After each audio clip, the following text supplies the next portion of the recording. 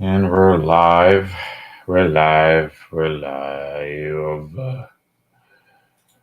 Alive.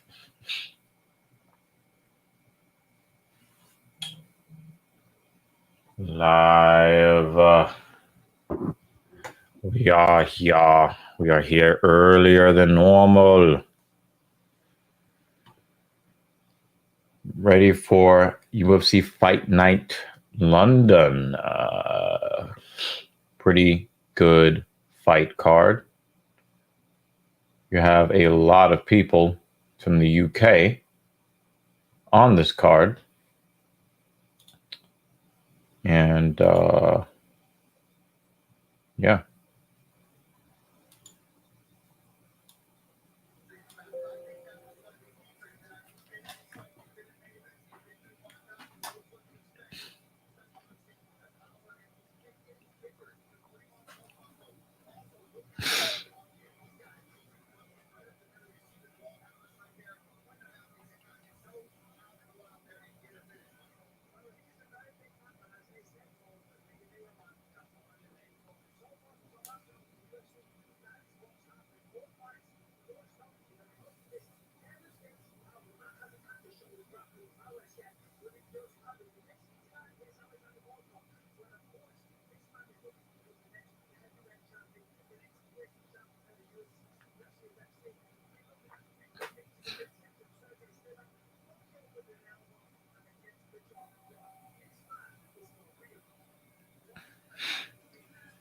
I really do like Tom Aspinall's tattoo. A lot of the chest tattoos, both men and women, a lot of them really suck. Aspinall's tattoo is pretty cool. Pretty cool. For some reason, I thought Aspinall was American. He's not.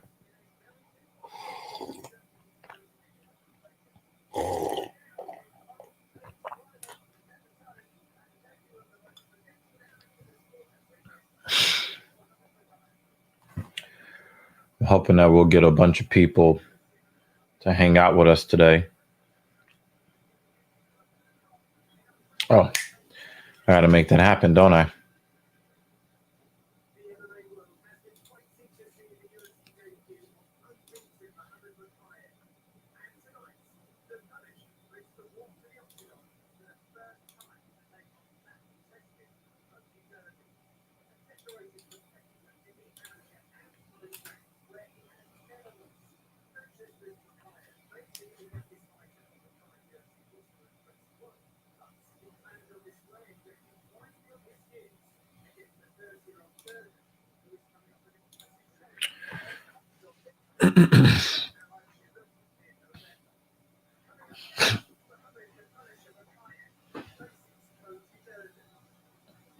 Versus Cody Durden.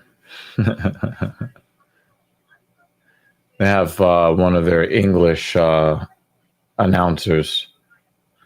He has a very different way of pronouncing the names, and I really do enjoy hearing.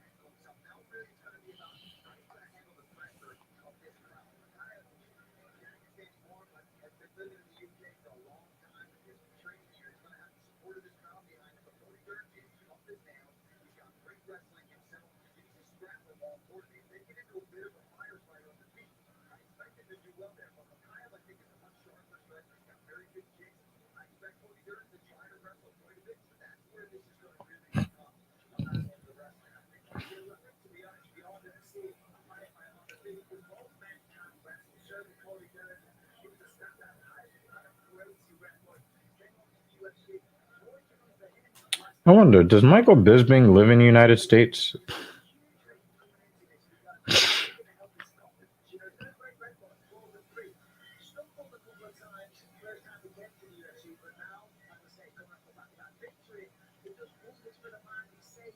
Just have I could be wrong, but I think Michael Bisping lives in the United States.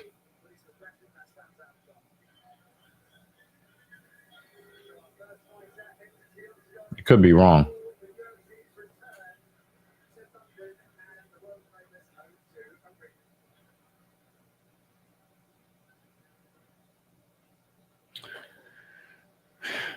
I cannot tell you guys how happy I am to have early fights. I mean, if the weather wasn't so shitty,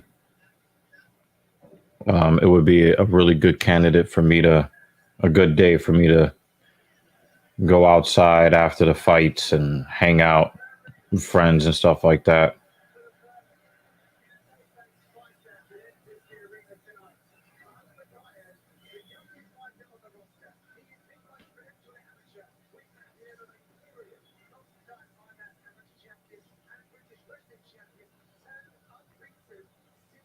Oh wow, he really is the very youngest fighter on the UFC roster at about 21 and a half years old. I thought that there was a woman who was the youngest. Um, I thought she was the youngest on the roster, and I guess they must have added more fighters because I could have swore that it was a woman that was the youngest on the roster. But yeah, that's crazy. That's fucking crazy.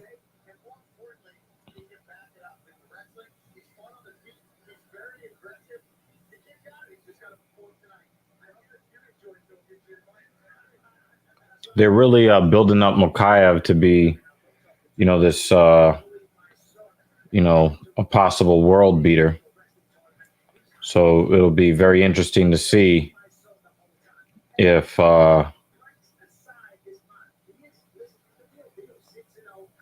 be very interesting to see if he lives up to the billing.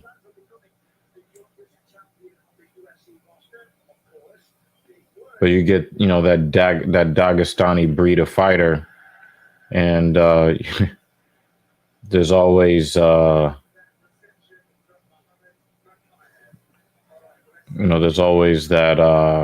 expectation that they are going to be world beaters.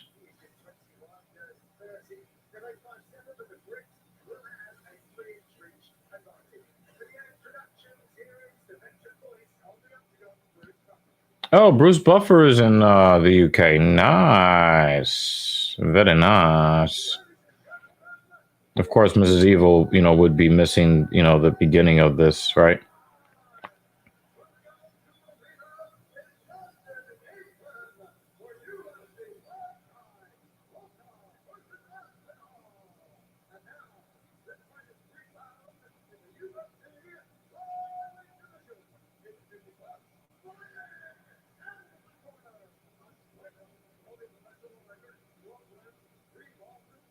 Wow, they're booing the Americans super hard. God damn. It just seems like they're just happy to finally have live events again, because, I mean, they're booing Durden super hard. Like, dude, why y'all so salty? Was he talking shit about your English breakfast? I very much doubt it.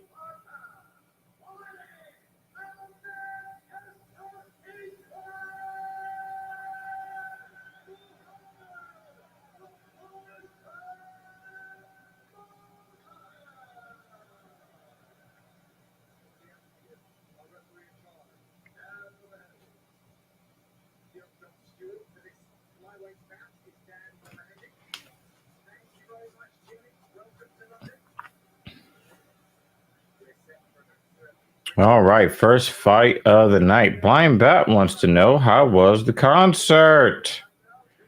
Blind Bat is referencing the Coheed and Cambria concert that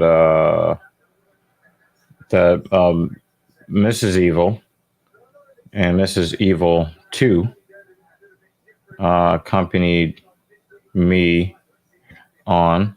I'm thinking maybe I might do a video where I show off some of the photos that I took. But it was definitely a really, really positive experience. And 10 out of 10 would do again.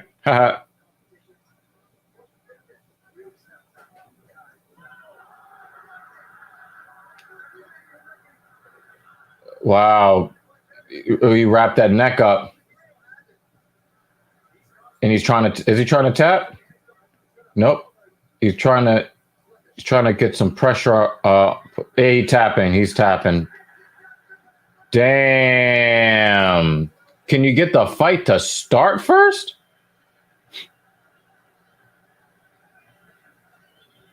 Golly.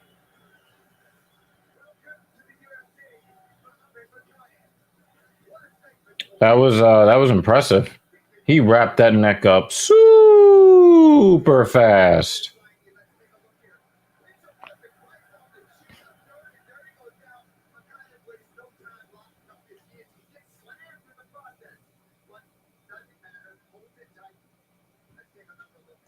Oh, he threw that knee right in his jaw piece. Mr. Durden, a lot of respect to Durden though. A lot of respect to Durden. I mean, he got finished very quickly, but he did everything he could.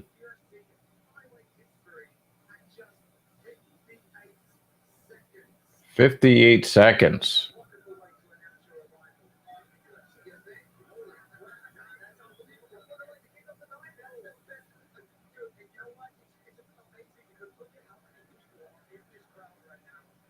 That was very, very impressive.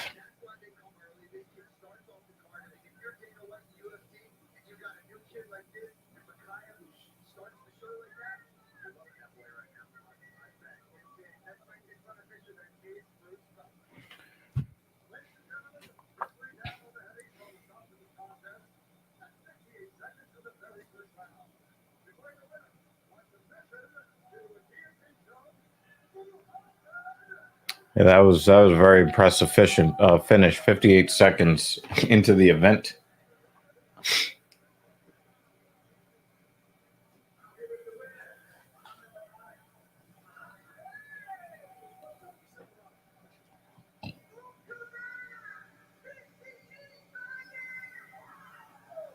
Yeah, he'll get that. He'll definitely get that bonus. He earned it on that one.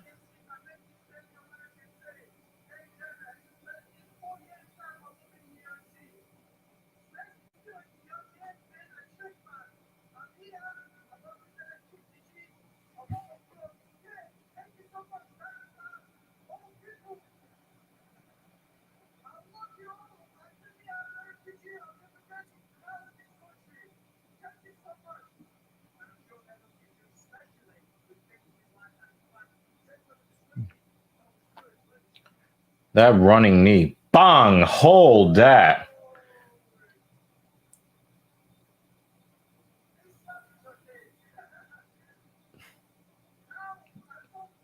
Yo, that dude's got... Man. Takes me longer to eat a bag of popcorn. Yo. Man, he's going to be able to afford a lot of bags of popcorn. With that, he's definitely getting a bonus for that. 58-second submission. Yeah, like one of those little mini sprints. The sprint was all of 1.5 steps. But he launched that knee right on the jaw piece. Goodness gracious. That's one way to start an event. For real, for real.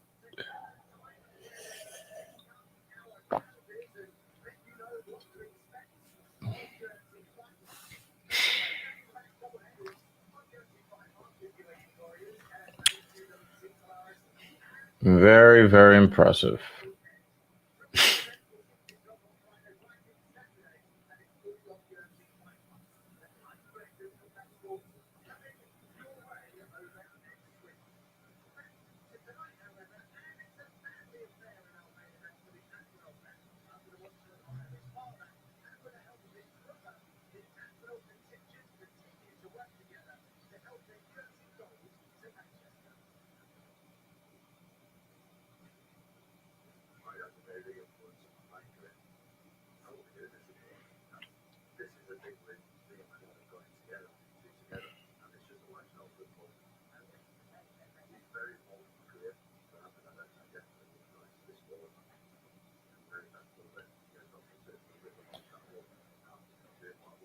Nah, the guy that got beat.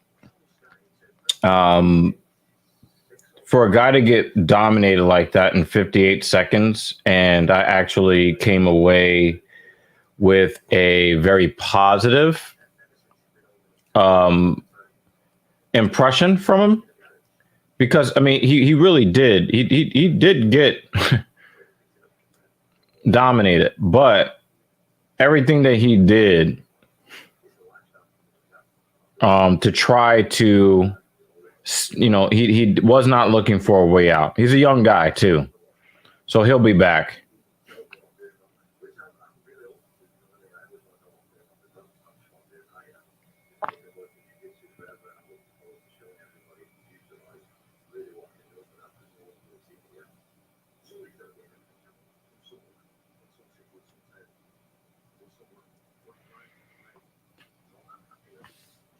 Oh, probably should charge this iPad before it dies.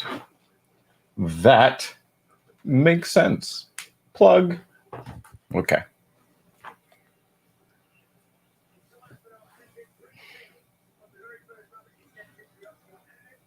Yeah, Tom Aspinall has really great tattoos. His tattoo artist is A1. I mean, it would have been a little bit better if there was a little bit of color added, but for a black and white tattoo, black ink only tattoo, the different gradients that were used, that's definitely one of the best non-colored tattoos I've seen on a UFC fighter of either sex.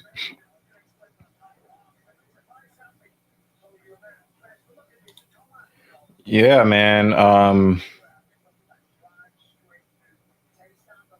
That was a 58-second divorce. Those guys separated real fast.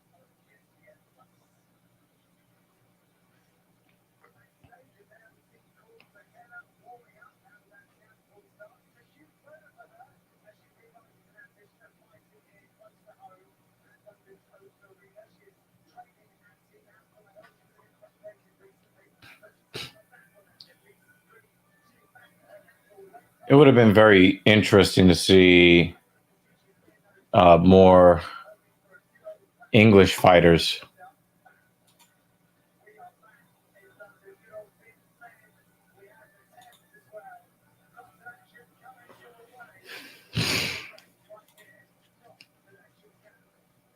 Wow.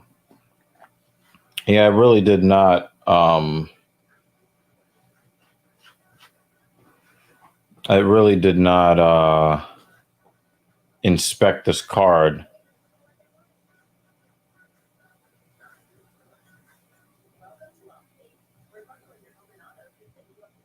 But it would be interesting to see if they had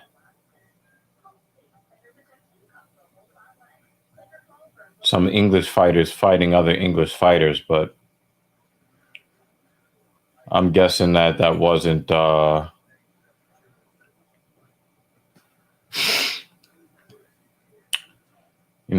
want to keep it where it keeps people's, I guess, interest in the crowd. A lot of Russian fighters on the card. There've been a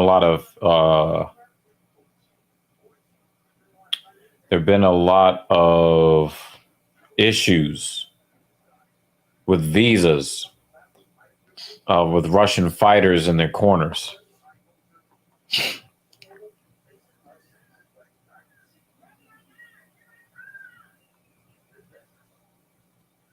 Looking forward, looking with lots of anticipation to see what Paul Craig does.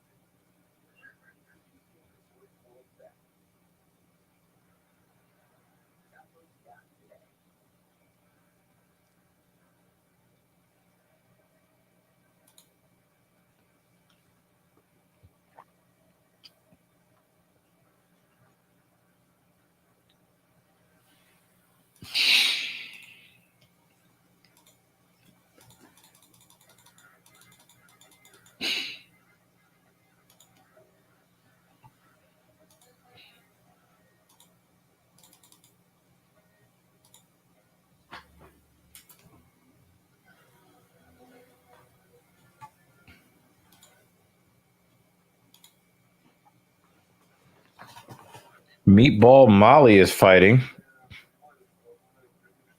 Gunnar Nelson.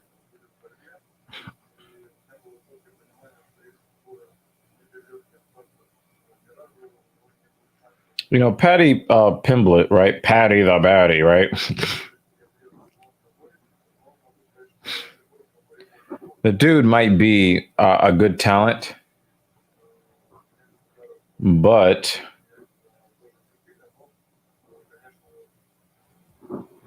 don't really love that personality.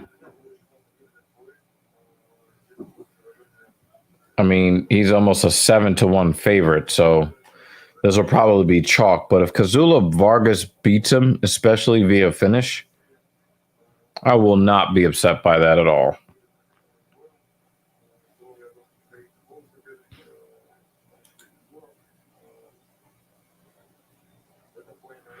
Now, of course, you get this really impressive finish, and it looks great. But when you get an impressive finish 58 seconds into a 15-minute fight, what do you get after that performance? Video packages.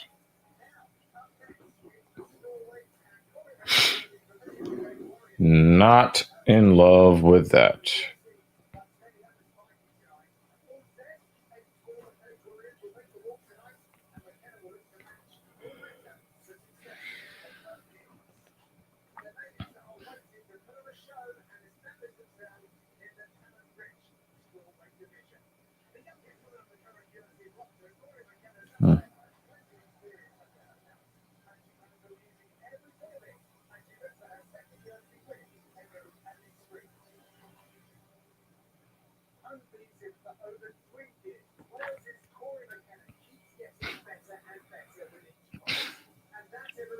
Yeah, Corey McKenna, she looks so young.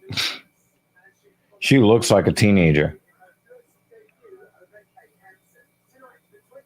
Actually, she looks like a preteen. They say she's 22.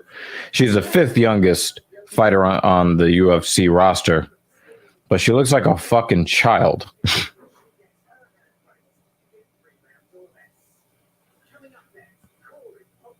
Yeah, she looks like she's 11.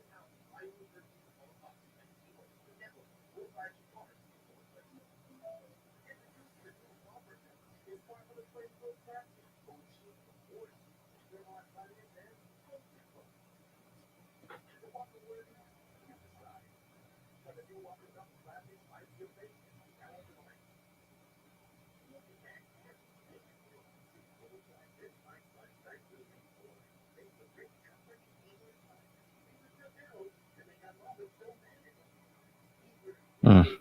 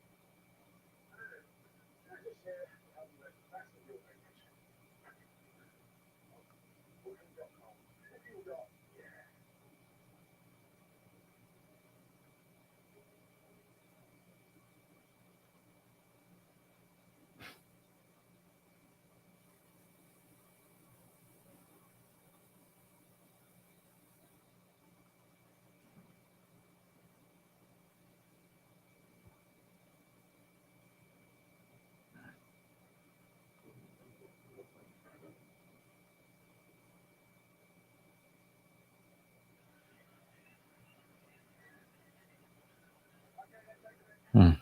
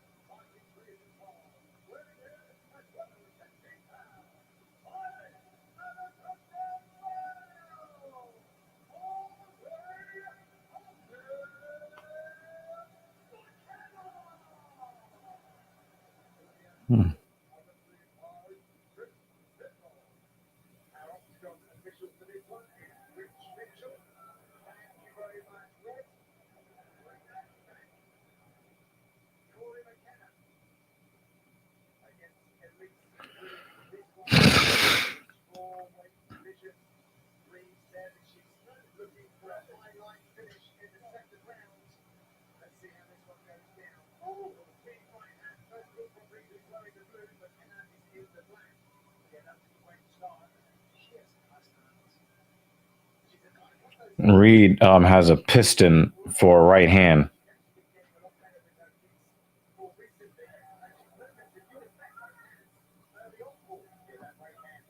Yeah, I really like Reed's right hand.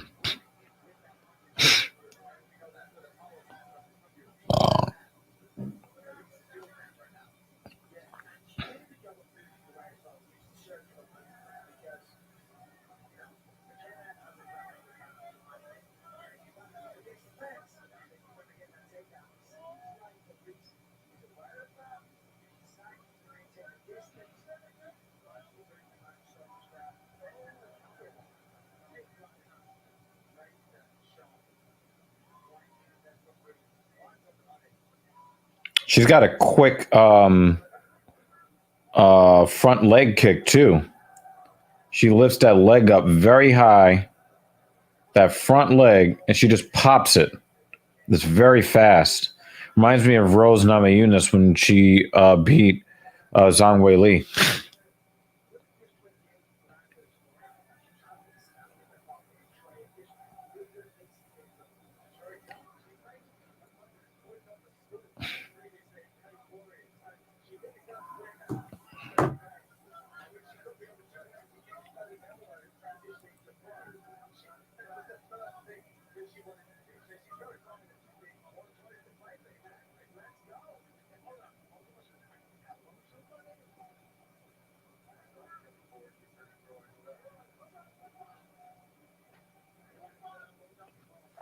We've got I Didn't Read Your Book podcast.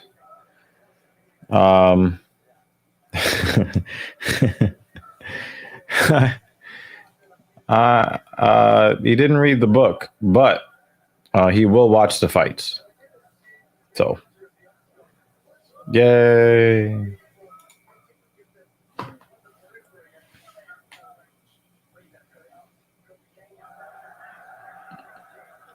Was that?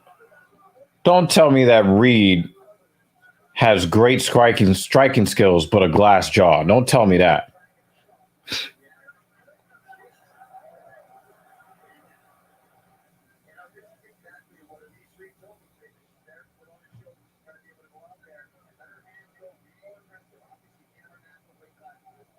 I really like Reed's skills.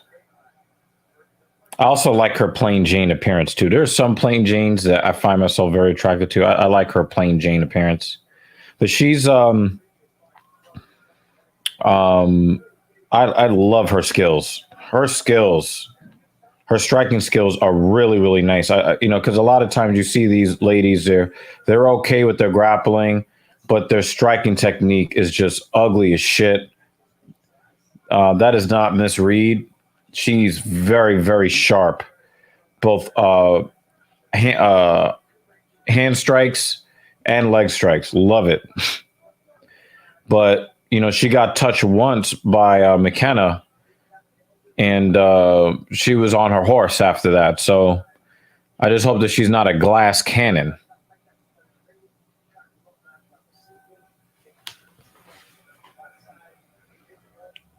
McKenna's trying to get this single leg. She's in pretty deep.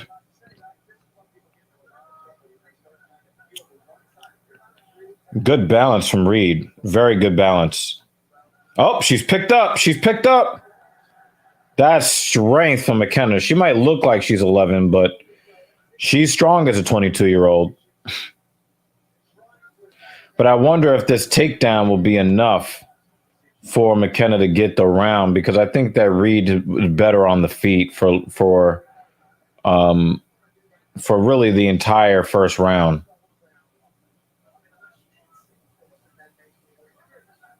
And she fought off that takedown attempt for a little bit, but McKenna's just too physically strong. Oh, nice up kick. Oh! Nah, McKenna, you know that hurt. What are you shaking your head for?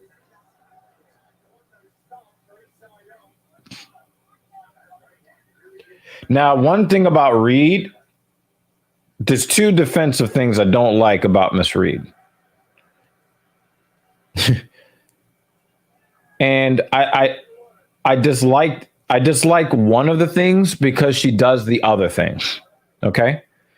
I don't love the fact that she holds her chin out there.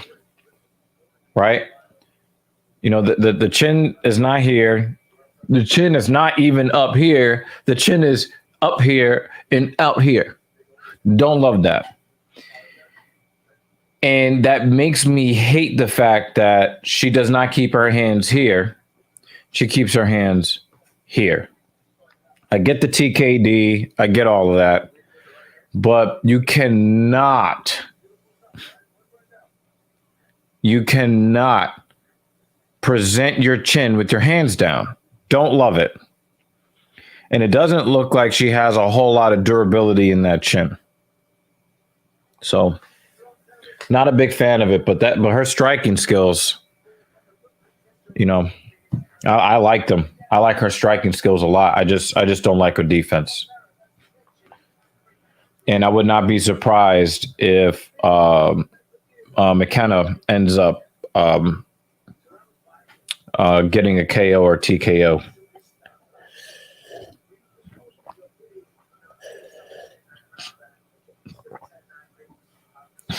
But imagine if Reed could be the female version of Wonder Boy.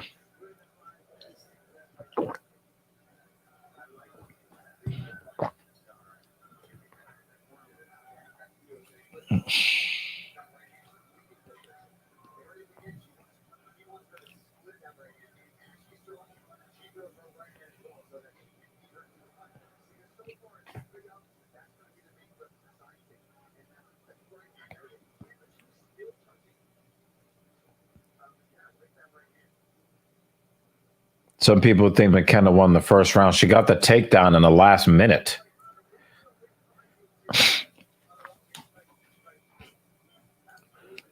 I don't understand why people think McKenna won the round. She got a takedown and did nothing with it with like 55 seconds left in the first round. Reed controlled the first round. I hope the judges aren't that dumb.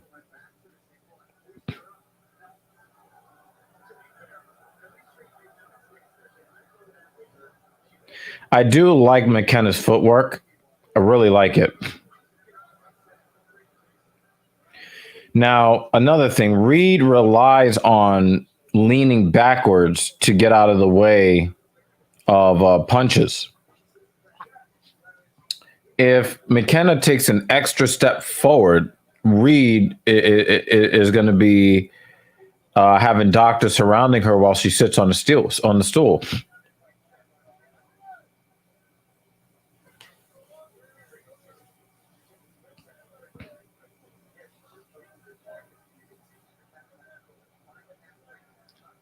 Looks like Reed is slow down just a little bit.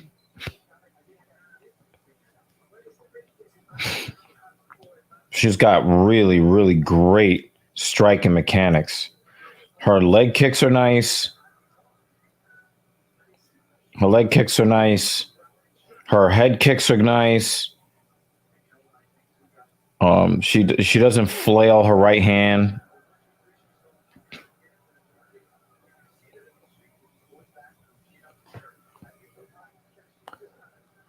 But she just keeps leaving that chin out there.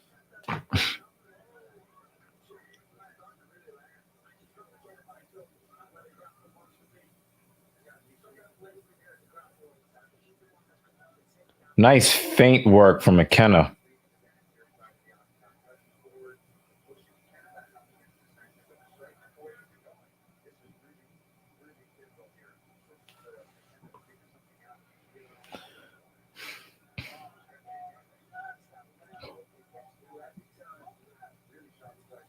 It's one of the things I really love about the fight game.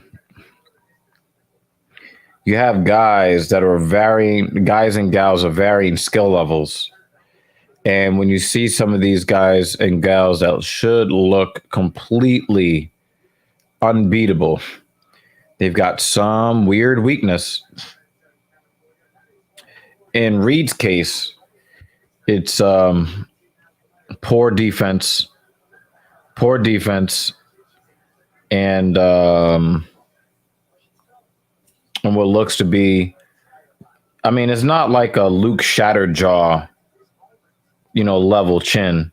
It's not like what Marlon Moraes has become, or Cody Garbrandt, or something like that.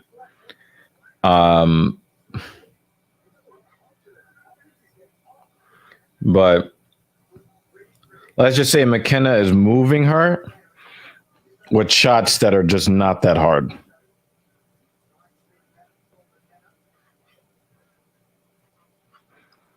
Wow, what a right hand from Reed. It looked like it split the lip of McKenna.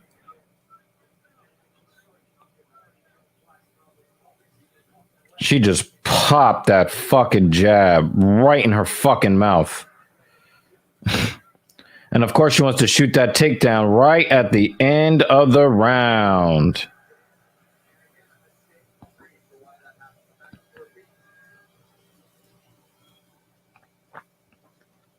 I still got to give it to Reed.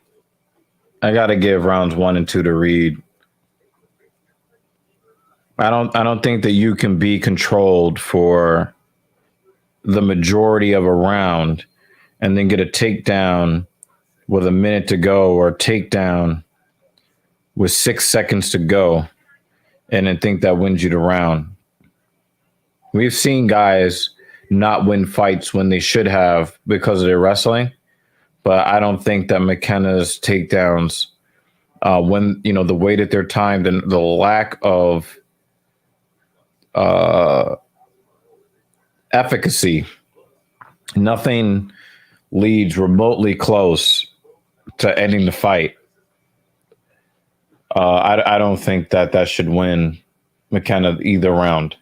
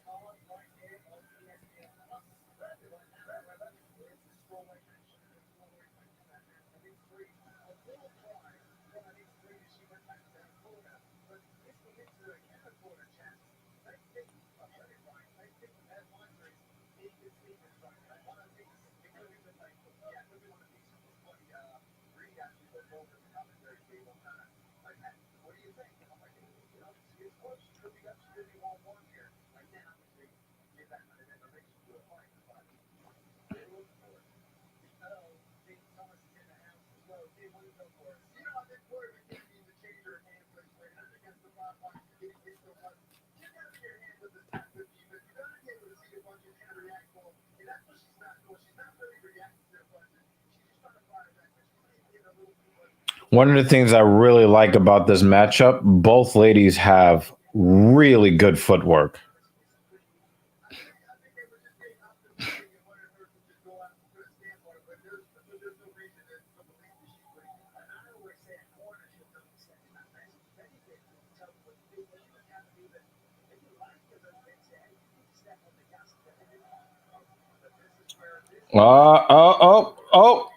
She got the takedown. Yeah, that counts as a takedown. Now it's 3.5 minutes remaining in the round. Let's see. Let's see what happens here. Now, it doesn't look like Reed has any kind of BJJ.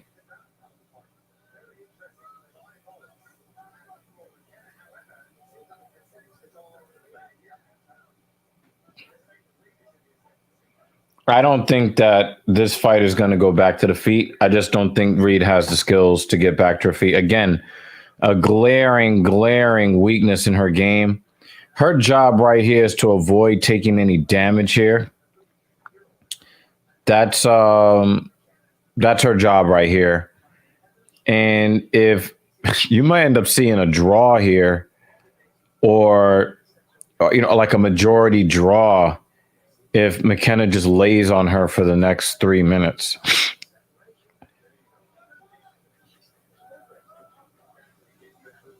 So, Reed is doing very well to avoid taken any real damage. But I think that that's the extent of her BJJ. I think that both shoulders are going to stay on the floor for the rest of the fight.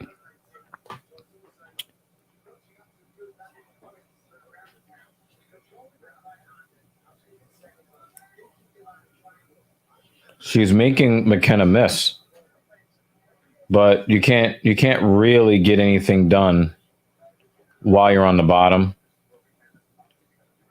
But right now she's got a very loose guard. I don't see her trying to get any kind of nice kick away. She gets back to her feet. She could have put her feet on McKenna's very, very ample hips. There's a lot of hip there for her to have planted her heel. And she just didn't do that. She was just basically legs flailing. So I just think that was a stumble. I don't think Reed did anything to make that happen. Although Reed might be, kind of looking at it like, oh, wow, I can get something going here.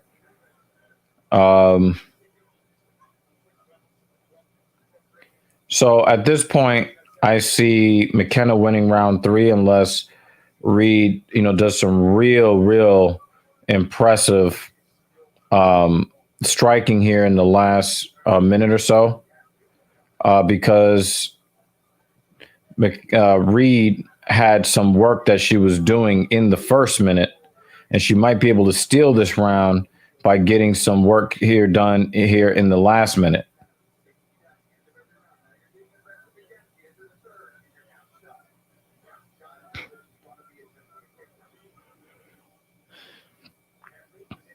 Yeah. Yeah, I got McKenna winning round 3, 20 seconds left. I don't think there's anything Reed can do here. But it's good that she's not going to take a 10-8 by just letting McKenna lay on her for the entire third period. So I think that that's a good thing. I got Reed winning the fight. I don't like the fact that she does a lot of looking at the clock. I didn't see anything really bad with her cardio. I didn't see anything wrong with her cardio.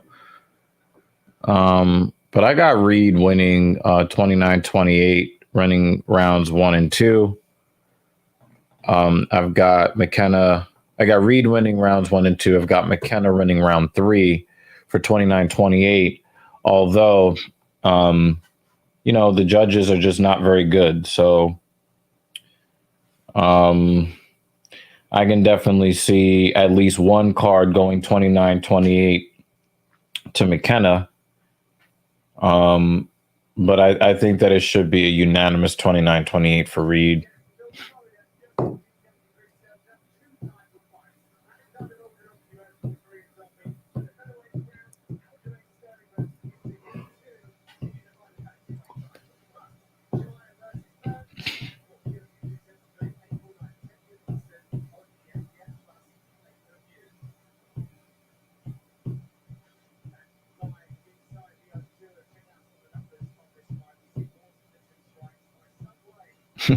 They gave 2 seconds of ground control time to Elise Reed. I guess it was when she reversed it on that last minute takedown in round 2.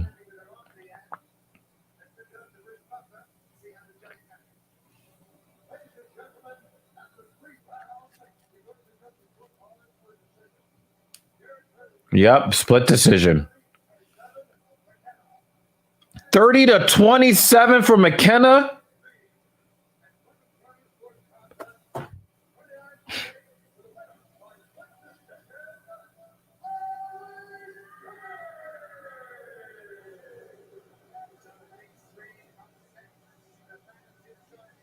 I swear to God, that first judge wasn't watching the fight at all.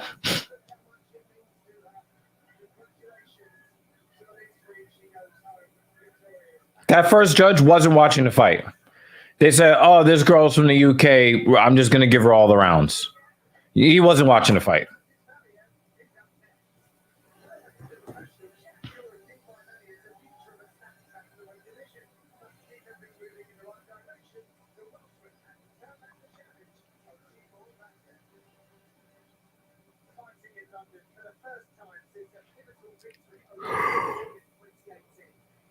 That was terrible. That was a 30-27 McKenna. I'm sorry. When you get these judges that are clearly not watching the fights, get them out of there. The last time the UFC was in Dubai, they had a referee in there that just didn't look like he knew what he was doing. They didn't let him referee any more fights that night. Get him out of there.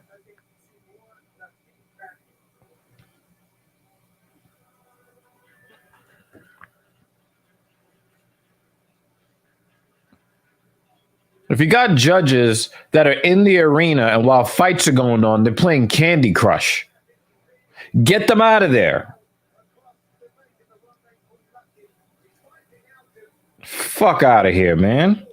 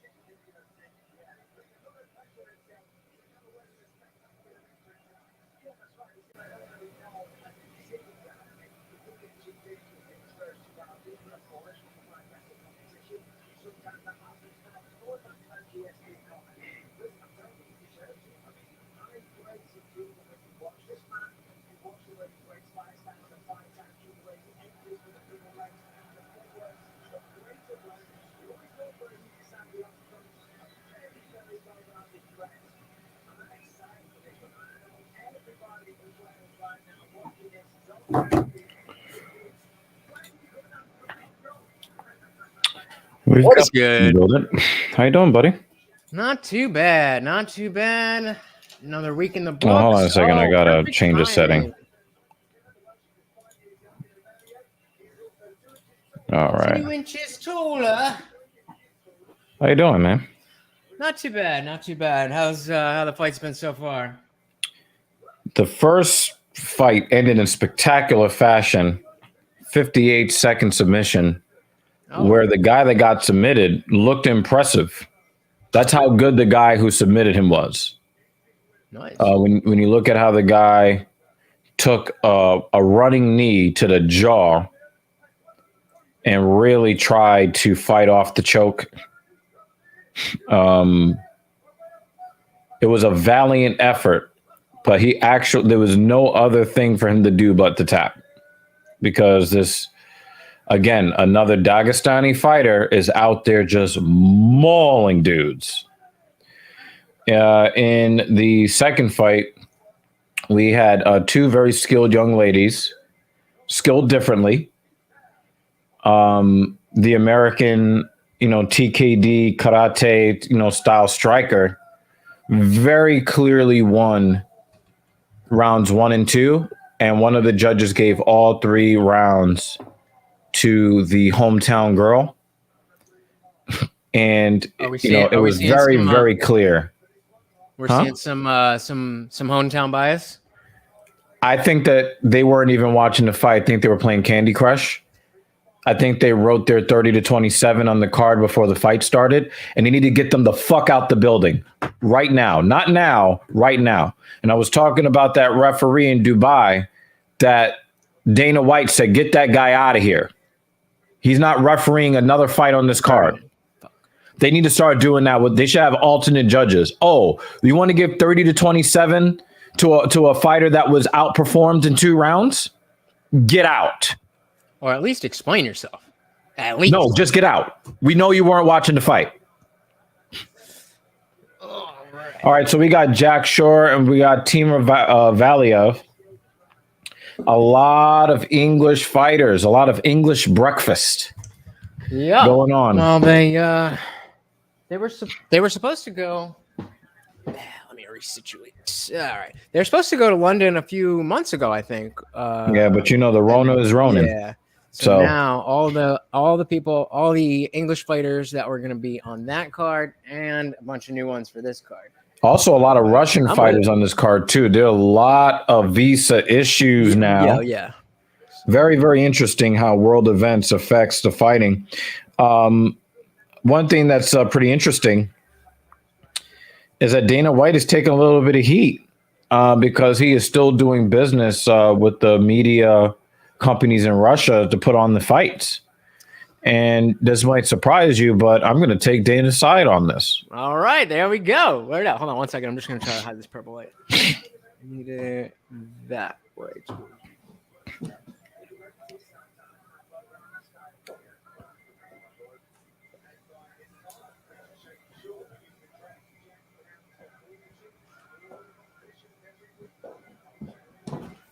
Valiev is moving them hands, but Jack Shore is super, super tough.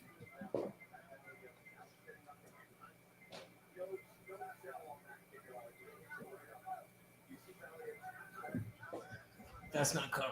I like that step in push jab with the left from Valiev. I like that, especially if you're the guy that is you're the shorter fighter. Your reach, you're at a significant reach disadvantage. I'm sure he sparred with a lot of guys that are rangier and taller than him. You can't just pump out a left jab. You got to step in. You got to step in. So the last fight you were talking about how Corey McKenna should have won, but the judges gave it to Elise Reed. What? No. McKenna lost the first 2 rounds, and one of the judges gave her all 3 rounds. Oh, get him out of here. Here's the English one. Gotcha. Yeah. Okay. No, I'm just looking at my my fantasy picks here. Yeah, get it. Whoever that first judge was that Bruce Buffer read off, get him out of here. He's not watching the fights.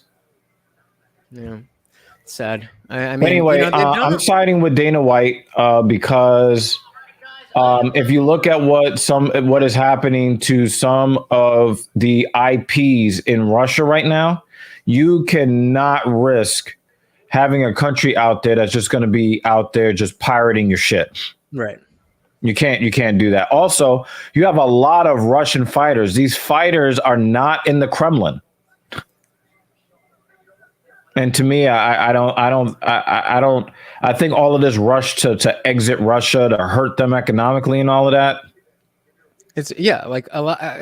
Most people in Russia are Russian citizens who are just citizens of a shitty government. The same way, a lot of them don't agree with what's going on. Exactly. I mean, look at everything that. I mean, if we can go back to not use any, immediate thing. If they called Obama Obama, because of all the shit they do. Like, I'm not trying to get fucked over because the Syrian government is like, oh yeah, Lutch lives where Obama. Like, what? I didn't do that shit. Exactly. Fucking take it Exactly. up with him. Exactly. Oh, Short throwing them hands. He's starting to connect a little bit more. See, look at that step in left hand from Valiev. I love to see it. Ooh, nice little what was that? A little lead uppercut from I got Jack Shore in this one. I mean, I think I don't know. I like Jack Shore, but Valiev is just a gritty, tough guy. I just went with the odds on this one. I didn't know. I remember Jack Shore's name. I know I've seen Valiev fight before. Ooh, that was a heavy leg kick. That is a hard calf kick. Goddamn. Yeah, Valiev throws very hard kicks. He's trying to swing a baseball bat. Hey, there's a dog in the background. He's always trying to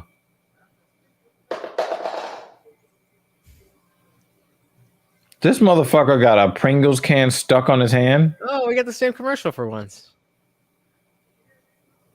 Okay. Just getting so I took a little video. Hey, I'm going live on the Filthy Casual MMA watch party. So I'm just getting that up right quick. Get some motherfuckers up over here.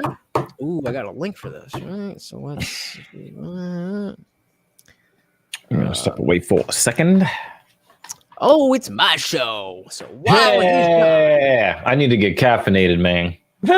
I'm gonna do essentially what is gonna, have me up and ready to go, even though alcohol absolutely is a depressant. My inhibitions need to be taken down.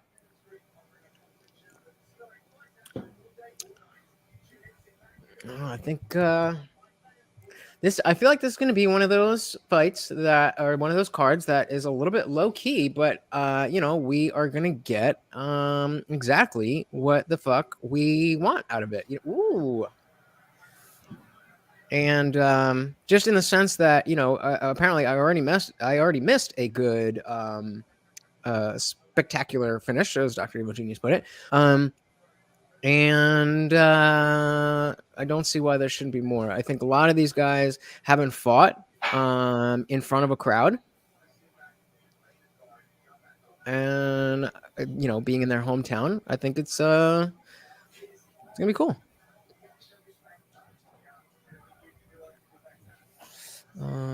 Come watch the Filthy Casual.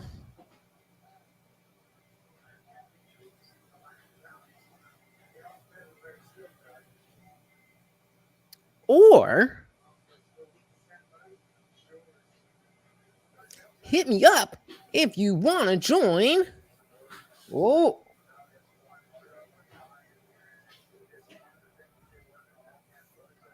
Am I here? Everybody notice? Everybody here?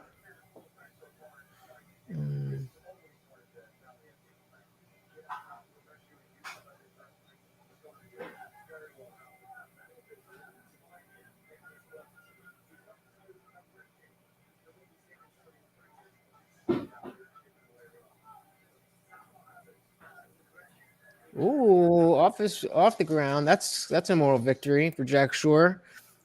Solid takedowns and like dominant takedowns, but Jack Shore's back on his feet. I mean, it is demoralizing if you get taken down like that, for sure. There's no question about it. But if you can show that you can get, Valiev has got some sharp striking to go along with that sharp grappling.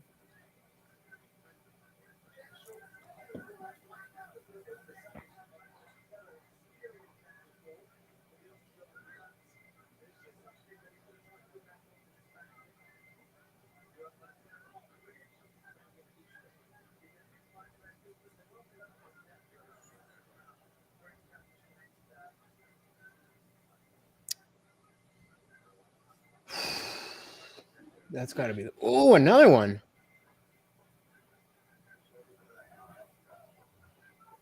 Clashing heads. That's got to be terrible. I mean, like, you're getting punched. It's not like you're not getting. Ooh. He just posted up off his face. That was dope. He just palm that motherfucker.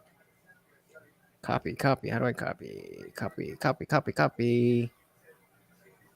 Whatever.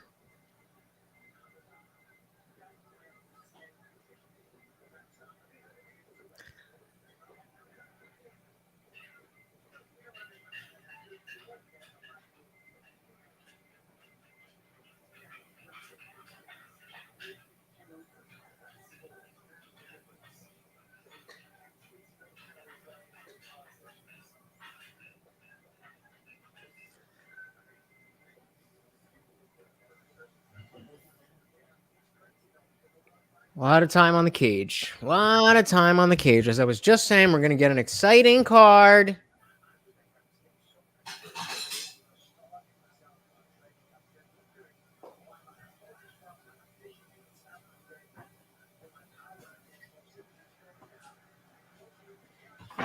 Oh, thank you for.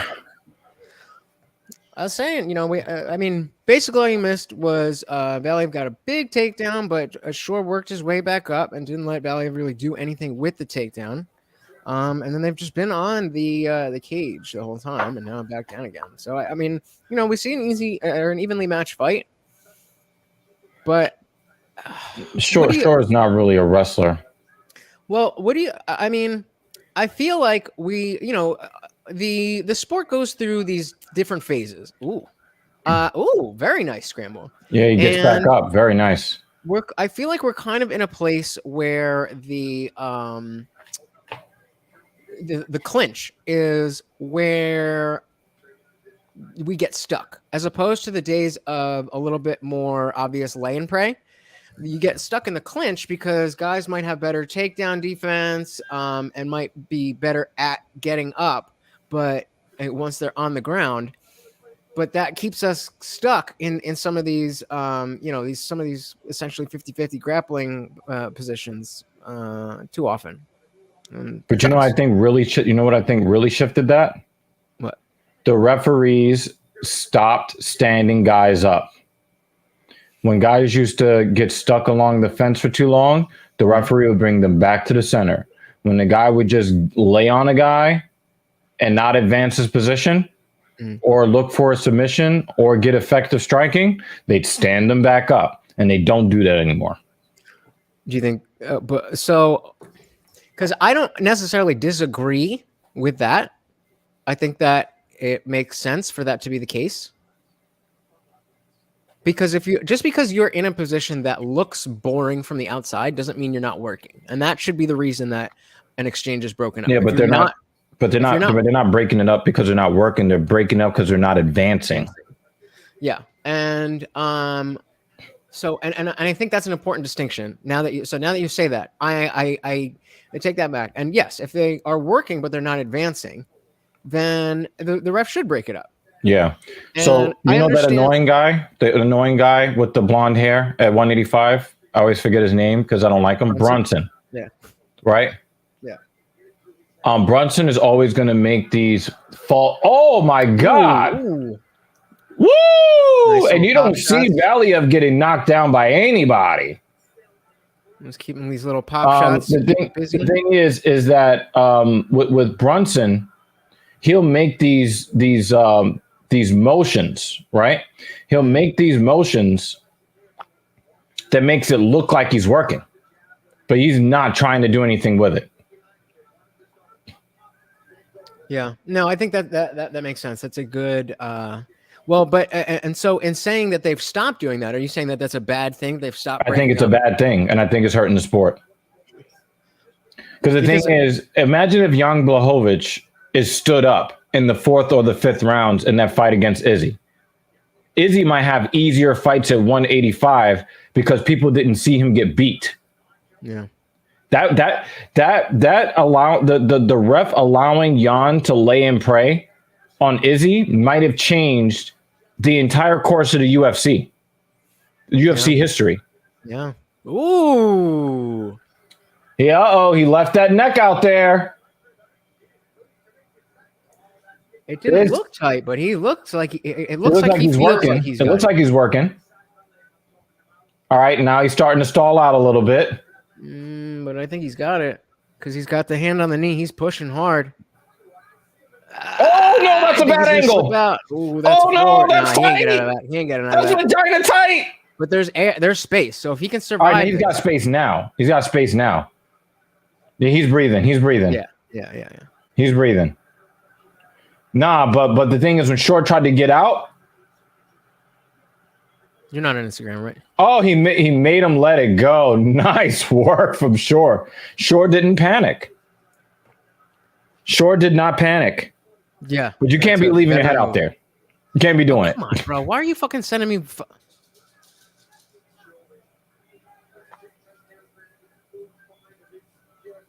Nice GMP from Shore. All right, we're gonna check what this dumbass has to say. Sending me fucking voice notes while I'm live on the internet right at this moment. So you can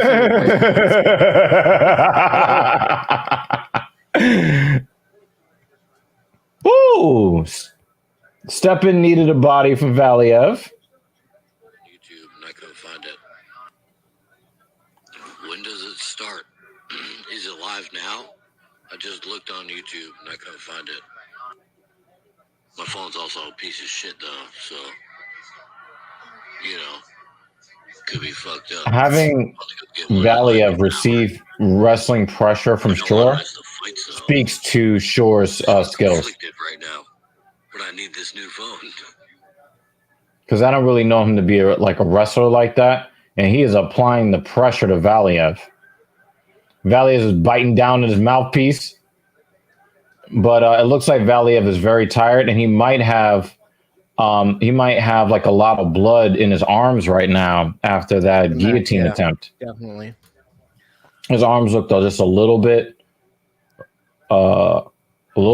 wobbly.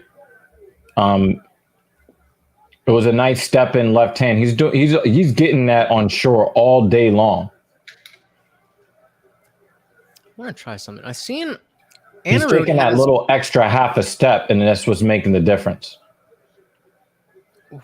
Oh! Right on the button. Nate, he was thinking about that. But Valiev is a real man.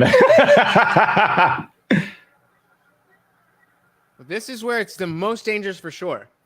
Yeah, he's calling him in.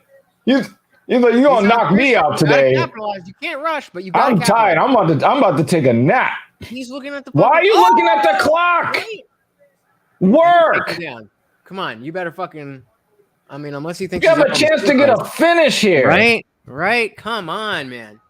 And I mean, it's fair. Is he isolating for an armbar? You don't have it. He's gonna stack. He's got his arm under. No, he doesn't have enough time. I got Shore winning the fight. For sure, it is near impossible to find he hit that guy so hard he let the submission go. He dropped that elbow on him. He's like, yo. Yeah, I think I'm just gonna let this go.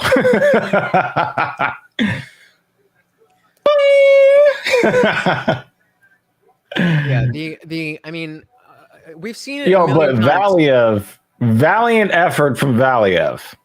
Valiev effort. But we've seen a million times where either the guy will go in for the kill when he's not quite there, gas himself out, and then fucks himself for the rest of the fight. We've also seen, maybe the biggest example in recent MMA history would be Leon and Nate, where Nate had him, and he just literally fucking pointed at him instead of hopping on the opportunity. Definitely, it's near impossible to do that perfectly. However, there's got to be some way, like if that is obvious to all of us as just fans watching, there's got to be a way to assess that.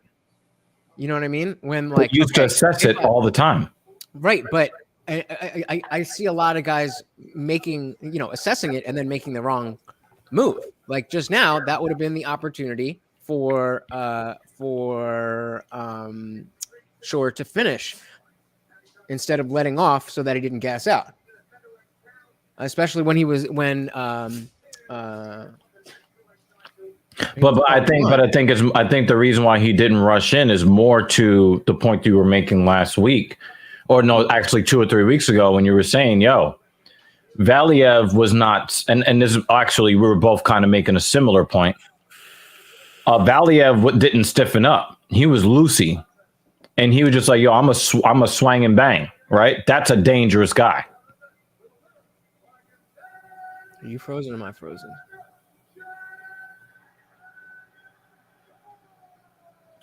Yo, I really like that fight.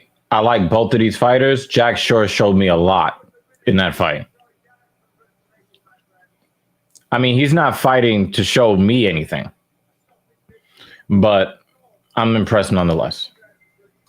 We're back. There we go. Was that you or was that me? I think that was me. Come lay down, Mort. Come. There you go. Yeah, come hang out. Come on, lay down. I don't think that he beats Max though. Jack Shore? I don't. That's hard to say from just watching this. And I'm just saying, from what I've seen from Jack Shore, I don't see him beating Max Holloway. He reminds me of that Boston kid that Max hit like 1,700 times.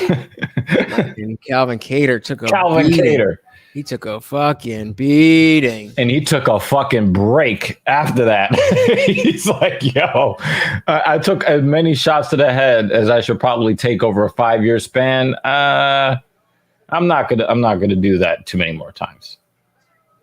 Because a lot of brain doctors, we'll just call them brain doctors, they believe that it is better to get your light shut off in 15 seconds than it is to take a sustained battering. Yeah. And Max is not known for his power, although he sat Volkanovski's ass down twice in a fight that he won. I'm surprised. And I don't care what anybody says. They showed a dude with a full reptile shirt. That's surprising. They just put the camera on a fan that had a full reptile hoodie on, which is Dan Hardy's brand. And I know that obviously I didn't recognize the significance of that. I did see the hoodie. I did not recognize, and they put the camera on him. Yeah, and also Dan Hardy was on Laura Sanko's channel. I think it's her channel. Do you think that he's on his way back? You know, kind of coming around the UFC. I hope so. Yeah, I thought it was unfair for him to go down the way he did anyway. And I think that as much as I love Herb Dean, Dan Hardy was in the right. Absolutely, he was in the right. And I don't have this reverence for Herb Dean. I think he's a great ref, but he definitely makes just as many mistakes as any other. And fine, maybe it's because he is in the bigger fights more often than some of the other guys. Yeah, his mistakes are going to be more visible. Yeah, right. But if you're going to be making mistakes in those situations, then you can't be there. You got to take the heat. Right. A lot of people say that what Hardy did was inappropriate. I don't think so. Well, inappropriate because when you say inappropriate, not you, when they say inappropriate, you're kind of acting as if Dan Hardy was trying to have the exact effect that he did, when clearly he was just reacting to the moment, like he wasn't creating anything. And then like if he threw something at Herb Dean or something, then that's wrong, right? But like, and then remember, this is very early on in the Empty Apex cards. Yeah.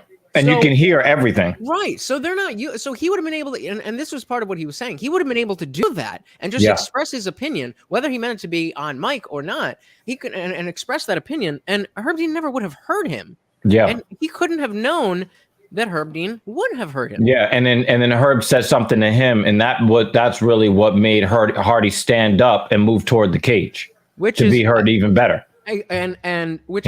I don't know that a lot of people know that, and I think. How is Craig ranked 11th? How is he ranked 11th?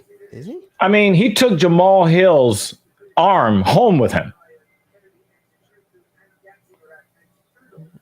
Was there some controversy with him this week? Somebody was saying something about Craig in one of my Discord things, but I didn't. No, it wasn't in Discord. I asked your opinion and everybody else's opinion in the Twitter, what your opinion was of him as a fighter. Oh yeah, as a contender. And then like, everybody just kind of politely skipped over it. So I didn't. I asked, did something happen with Craig? And nobody answered me. So no, I said, Craig is the guy that took Jamal Hill's arm. What do you think of him? That was. Oh, yeah. And that's why Of course, Mrs. Evil loves his accent. Okay. If I come home and Paul Craig is in my bedroom, there ain't shit I can do except shoot that motherfucker. And even then, he might submit the bullet on its way in.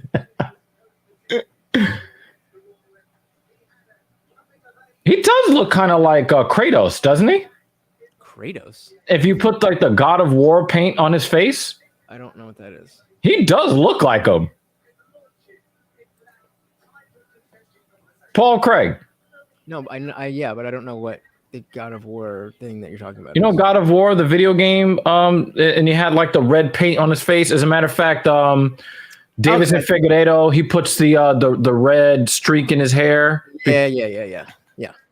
Yo, Paul Craig actually looks like him. You just put the red paint on his face, it's a problem. Where'd he go lay down? What, do you want to come up or do you want to go lay down? You can't just stand there and stare at me. Oh, so it's not cool that the dog just kind of just looks at you? He's just like, dude, what do you want? Like, he's just here. And like, he'll hop up. You see him, he's fucking like, just like looking at you. Yeah, you can come hang out. You can come sit. I have a little thing here with a pillow and a bed, you know, on right. He's also probably wondering if you know what the fuck you're talking about. He knows. He knows. I know what I'm talking about. He's like, damn, I can't hear Dr. Evil Genius, but I would not want to be on the opposite end of you dropping these fucking knowledge bombs and shit. So I see that you noticed the brand new Coheed and Cambria shirt that I went on and I purchased 4 more of them at last night's show, plus a hoodie. Nice. You know, I don't go clothes shopping. That was I replace denim jeans when they tear, and I buy Coheed shirts. That's what I do. I mean, I usually will, you know, diversify in the band name or the. You did miss one time. I wore Kill Switch Engage, and you missed it. Did I miss that? Because now that you say that, I feel like I may. Was it like the original logo with like the red in the middle and then it going? No, I was wearing a gray. It was a gray long sleeve. No, yeah, I definitely never seen you in a gray shirt.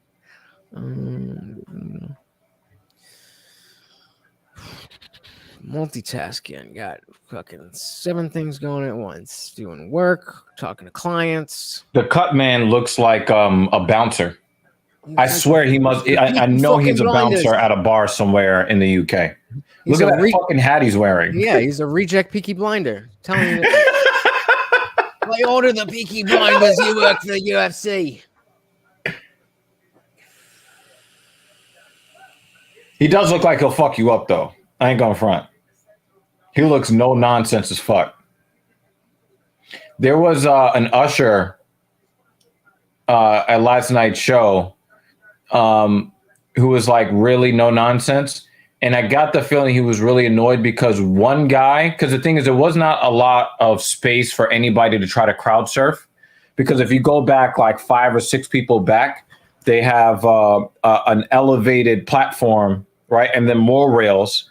And then there's probably like 5 or 6 people. And then there's another. So they break up so it's like, the general. Yeah. They break it up, right? One guy came through crowd surfing 7 different times. I don't know if I've crowd surfed 7 times in my life. I've done it like, you know, I went like at Warped Tour as a teenager. I was like, woo! You gotta hate me for this, but a crowd surfer comes in my direction, I'm stepping to the side. I did not give you consent to put your body on mine. Fuck out of here. It's a social contract. You know what happens at shows? No, I don't give a fuck if I know, what you're going to eat for dinner. That is not my problem. You did not get my consent to put your body on me. So I'm going to step to the side politely. Does that light look any different? Dude, you've blown so much smoke on your camera, nothing's going to change.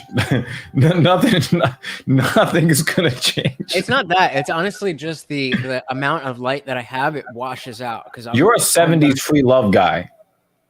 What? That's what your background looks like. It looks like a girl with flowers in her hair and bell bottoms is going to suck the fucking soul out your dick. That's what your background looks like. Maybe.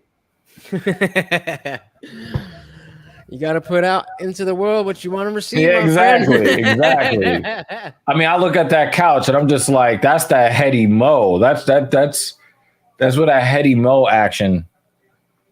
That's that bullshit couch that can't be used for nothing but sex. Nobody would sit on that. I don't think I would love having the last name Bosaki.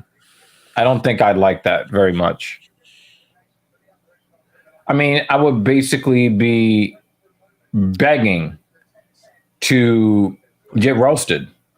I'm trying to think of how though. What is the obvious? What's the obvious? Whoa! He came out throwing his feet. Oh, you're there already? What the fuck? But he's already. This is not a good position for you to be in. Okay, he's in. Oh, I don't think being in Craig's guard is a good thing. Oh, what the fuck? Why am I 20 seconds? Krylov, Yeah. I get it. You're a tough guy. This is not where you want to be.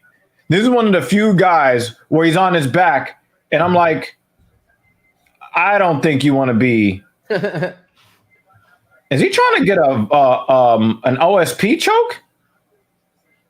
Okay. Oh, I thought Craig looked like he was about to tap. No, it looked like he was going to go to sleep for a second.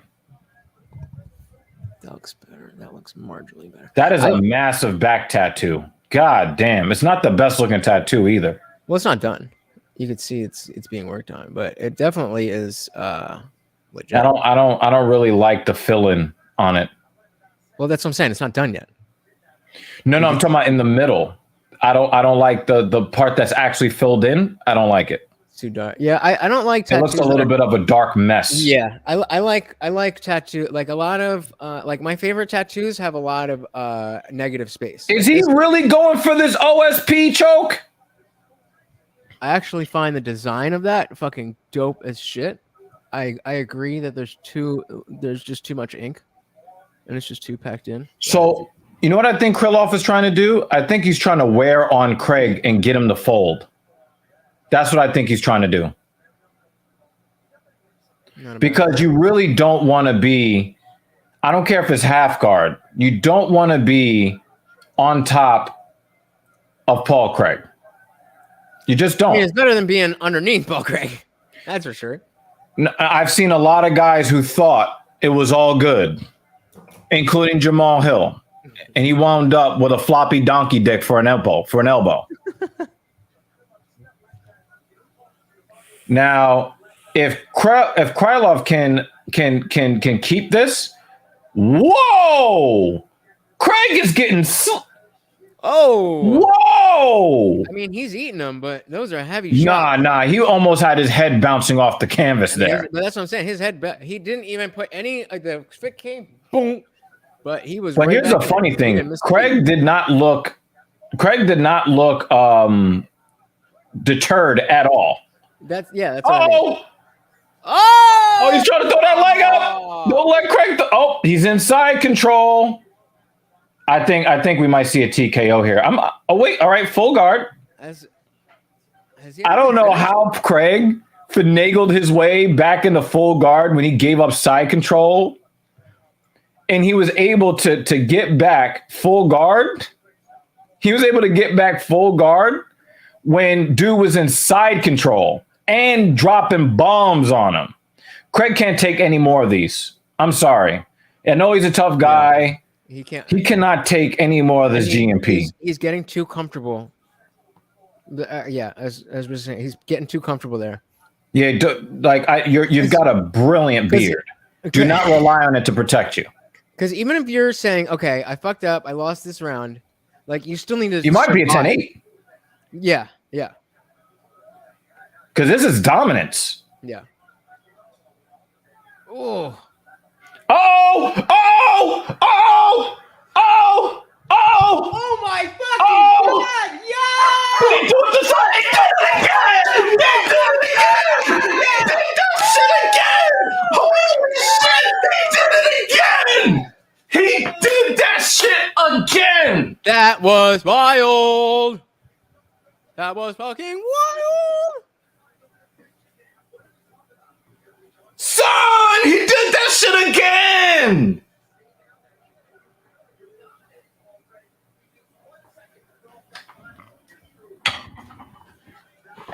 And what did I just say 3 minutes ago? Where do you not want to be? In his guard. You do not want to. Look, he's just getting fucking duffed up. The dude's getting duffed. And remember, Jamal Hill was whooping his ass too. That's why he's just like, yeah, I could take this. Let me just wait for. How is he ranked 11? Look at that! Look at how he This is caught him. definitely. Well, what was Krylov? Oh my god, man! Oh my god! Yeah. Yo, he threw that triangle up like a gang sign.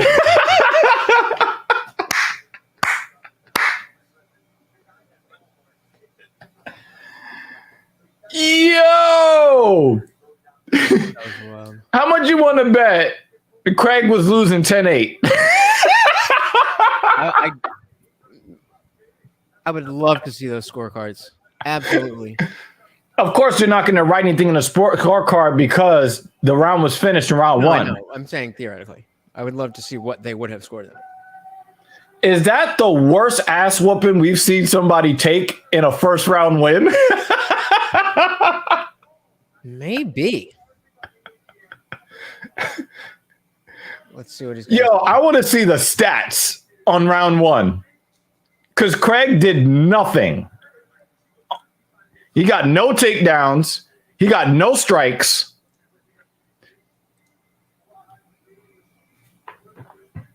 There you go, Mort. See, look at that. He just sits in the fucking nice spot right next to me, chilling, hanging out. That's all you got to do. I gotta know. I gotta know. Will you be my girl? What was? I gotta know. Will you be my girl? This dude spent 4 minutes getting beat up. And he gets the win. And he was the underdog. He was a 2-1 underdog. Come on, give me stats. Well, they said Craig got 9 total strikes, 0 significant strikes. 0 significant strikes. It's crazy. Glasgow. Paul Craig, 0 significant strikes, took 11 significant strikes. Did he just say Glasgow in June and not call out a person? Yeah, he doesn't really care who he fights. I know, but He never cares who he fights. I hate that. Like, I feel like that's another thing. I feel like we're past that era. You can't be like. Have you not heard of Conor McGregor or Chael Sonnen? Like, I understand. When you're snatching people's arms and necks like that, all the more reason. Everybody now is whatever he would have said, whatever name he would have said would have been fucking headline news all week. I get that, but I think that that Dana White just creamed in his jeans, and that might just be enough. That might just be enough to get what he wants. There's never enough. Never enough. All right, who did I take in this? Isn't that a song? Never enough. I don't know. But I have only gotten one wrong so far. So who did I take? Oh, I took Sergey Pavlovich. But I didn't know who to go for. I just picked. So I've got I've got one of the guys in my. Wait, wasn't Volkov fighting? Volkov is fighting. Oh, he's the okay. Gotcha. A lot of Russians on this card. Yeah. So I mean, one of it the might as guys. well just be the Russia versus the West on this card. I swear to God, did this bitch fucking? Hold on one second. Is there an English version of of Rocky? I knew it.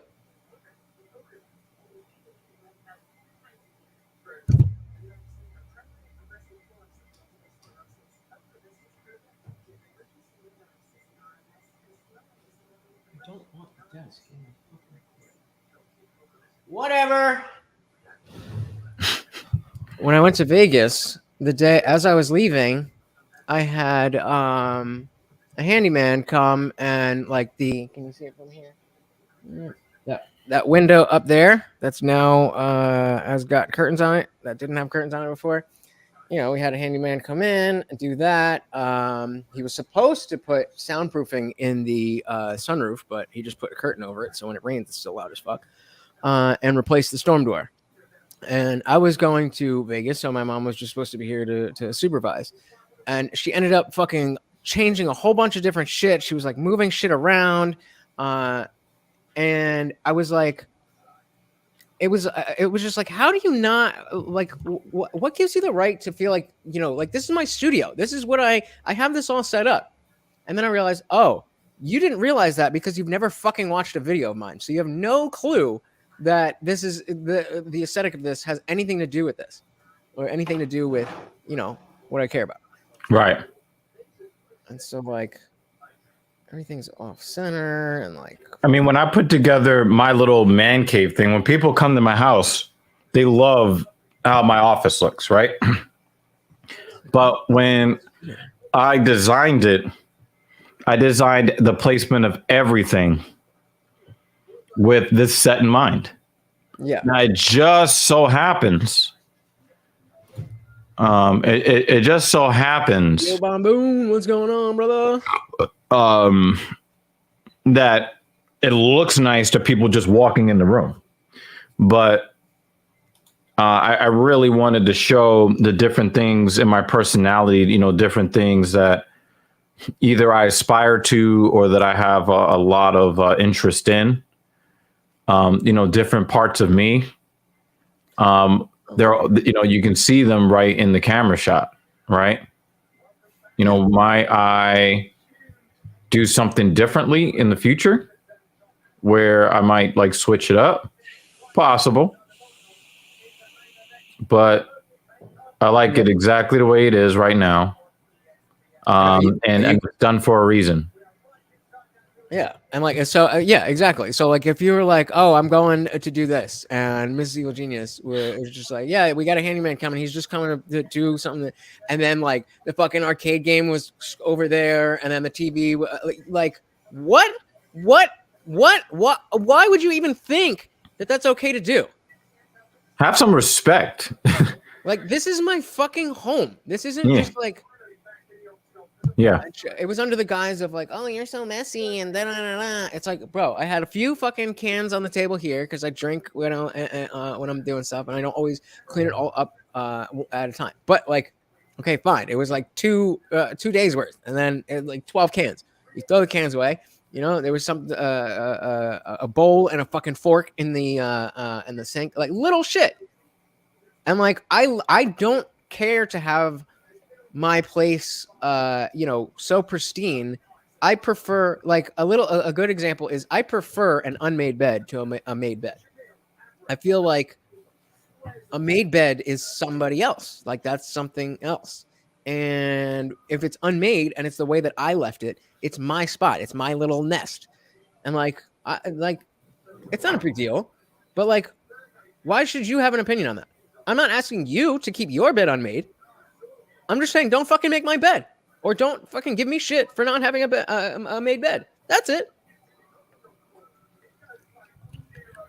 But no, I'm degenerate. Like Are you turning into a hoarder? Unrelated. I don't really like to discuss anything that has to do with the American Professional Football League, but a legend in the sport, a legend in the coverage of the sport, died at age 67. John Clayton. So rest in peace.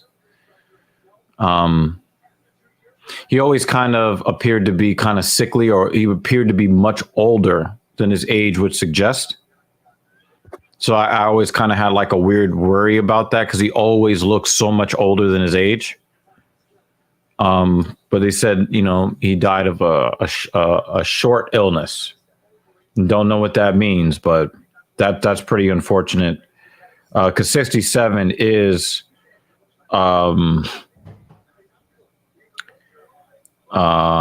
67 is still relatively young. So yeah. Oh, give me 1 second. I'll be right back.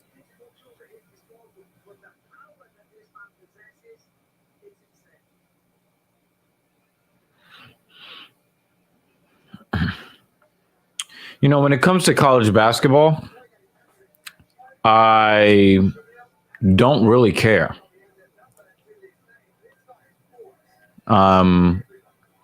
But every March when they do March Madness,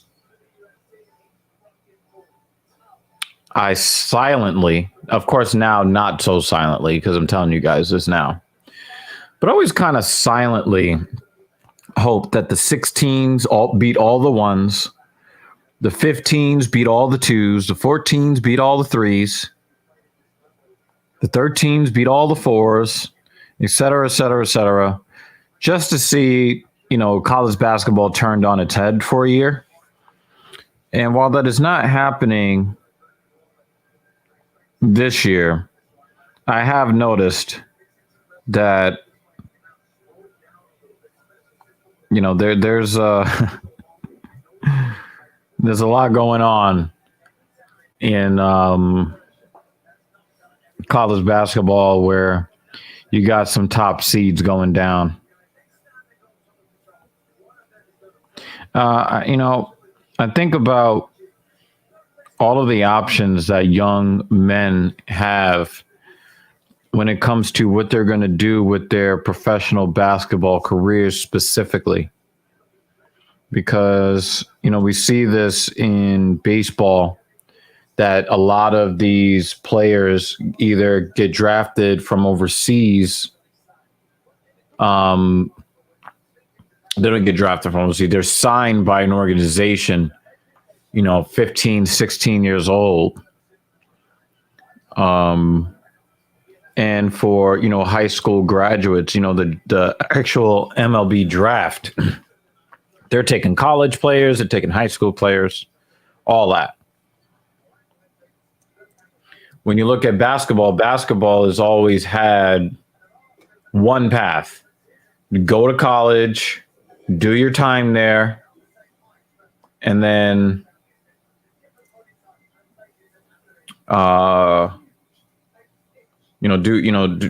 pay your dues in college, and then you go into the draft that way.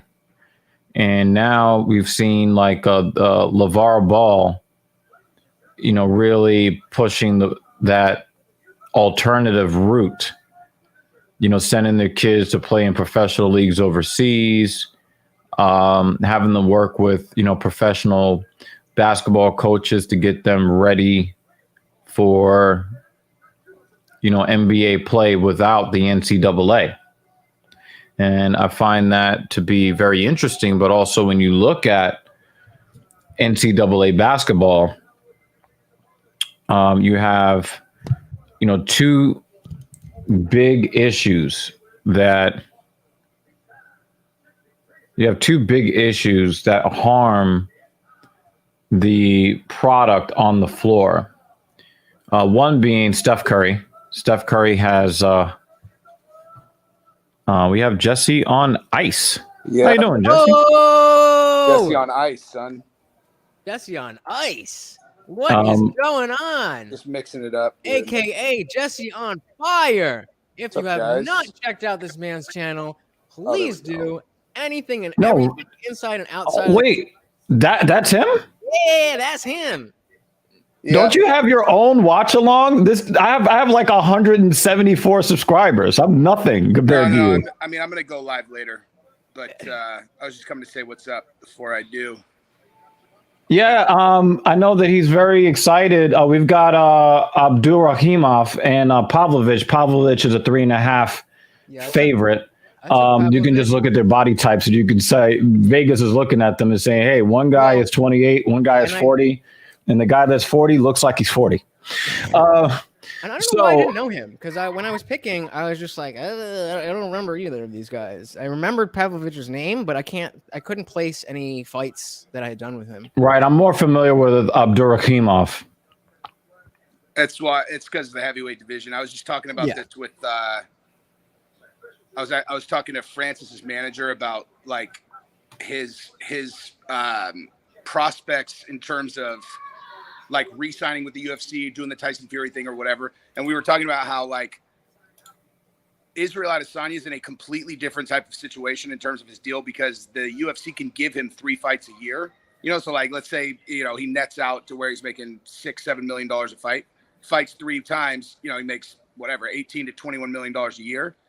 But with Francis, they can't guarantee him that many fights, even, you know, assuming that he remained champion, because the heavyweight division is always so light, dude. There just aren't a lot of good heavyweight fighters. Like, you know, you give him 3 fights in 1 year and they would have absolutely no one that was in a position to challenge him. Even if John Jones comes back, it's like, I think that with the main Are you event sure tonight, John Jones is retired? well, that's why I said even if. But I think between Volkov and Aspinall, if they put on a show, they could definitely get something going, because neither of them they don't talk a lot. And I think that's Volkov overhand right for Pavlovich. He's got him on his horse. But you see a lot of these Dagestanis, they've got, you know, chins of iron. You're not going to get Abdurakhimov out of there so quickly. But Pavlovich definitely's got power, and you can see he's bristling with it. You were saying, Jesse? I was just saying that Dana said yesterday that he said that if Francis gets surgery, then John could theoretically fight for an interim title immediately. But and Francis just got surgery yesterday, so so that happened. But at the same time, like, who knows, dude? They just say like they've got this dual thing going on where you got like they've got what they say publicly, which can mean one of, you know, like they say it, they have a reason for saying everything, but it definitely is not always to announce to the public something that's going to actually happen. It's like I am happy. Either you're happy or you're really sad, and you're saying you're happy because you're really sad, or you're in. like as an example, when they announced Stipe agrees to fight John Jones in, you know, whatever. And it was like, and it came out of nowhere. And I started looking around and it was like, oh, I know why they did that. It was the day before Gane and Derek Lewis were going to fight for the interim title. And it was because that pay-per-view was tracking to do nothing. Like, so they're like, well, we got to bring some attention to the heavyweight division. Cause then like Stipe came out afterwards. He's like, I agreed to that fight 6 months ago and nothing had changed. So they're just like, you know, and then other times they're negotiating, you know? So it's like, oh, Francis might get surgery. And then they're like, okay, well, then we'd have to do an interim title fight. And then they make it look like the reason they're doing an interim title fight is because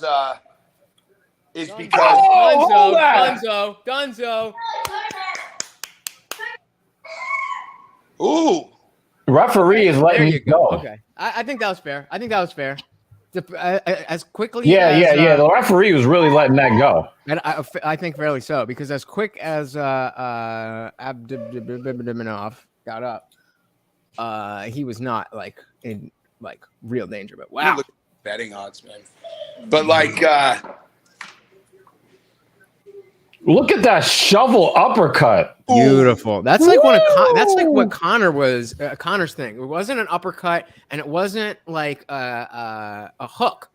Jesse, it was you know what more I'm like a matador. When You're talking about when he slumped Aldo in 15 Yes, seconds? yes. Yeah, it was like That a weird matador. He That has the punch that he knocked out Aldo with is a step back cross counter, but he Yeah. also throws the one that you were just taught. Like that punch that he throws, Connor used to throw that a lot. Like his style was like, people think that like they're like, oh, he's washed or whatever. I don't think people have really taken the time to watch his fights prior to the Mayweather fight versus after, because his style is completely different. Oh, like yeah. He went and he trained nothing but boxing. Do you think that's all it is And- though? Like, I mean, Yes, because it he had is. a very wide. I mean, I don't. Yeah, a la karate stance. Yeah. Yeah, and like that's what brought him to the dance. So like, I mean, is it just like I don't know. I just don't get the thinking behind like I'm gonna come out and do this the way I've never done it before. I don't think it's clearly a it didn't matter work. of thinking, dude. It's a matter of muscle memory. It's like you know, that's why, you know, you get somebody who's you know, got a month of training versus someone who has 15 years of training, and it's like you couldn't get the person who's got 15 years of training to throw a poorly structured punch if you tried. Cheers. Like, you'd be like, throw a shitty punch. Like, they don't know how anymore. Like, their body moves the way it moves. And like, you know, so if you do nothing but train boxing for years, actually, because then like, you know, when he was doing the Poirier fight, he's like, oh, I'm just going to walk through him. So he's just going to train boxing, and that way he can go straight into the Manny Pacquiao fight, because Paradigm was representing Manny, because they were going to do the Dustin fight. Then they were going to do the Conor, like the Pacquiao fight immediately after. And so he goes in there and he thinks he's just going to box Dustin. Dustin kicks his legs out, and that's that. You know, but his style was so much harder to deal with before, because he was throwing all these different angles. It's like, he can be a good boxer, but if you're a great stand-up martial artist, like, he almost is like a hybrid between or was a hybrid between guys like Nate Diaz and Israel Adesanya, like, where he's got those long strikes, but he threw him at all these weird ass fucking angles, so no one could really prepare for him very well. That was the most fun stuff to watch, and then he just abandoned it. Like, he's predictable now. Yeah. So I got to ask you this question, because I know we're not going to have the privilege of having you on for too much longer. I'm glad that you mentioned Conor. We know that the biggest sensation in the UFC right now is Khamzat Chimaev. What do you make of Khamzat inviting? Yo, I lost you guys for a second. Oh, you know, I was asking about Khamzat. Hang on, I can't hear you guys all of a sudden. No. Hang on for 1 second. Yeah. Well, if that was all we got, that was all we got. Yeah. I can't. I brought the heat. You did. 70K, something like that. That's gotta be a little bump. I'm sure somebody popped in. Did anybody pop in to see Jesse? Sorry, you were asking about Khamzat? Yeah. So Khamzat, we know that he's like the biggest sensation in the UFC right now, and for good reason. What do you make of his invitation to Conor, and do you think that Conor could be able to pick up, maybe get some of that competitive fire back? Because I think that's what's wrong with Conor, is that the competitive fire has fizzled out. Do you think that intense intense training, camaraderie, that quality that comes out? Because I expect to see bigger things from Darren Till going forward because of his experiences there. What do you think? Do you think that Conor is going to take that invitation? And if so, what kind of improvement do you think that you could see from him after that? So here's how I would answer that is I don't think that Conor's like that is. Hang on, let me just put this in real quick. There we go. So I don't think that Conor's competitive fire is low. I think that he's got two problems. Number one is that he's rich as fuck and has a million things going on. So he's distracted. Like, I can tell you from my own life, like you hear, like, especially if you got an entrepreneurial mind like Connor does, you hear a good opportunity and you're like, okay, Let's go. You triangulate it. You're like, okay, we can make that work, and you take it on. Then you're like, you hear another, you're like, okay, yeah, we can make that work, and you take it on, and you can even tell people like, I'm gonna have limited bandwidth to do X, Y, Z, and then you blink and you're like, I literally do not have an additional minute in my day to do anything. And if your primary thing is training to fight, like, you're fighting against guys who don't have any of those things in their life at all. They have fighting. Like, you go back and you watch the genesis of Connor's career in like the best, well, I think the second best sports documentary ever made, which is Notorious. Notorious? Holy fuck, that was good. Behind Kobe Bryant Muse, which is the best one. And I've been saying that way before he died, dude. That is the best sports documentary ever.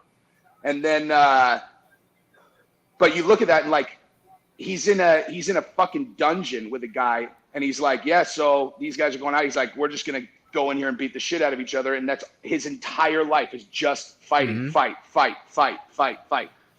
And when you're rich and you got a bunch of projects, it's like, it's not possible. It doesn't matter about that, because he is incredibly competitive. I watched the interview with him yesterday where he was in his own bar, and he was talking about it. And it's like, dude, this guy, he's exactly the same. Like, he's thinking about legacy. He wants to win another belt. Like, he's right there. It's just a matter of like bandwidth. And then also, I think actually the bigger problem is that Khamzat would help with is he has no one in his camp to challenge him, dude. It's like, these guys, I mean, every single person in his camp is a yes man. Is a yes man 100%, because they're like, we would never, like his striking coach, Rooney, John Kavanaugh, all these guys are living in, like, they're wealthy. Like, if you're on Connor's team where you're making 5%, 10% of whatever he makes, you're like, compared to what your aspirations for your life, you're a rich person now. John Kavanaugh has never seen that kind of money before Connor. And he's a guy who saves his money too. He's set for life, guaranteed. And it's because of Connor. And then like, so Connor comes in and like, I mean, Connor runs his own camp. I mean, they openly are saying that. They're like, he runs his own camp now. And it's like, that's not a recipe for success, dude. Like, I mean, I guess maybe Floyd Mayweather can kind of do that, but it's a much simpler sport. He's handpicking his opponents. He never fought, like, he intentionally avoided guys that were in their fucking prime when he was in his prime. He did it. He fought a strategically brilliant career. But Connor, you can't do that in the UFC. And, I mean, if he trained with Khamzat every day, I mean, you got to imagine that he would get much, much better at the very least, like, defending takedown stuff, because his jiu-jitsu is actually really good.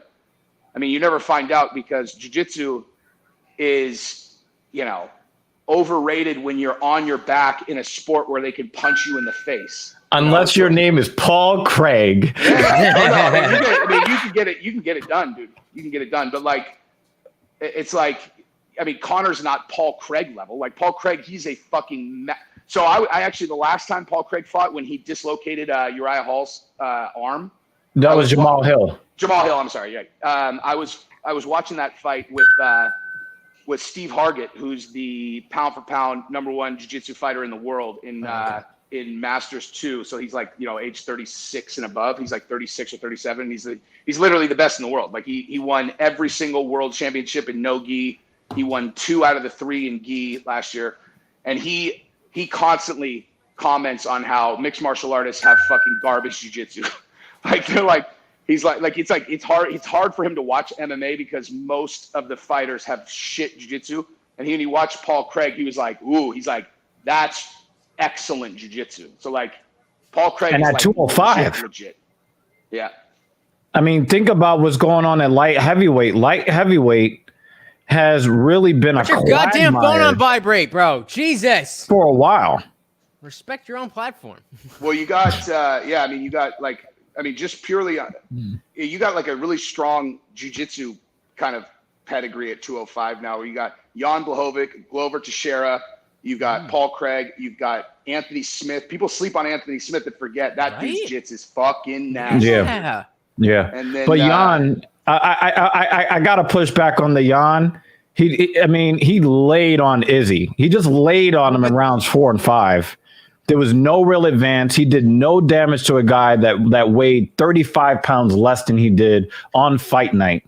Sure. I can't give him that kind of credit. I'm just talking about his Well, jiu-jitsu Jesse, how pedigree. fair do you think this is as a response to that criticism of Jan that, like, with such a big fight that is more than not only is the belt on the line, but because of the buzz around that fight and the buzz around Izzy himself, it makes sense to take a safer route in that fight, unless you are so confident that you can get a highlight knockout or whatever over Izzy, then.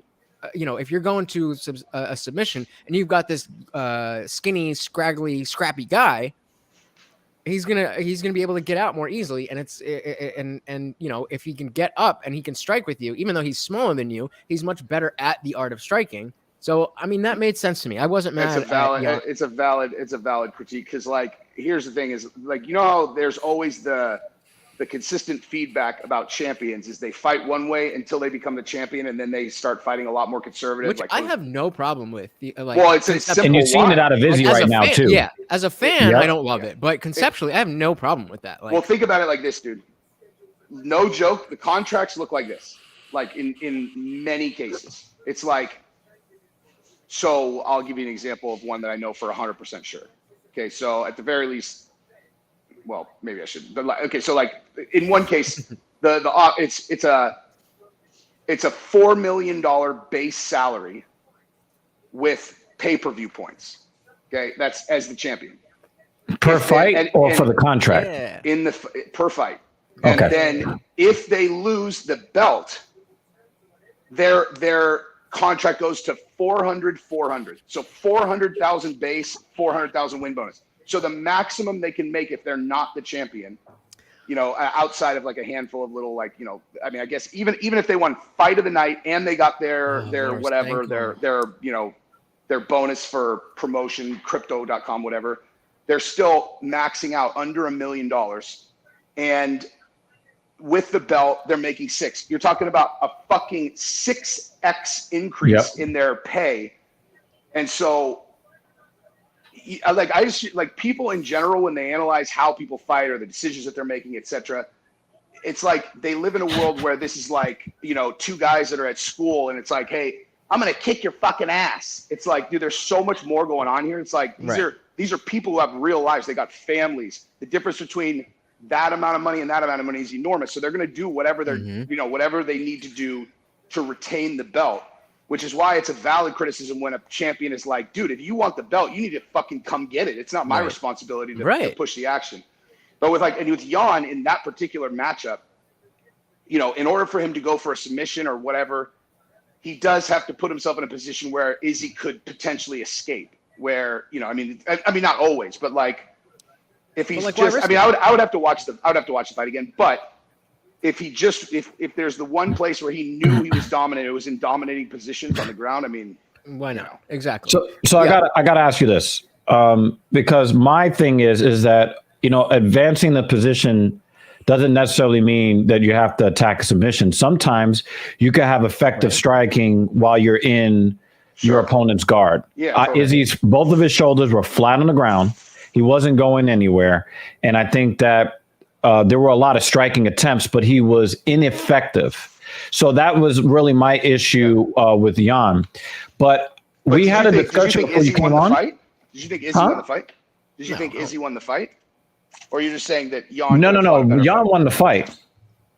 But he was ineffective. He basically just he pulled what's the guy I hate so much at 185? I hate that guy so much. Brunson. Right? We've seen what he did to Kevin Holland. Brunson just got the fucking pissed. Yo, dude, you should have seen the giant fucking internet hard on I caught on the show. Gorgeous, I was so happy he got beat the fuck up. I hate that guy. Well, this will make you feel really good. Is like I was there in the front row, and like the thing that they don't show you on TV, it's really crazy when you're that close. Because you don't miss anything, and it's like, and you contrast it to like what you see on TV, and on TV a person wins, And all you experience through the TV is exactly what they want you to experience. So you get a look at the guy walking around with his hands up, and you're like, yeah, wow, incredible. What they don't show you is when a guy is super fucked up in the octagon. And Brunson was fucked up. Like he was like that's the most fucked up I've ever seen a guy after a fight. Where he was like he was hurt, dude. Like he was crazy fucking hurt. Where it was like, damn. Like I almost felt guilty fucking cheering for it because it was like, Jesus, that guy is fucking nuked. But I hate the guy so much that I didn't have a problem with it. So okay, let me. I want to ask my question. Yep, so we had a discussion before you came on, where we were talking about the very clear delineation between how referees used to referee stalled action along the side of the cage, and also stalled action on the ground. Now, if you go back to 2018.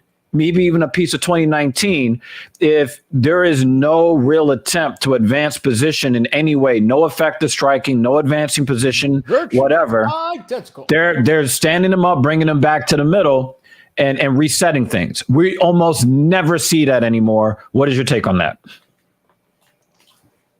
I haven't really thought about it a lot. I'd have to watch, I'd have to go back and watch that Jan and Izzy fight. I mean, with the Jan and Izzy fight, if that's the one we're talking about specifically. Brunson did it to Holland. Well, yeah, just real quick. I think Brunson beat the fuck out of Holland on the ground. Well, no, Holland was laughing in his face the whole time. Right, that's but so to rein in the question a little bit more clearly, Burns and Wonder Boy.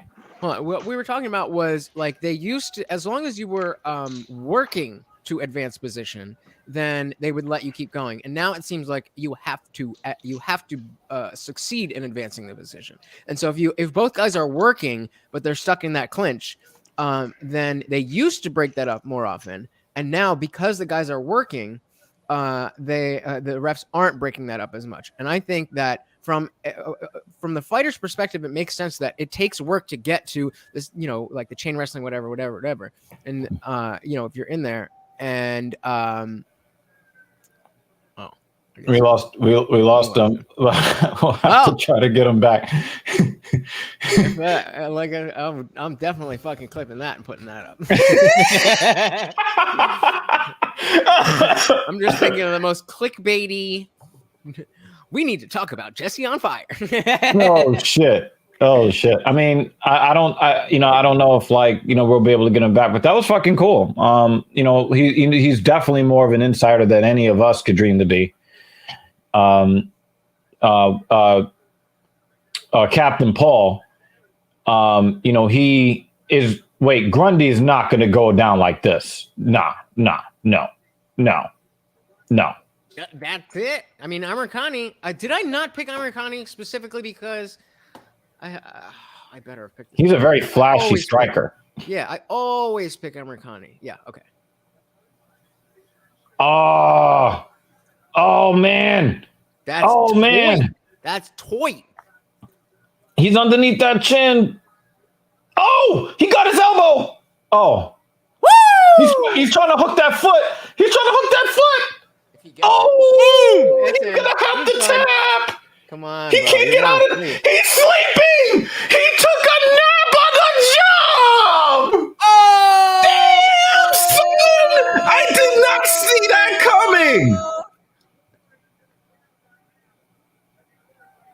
Look out. Amir. Connie. Yo. He's here. He's here. Holy fuck. Woo. He immediately snatched that neck, son. Woo. And the thing is, he doesn't let go of the submission attempt, but what he does is he improves his position.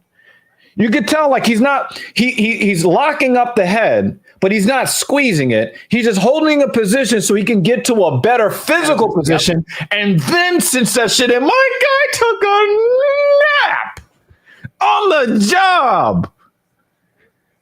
Holy fuck!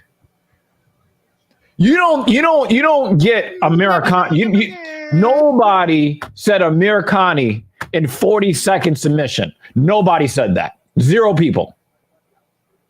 Americani. I mean, he's always been somebody that I have since I can't remember which fights it were, but like first couple of fights I saw him, I was like, oh, this guy knows what he's doing, and clearly like he's way above. I guess, did he come from Contender Series? Whatever, but I could tell that his early fights, it was clear that he was going to go a lot further than that. So I've been picking him. He's very skilled as a striker. And to this point, because again, I don't remember too much about Grundy, but didn't expect that. No, So 0 now- people had that. Now is when we. Oh, by the way, that is our second sub 1 minute sub Yeah, of the day. I ain't mad about it.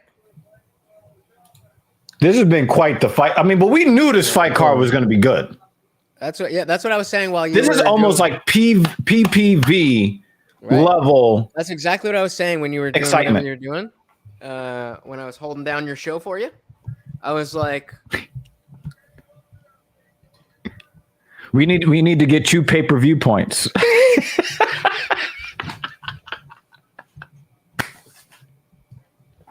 there we go.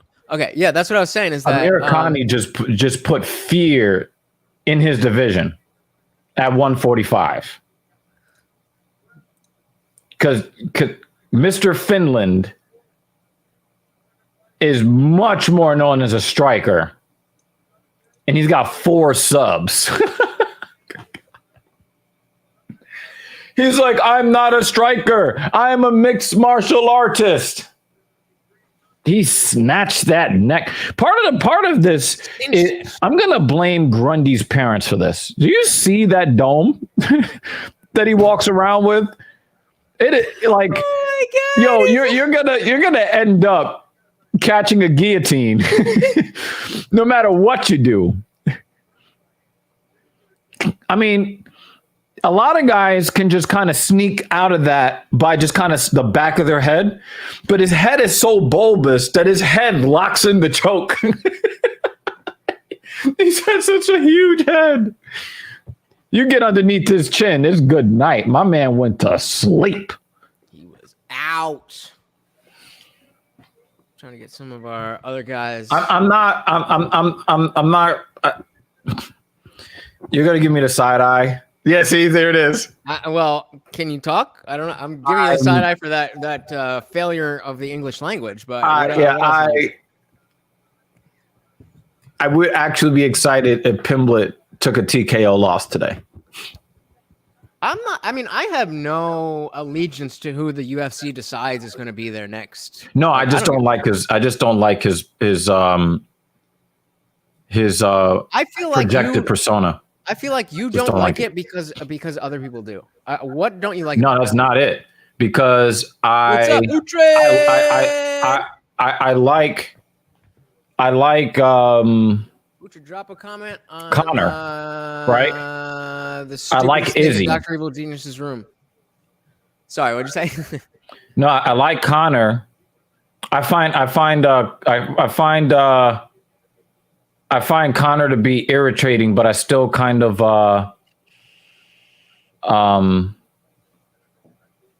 Yes. How you doing, you Tread? It's good to see you. I dislike a lot of things about Connor, but I like him overall. It's like a 51-49 thing, right? With Izzy, I like him 85-15. Really? It's just something about running your mouth when you've had one fight in the UFC. And remember, he almost got knocked out in the first round before he came back, which was impressive. Shit when he only had one fight in the UFC? No, he was talking a lot of shit before his first fight in the UFC. He was flapping them gums. Exactly. But you like him because he backed it up. So what if Patty ends up being the guy who can back it up? No, I mean, if he ends up being that guy and he kind of he gets the outcomes that his mouth flaps, then I can find myself warming up to him. but there's just some, I just don't really love the projected persona. I just don't love it. You know what I mean? What about it though? I feel like another arbitrary, like, oh, they're telling me I'm supposed to like this guy. No, that's not it. No, it's the way, it's the way he runs his mouth. It's the way he runs his mouth. Like, so I'll tell you this, right? He was talking to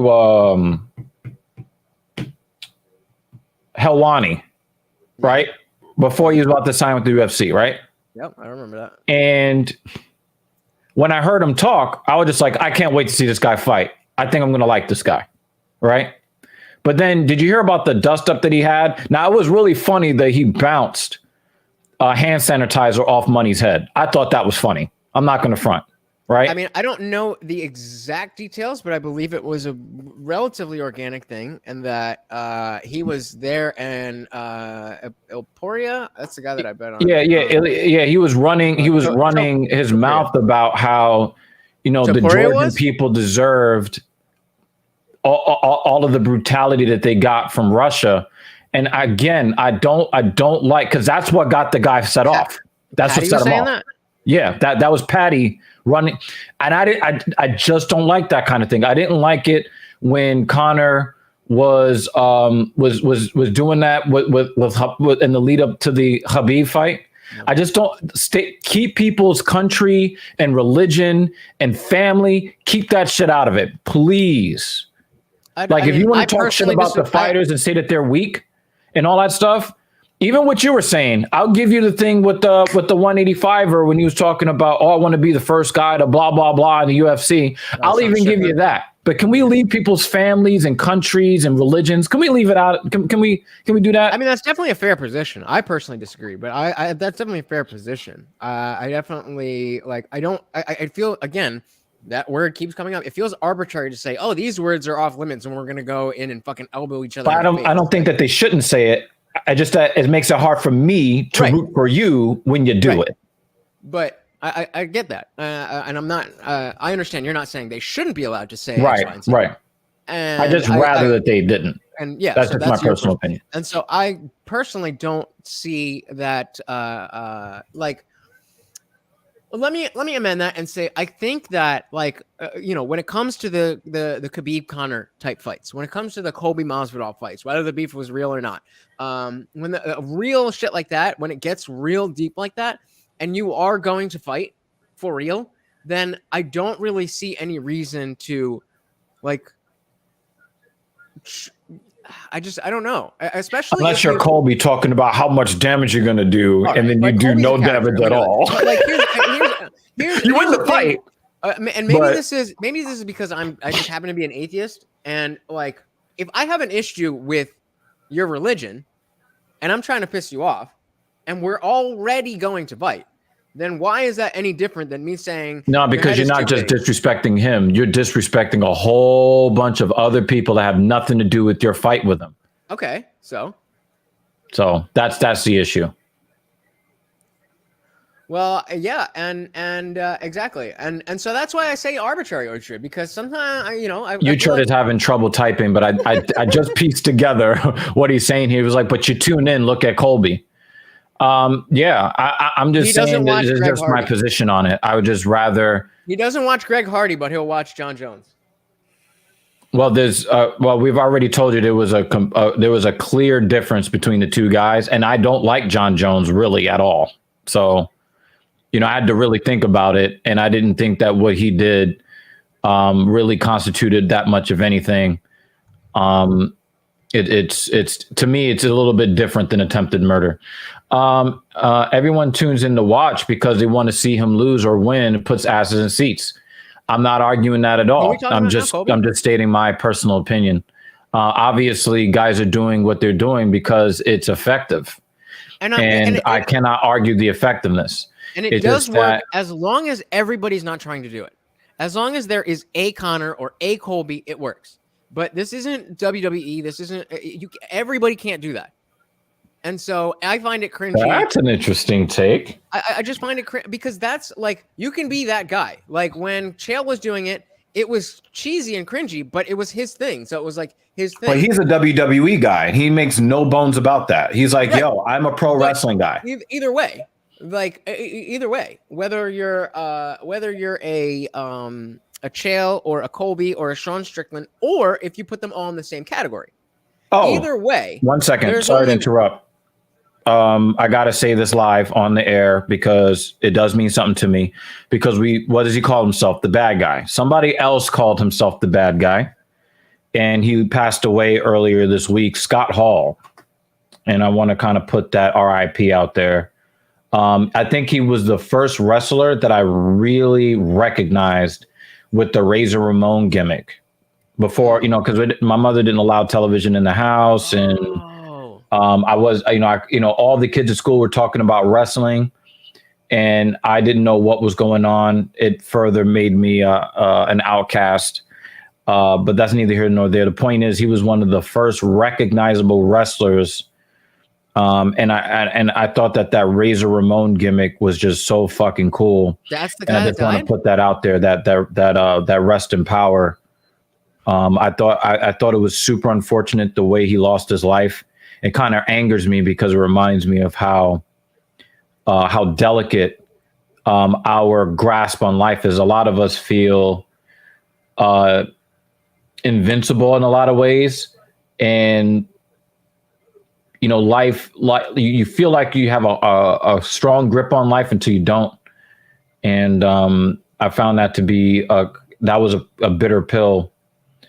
For me, to see that he lost his life in that way. So I just wanted to put that message out there. R.I.P. But you were saying about Chael, him being the bad guy. Well, yeah. I think the thing is, in this sport,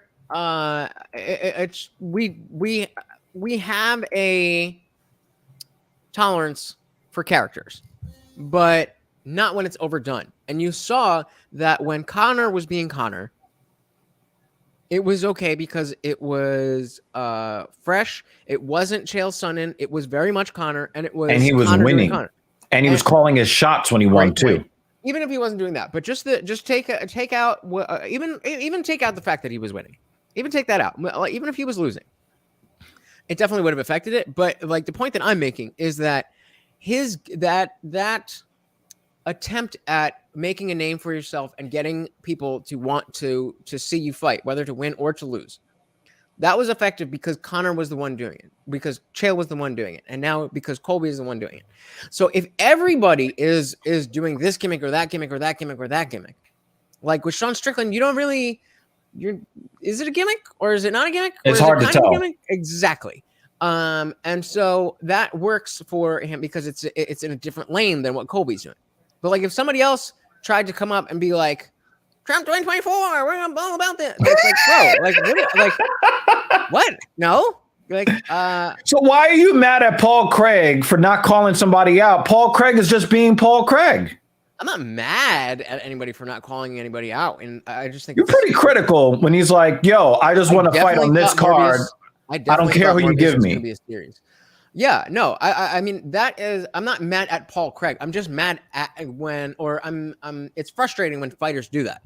But I'm saying, like you said, only certain people can have that kind of persona gimmick. There's a difference between playing a character and legitimately saying, I'm not playing a character. I am me, and I, as me, a real person, would like to advance my career by fighting this person.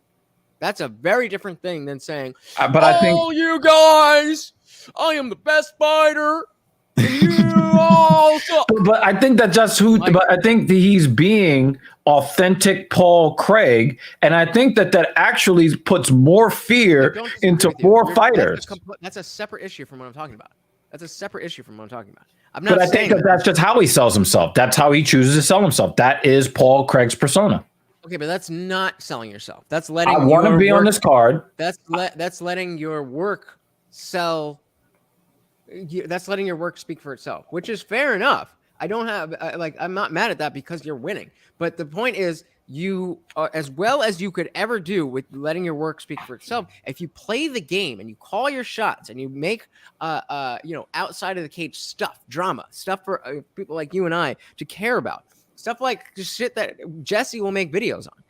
That is the stuff that you need to know. I mean, how many you could name a whole list throughout the history of the UFC of fighters who were just phenomenal martial artists but never went to the next level, and perhaps post UFC or post MMA didn't really have that great of life because they didn't. Do you know who you're talking about? You're talking about Ryan Hall.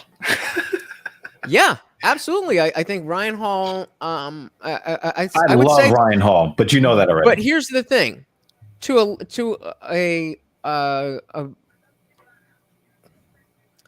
a certain extent, the quiet, twitchy dude is his shtick. And once you have taken or once you've gone a year where you cannot get a fight because nobody will fight you, well, then that's the thing. But that kind of added to his lore. Well, right, but that's what I'm saying. So you have that thing there. What's Paul Craig's thing there that he is very similar to Ryan Hall? He's ready to. Who's turning down fights for Paul Craig? He just fought 5 seconds ago. Did we not see that? And so but it's kind of that. And he's not this quiet, nerdy guy. He is buff, good looking, fucking. Yeah, but he's also a Scot, and Scots don't like to run their mouth. They just like to handle business. I understand that. I'm not like I understand all of that. I'm just saying, it's a wasted opportunity. That's it. It's a wasted opportunity. No matter how good or bad you are at the fight game, at the X's and O's. When there's a reason they do the post-fight interviews, they have the camera right in front of your face and everybody is watching.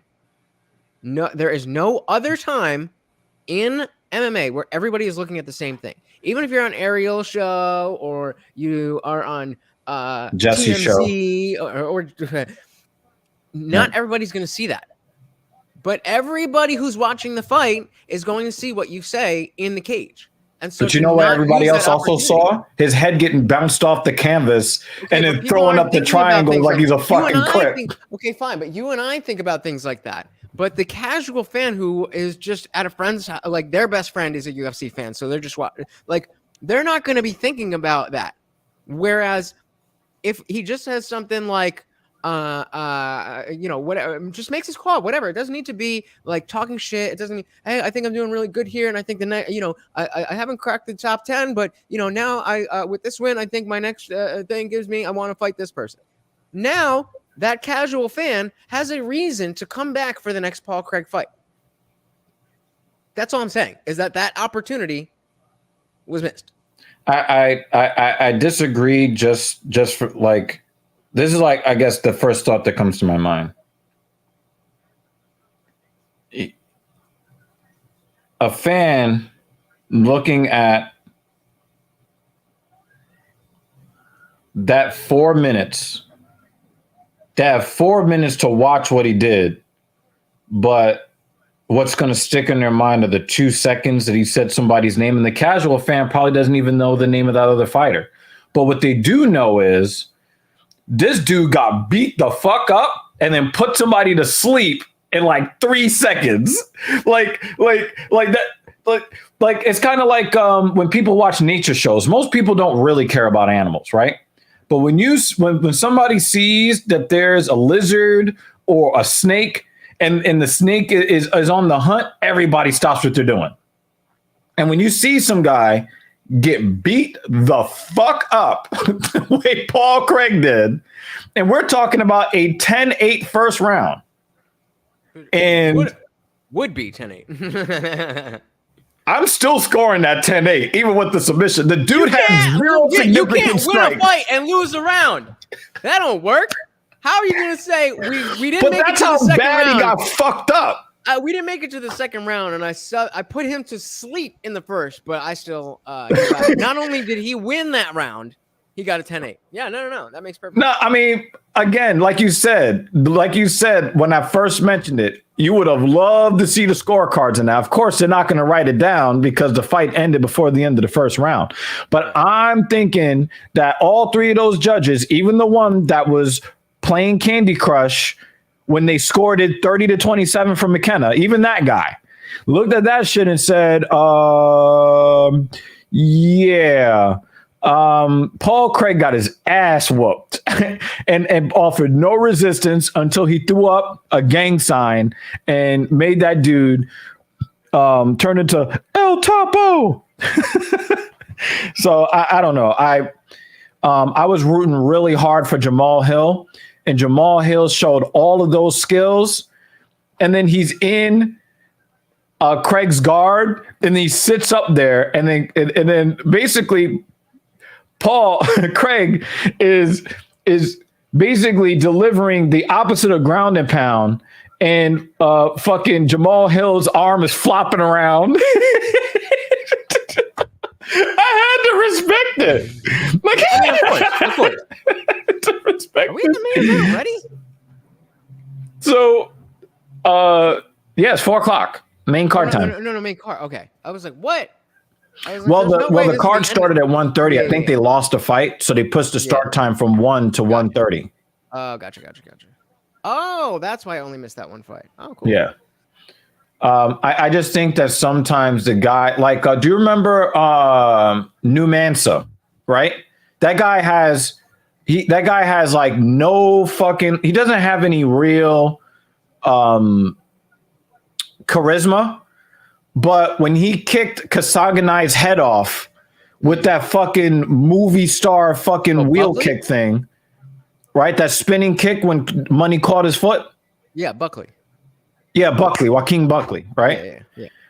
The dude doesn't really have a personality, but that guy rose to the top of the UFC without having to say a word. It's kind of like that whole thing with Brock Lesnar in WWE. He had to have Paul Heyman as his mouthpiece because he really doesn't have that kind of personality. In fact, he's an intense introvert. Now, he walks in there as this hulking figure. He's got the F5, right? He's got, and then when he went back to WWE, he had the UFC World Heavyweight Champion pedigree to further substantiate the toughness and the monster, squasher, if you will. He never had to say a word because his imposing abilities in the ring and his physique was enough. So they just paired him with Paul Heyman. He didn't have to talk, right? Because his work speaks for itself. I think that in the UFC, there is enough space for guys that run their mouth like Paddy Pimblett. And I think that there is space in the UFC for guys that get beat the fuck up and then submit you at will.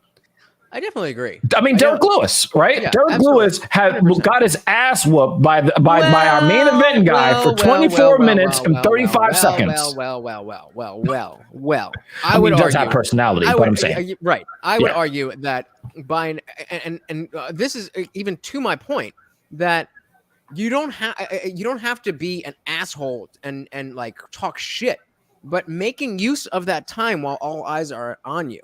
That my balls is hot.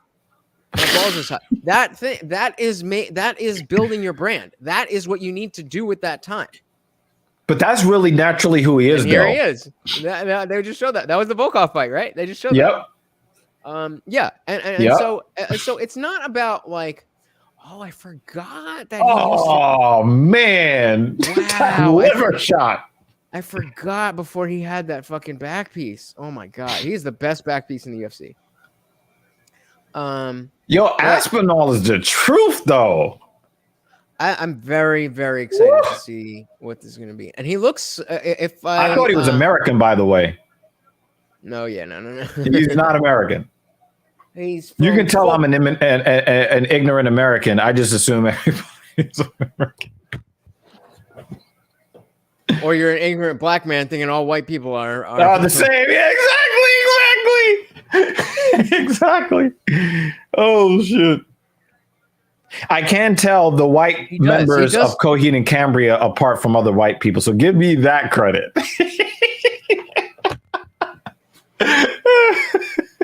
Yeah, it's because you jerk off to him every fucking day. Hey, yo, pause. Put some respect on my name. Put some respect on my name.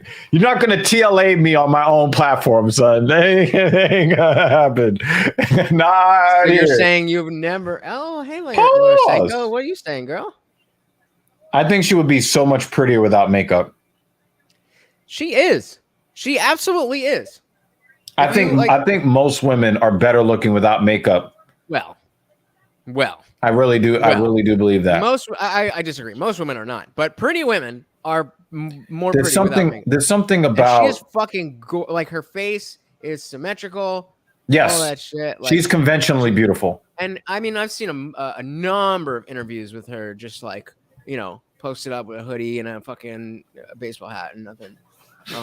And she's just fucking gorgeous. And the fact that she's not only super knowledgeable, but that she used to fight, like. That is so hot. And I'm not into blondes. Like, I'm into white girls. So that's right up my alley. You know what's really weird? Me and you share that. Yeah.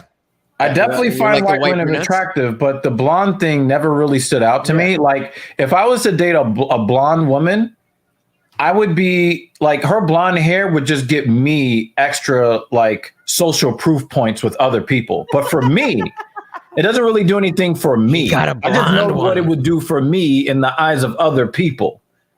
But I love like brown hair, dark haired white women. Mm-hmm. Yeah. That Italian look. They're dangerous though. My cousin is dating this unfairly hot, dark skinned Italian woman. All right, before this starts, I gotta take a piss. Biati. Fucks me up. Shout out to my cousin. He's a fucking beast. It is unfair how hot she is.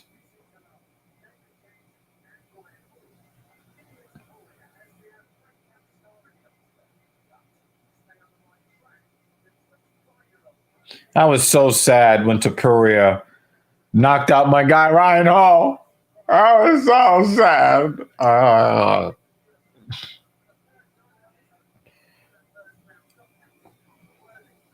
Yo, Kama Worthy, man. He was supposed to be a great fighter. And that guy got knocked out on like weird shit. I don't understand that at all. But this could be a really good. I think it's weird for somebody to call them El Matador when he's Georgian. That's weird to me. But I will give him the fact that he kind of, sort of does look almost Mexican. What are you saying? So I'll give him that. But you're a Georgian guy living in Germany calling yourself El Matador. And that's just confusing. You know, it's just confusing. It's spell it where's it's just Topuria, right? Topuria, yep. So somebody was like, anybody want to just go, anybody want to bet on the Paddy Pimblett fight? And I was like, yeah, I'll take that, whatever, because I don't really be betting like that. And it was just like a friendly bet. Did you take the underdog? Well, yeah, he was taking that, and but I was assuming, we were going with the odds. So, like we were saying, we put $20 down. So if I lose, then hey, I was saying if if the odds are 5-1 and we're putting down $20, then that means you pay me $100 if I win, and I pay you $20 if you win. He was like, wait, no, just like $20 and $20. Like, bro, it's 5-1. Why would I just fucking throw that money away? And he was like, all right, you can pick another fight. I was like, there's no other fights that are going to be 5-1. But this is 5-1. So I think Pimblett is actually a 6 or 7-1 favorite.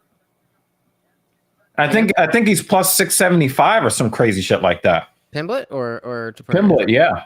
Well, it was at the time of we were doing that. Uhtred provided us with the odds. I was gonna take Gunnar Nelson, but the odds were better on this fight. So. Yeah, he's Pimblett is minus 675. He's almost a 7-1 favorite. So you should have said if you win, you get $20. If I win, I get $135. Well, yeah, but that's what I'm saying. Like at the time, that was the, that was the sentiment. But at the time, that were the odds. It was like 5-10. It was like negative 5-10 or something. I got And he was like, no. So I was like, all right, well then, like I'm picking. He's like, but you could pick another fight. I was like, well, can I pick a fight on another card that's like relative even? But this one, can you? What are the odds here now of this fight? Kazula is plus 475 and Pimblett is minus 675. Damn, how the fuck did this shit even up like that? -6 to plus 50. Oh, fuck. I'm going to lose money. Come on, Tapuria. I need you to fucking put this man in. Oh, shit. He's a 6-1 on Jai Herbert. Jai Herbert is no fucking slouch. It's not 6-1. Well, he's minus 600. Right. But he's plus 450. Right, but they got it's 6-1 for Tapuria and like 4.5. Oh, is that for Herbert? I don't really know how this works. I don't understand why it's not an equal. You know what it is? Sometimes if a lot of bets come in on one, it changes the odds on all other incoming bets. So the line when the fight starts is usually different than when they first sign the contract.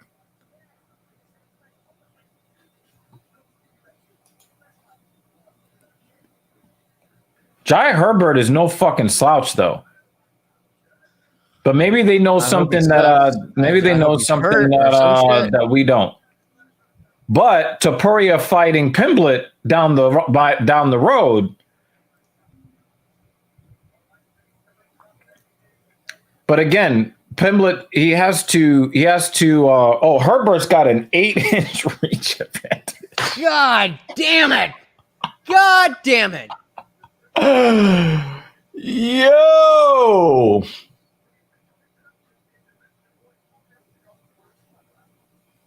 Look at that fucking jacket. Mrs. Evil, you fucking up. You're supposed to be home by now. And now you're missing out. Get your ass home, girl. Oh, I just brought pizza. Oh, I should have taken him out while this. I'm sorry, Bubba. I should have taken you out while this was happening. I don't have time now. Oh well. Hope for an early stoppage from Tapuria.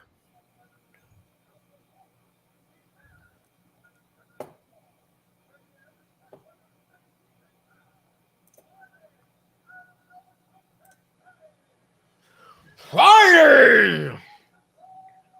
Let's go.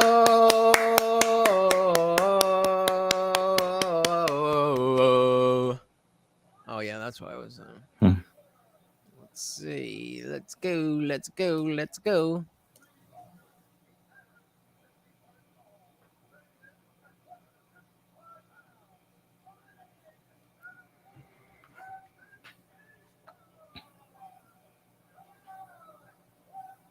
You should always worry about a guillotine from a skinny guy, a guy with long, skinny arms. That is not the guillotine or the rear naked choke that you want to get caught in. Mm-hmm. Motherfucker got little skinny ass arms like razor wire. Hello, new ring card girl.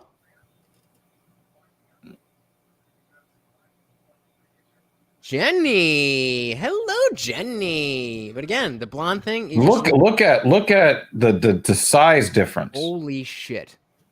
And if I'm not mistaken, Jai Herbert's got good kicks. Hey, what's up, Nate? Say what's up in the comments. If you win. Do you see that little dimple in Tapuria's left quad? Left quad. Like up behind, up top, like by his knee. Oh, Tapuria, you said? No, yeah. What the fuck? I wonder if he's had problems with maybe a torn quad at some point. Oh, you're ahead of me. I told you Herbert's kicks. I told you. Tapuria is trying to get this takedown. Yes, like, go. You got it. Yes, baby. Go. All right, at least stop the action. Yo, can we give some credit to Topuria for eating that head kick and surviving? For real. Because I'd be on the way to the morgue if I got hit with that.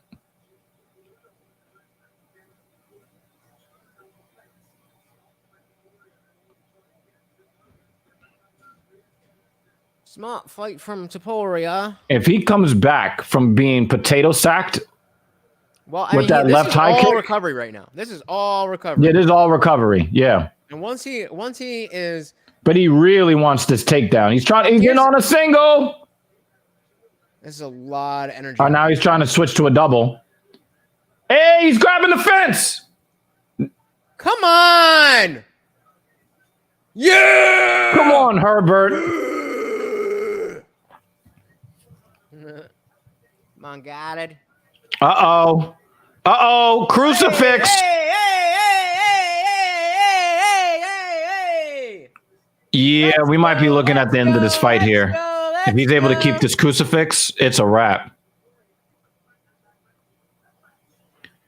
Good on Herbert to keep fighting. Oh, he gets back full guard.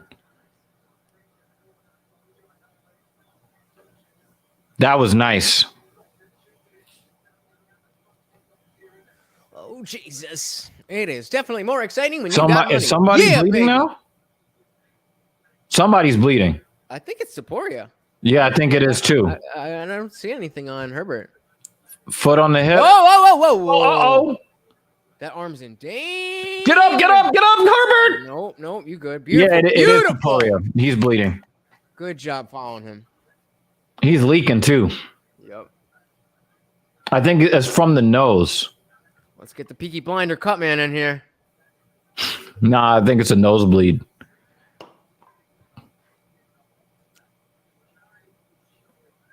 But I mean, this is despite whatever.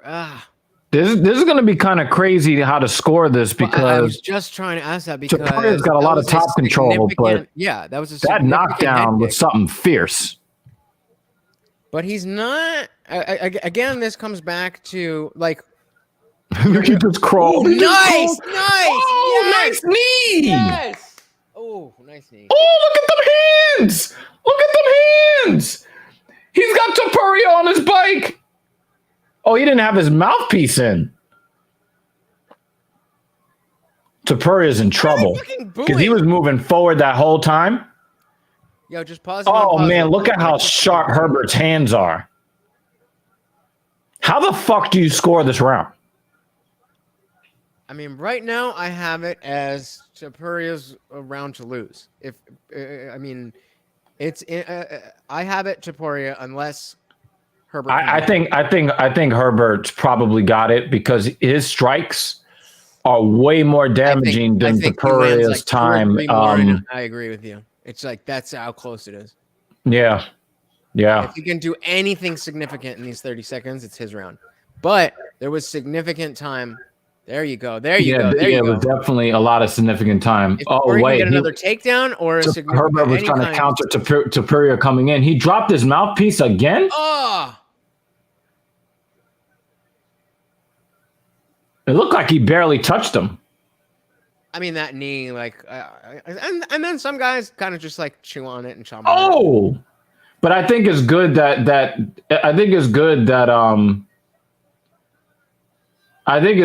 the ref did not stop it because I worry if Topuria's spitting out his mouthpiece to stall.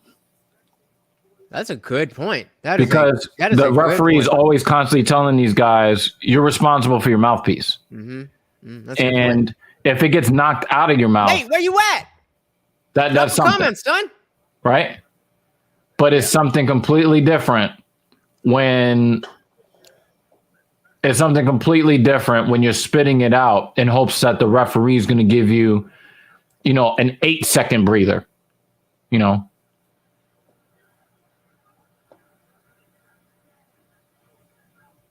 I really hate it when they show commercials of teams carving up my team. I really hate that.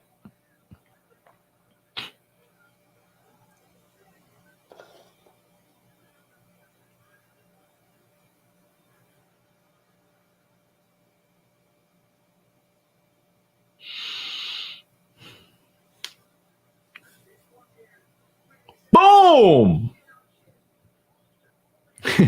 Yo, who doesn't love Michael Bisping? He was like shit on chin.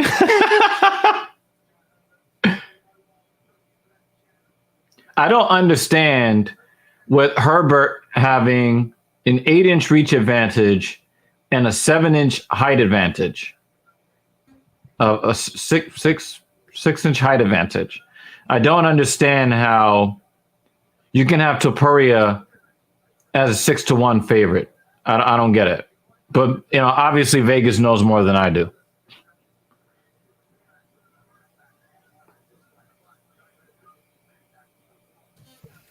Let's go. So I mean, I have. It looks like Topuria has recovered a bit because he's taking more control of the ring now. It doesn't matter what's written down on the paper. It's what happens in the cage. I'm getting drunk. I'm pretty sure he belts like that too. Oh!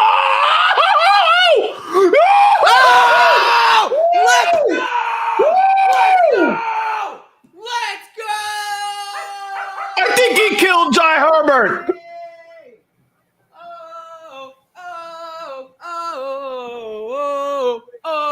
Yo, he gave him that. He twisted him up the way Usman did Masvidal, son. Yeah. Yo, he shut his shit off. Woo! Oh, I'm fucking hyped. So I cannot lose money tonight. That's good. If Patty Pimblett wins, I don't lose any money. If Patty Pimblett loses, I get $40. Damn. Oh, yo. Crumpled the motherfucker. And the thing is, he caught one on the chin.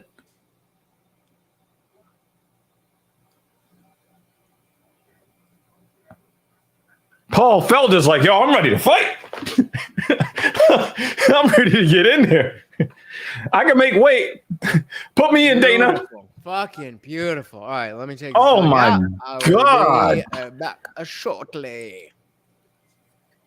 Yo, I mean, Ilya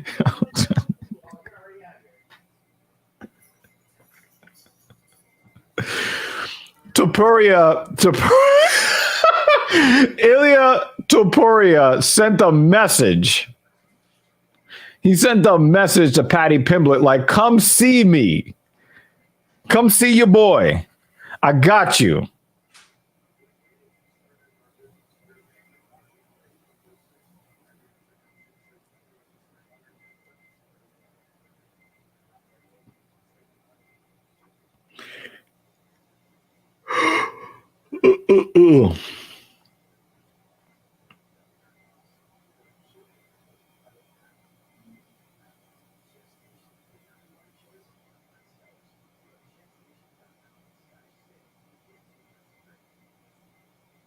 That was that was that was an insane. That's probably gonna be a contender for top 10 or top 20 knockouts of the year.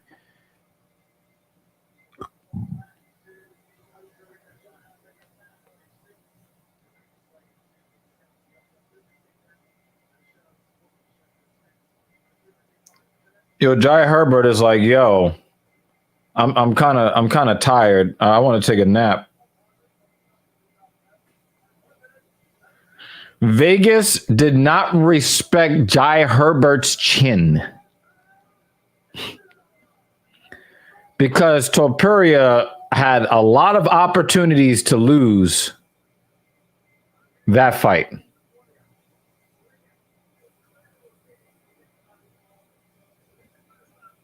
Mr. I won 9 fights in a row. Had to shake hands like, damn.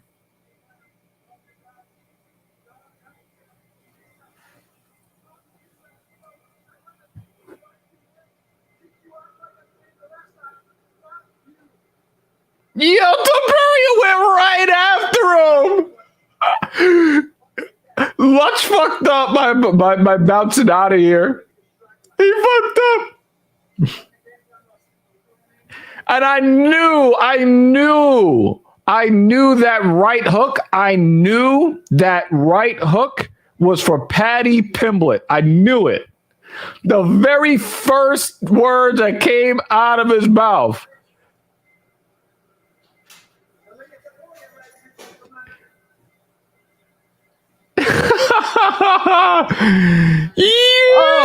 Oh man, you fucked up, Lunch. You fucked up. Why? What did I do? What happened? You missed Topuria on the mic. Well, that's what the rewind button is for. But real quick, okay, let me hold on. Look at it. Hold that. Hold on. I'm trying to here. Okay. Is that Leon Edwards? Yeah, it was Leon Edwards, Mr. I've won 9 fights in a row. I deserve a title shot.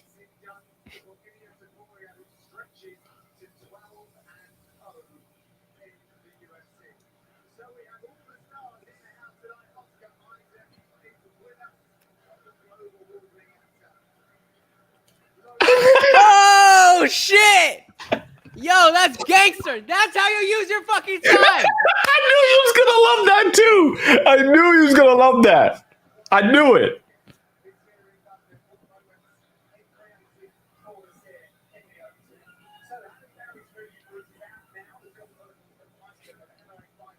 In London. Yeah. Yo, did you see the torque? Bitch. Hold on. Hey, gangster! Yo, did you see the torque he put on that? When he swung his right hand, that was for Pimblett. And I called that. I called that when I saw it. I said, he saw Paddy Pimblett with his fucking Three Stooges bowl haircut.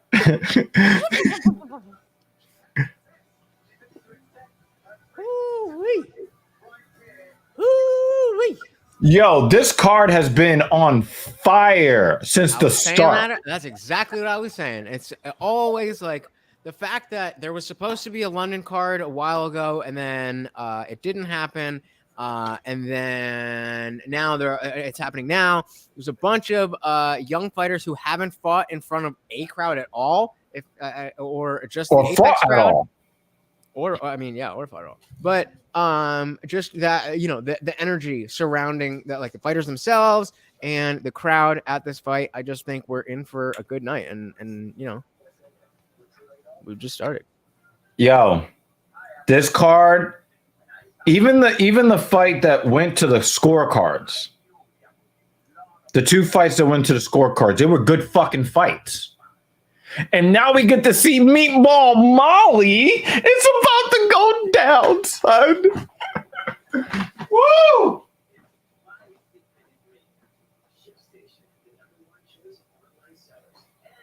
Here's the opportunity.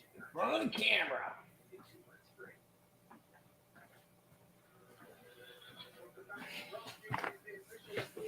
Just so you know, we got 0 water. And we've got almond butter filled pretzel nuggets. It's going down. Almond butter filled pretzels. I have no idea what that would taste like. Go to Wegmans and find out. I feel like are they similar? I remember what was it? There was some kind of like buttery pretzel thing that was popular back in the day. And I would assume that's the same thing. What is this guy talking about?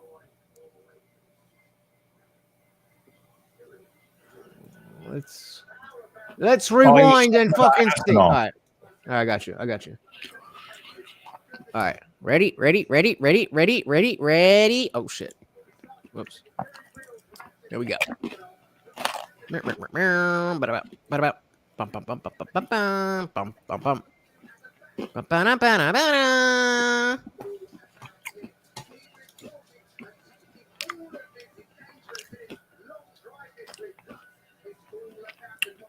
Yeah, I think you shared the window. You have to share the Oh, no sound. You have to share the Hold on.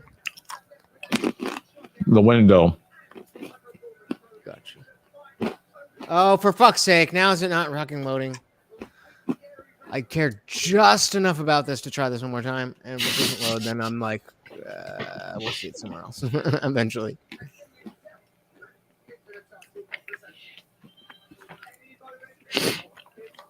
Really? And you know Jai Herbert is really pissed off because Superior should have gotten knocked out on that head kick. Did you see how his legs turned into jello and his ankle turned? That's a KO potato sacking. And the way that your boy got up after that, that's a real man. Here is the Gypsy King himself. Sound? Hey, Tyson Fury here.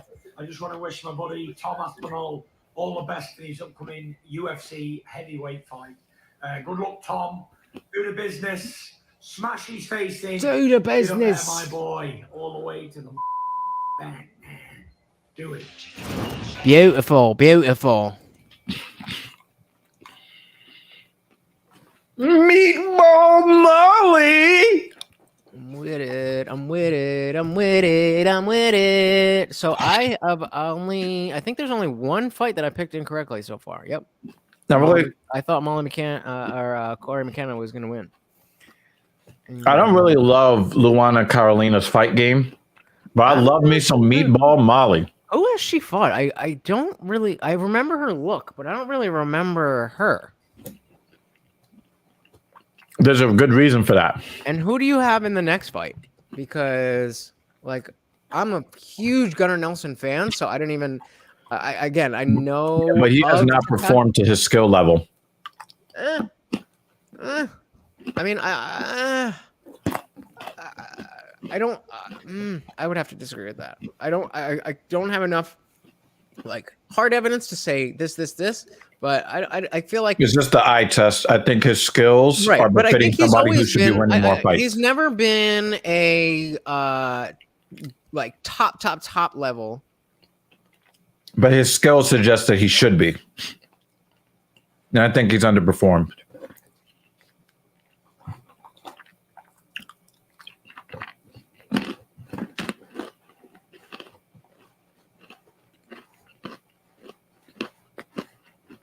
That Jack Daniels commercial, that woman has some big ass eyes.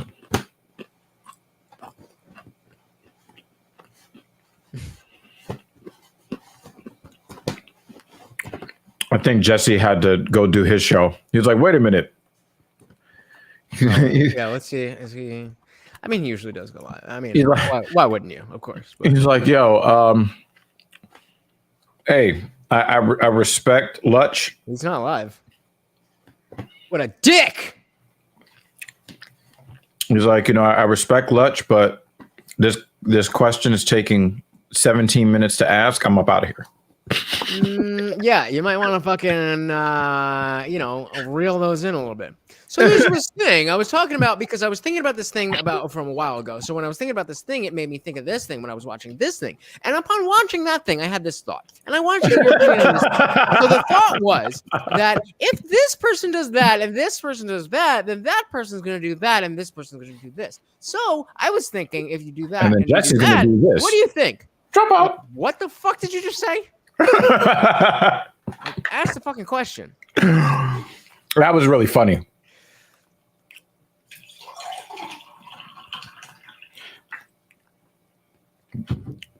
That was a gangster style, excuse me. Yep, when you get to that level, I mean, you'd be like, oh, I'm out. Gotta go. But it was a fun conversation, though. Yeah, I mean, it was cool that he popped in. I did not expect that whatsoever. But like I said, we're it's a tiny platform. We hope to get, to where he's, but he worked to get there, and here at TSP we got to work to get there, and that's just what it is. Well, the thing is that, like, for a channel like Jesse's, where he's got a built-in audience, like anybody who likes MMA But already. but the thing is, he had to earn that audience. It's not just built in. Right. Yeah. But it is not the same thing as, okay, I'm going to make my personal interests the brand of this channel. Finding people who are into that is a much different thing than being like, I'm going to talk about this thing that people already like. Now, there's a million people that talk about MMA that aren't Jesse. I'm not talking negatively about Jesse at all. I'm just like, Jesse's my guy. But I'm just saying he's consistent in like, the trajectory of his channel. Right. And so maybe it better framed as, I'm not upset because we started our channels. He started maybe 6 months before me. And so I don't take it personally that I've gained like 50 subscribers in the last 6 months and he's grabbed 50,000, because I'm a unique guy. I have a very unique thing that I'm putting out there. And so it's not the same. Right. And like, the thing is, you don't know when you're gonna flash. You know what I'm saying? You don't know which episode is gonna, gain some sort of critical acclaim. You don't know. You just keep plugging, you keep working. Yeah, I'm just not a huge lover of Carolina's fight game. I mean, what I've seen from her, I've been underwhelmed. But even when Meatball Molly takes a L, that's a 7-inch reach advantage at women's flyweight. I do remember her. Massive. I do remember her. Molly better beat the fuck out of this bitch. But she doesn't. I always get annoyed when a tall, rangy fighter does not use their natural God-given advantage. Right, I really hate it. I mean, you gotta.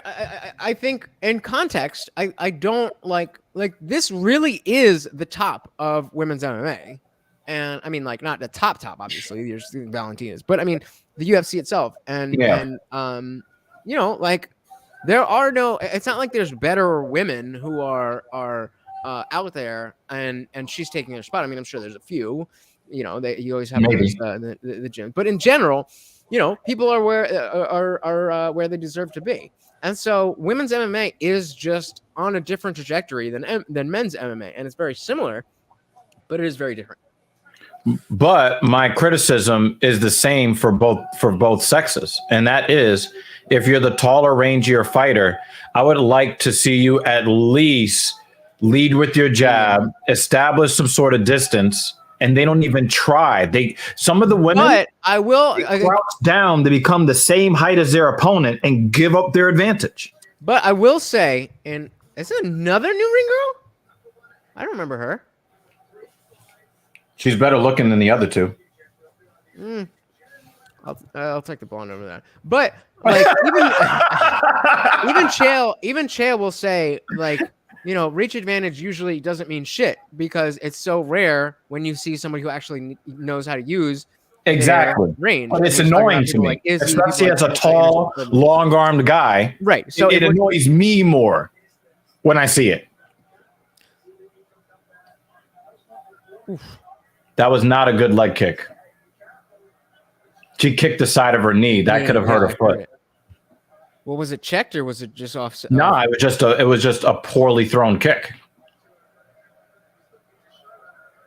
Oh! No. Let's go! No, don't let her grab you! A few of those flurries, that's all you need. Let's go! Let's go! I take back what I just said about this is the peak of women's MMA. Like, oh my God, that is not what we're doing here. Why did they give her this fight?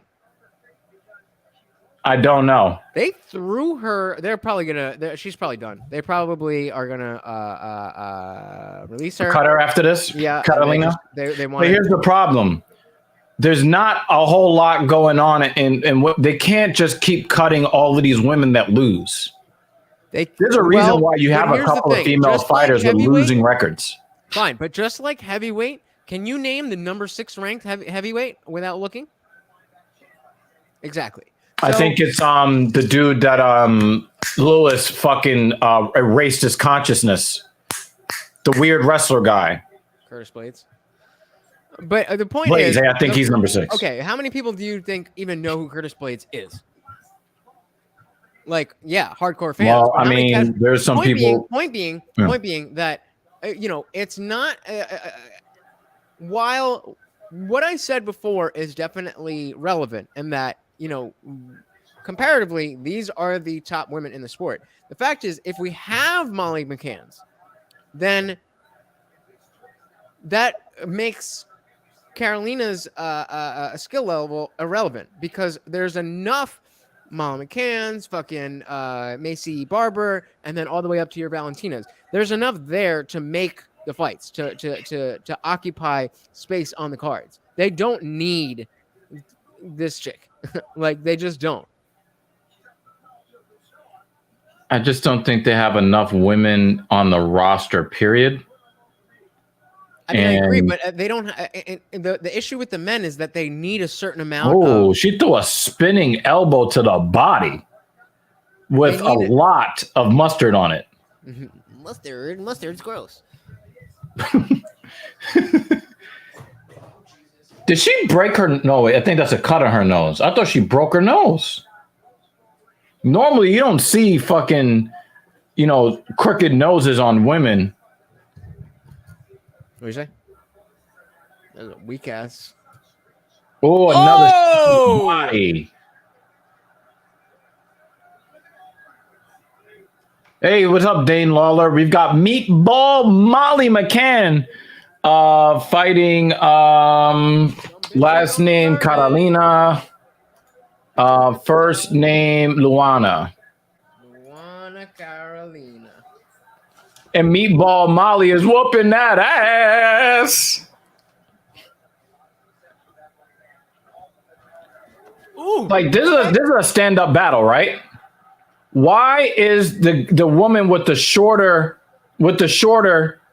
limbs by 7? Why is she getting in on you? Dominated. It's annoying. It's annoying to watch. That being said, we complain when there's good even match fights that are boring because they're just no. But I would just like to see like somebody use their God-given gift. And it's always annoying to me when somebody who's got a 6-7 she's got to have a boxing inch background. reach disadvantage getting in easily. And McCann and McCann is not even trying to wrestle. Mm-hmm. She's just trying to strike. Carolina's got to have a boxing background. The way she covers up like that. Nah, but she's a BJJ champion. She's a She's a 2-time Brazilian Jiu-Jitsu champion.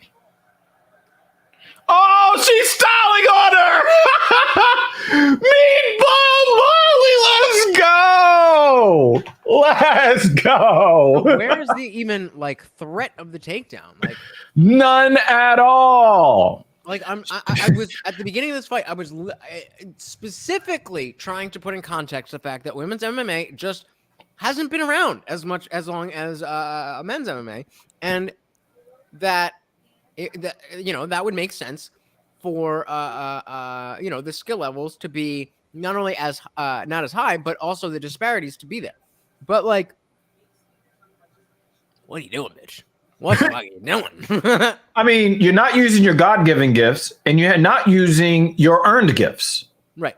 At this point, it would be sexist not to be like, what the fuck are you doing, bitch?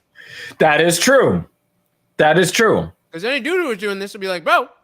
And I told you, when it came to Luana Carolina, I told you, she is forgettable. I don't love what I see from her in the cage. Now, Meatball Molly is Meatball Molly. Sorry, I'm showing him the fucking...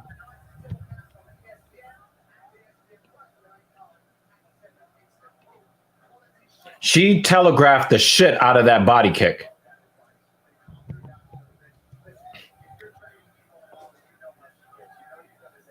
Nice knee to the body from Carolina. Woo! Damn, I should have gone and whatever. I mean, all I need is Patty.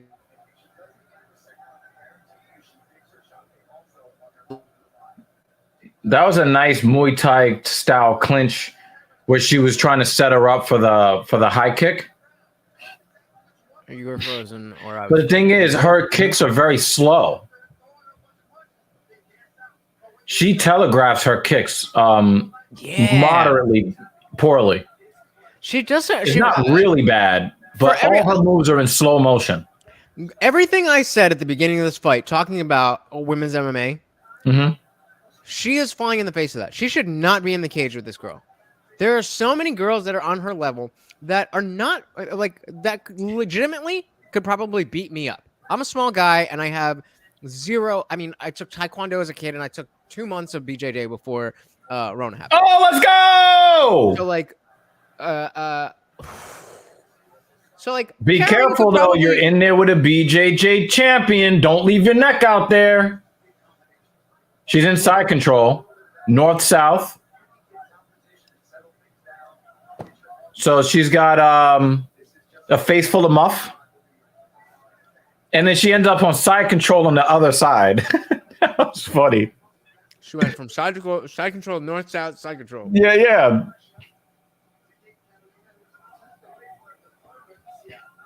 She could have literally scrambled circles around her if she would. That's my hair. It looked like she's trying to do that now. Oh, back the other way. That's a cute little tattoo. But she's just stalling by holding onto that arm. No, that's just a nice knee to the body. I really wish. Hey, I have the same. I have that same tattoo. I have the same elephant tattoo. That's a Friday the 13th tattoo. Molly,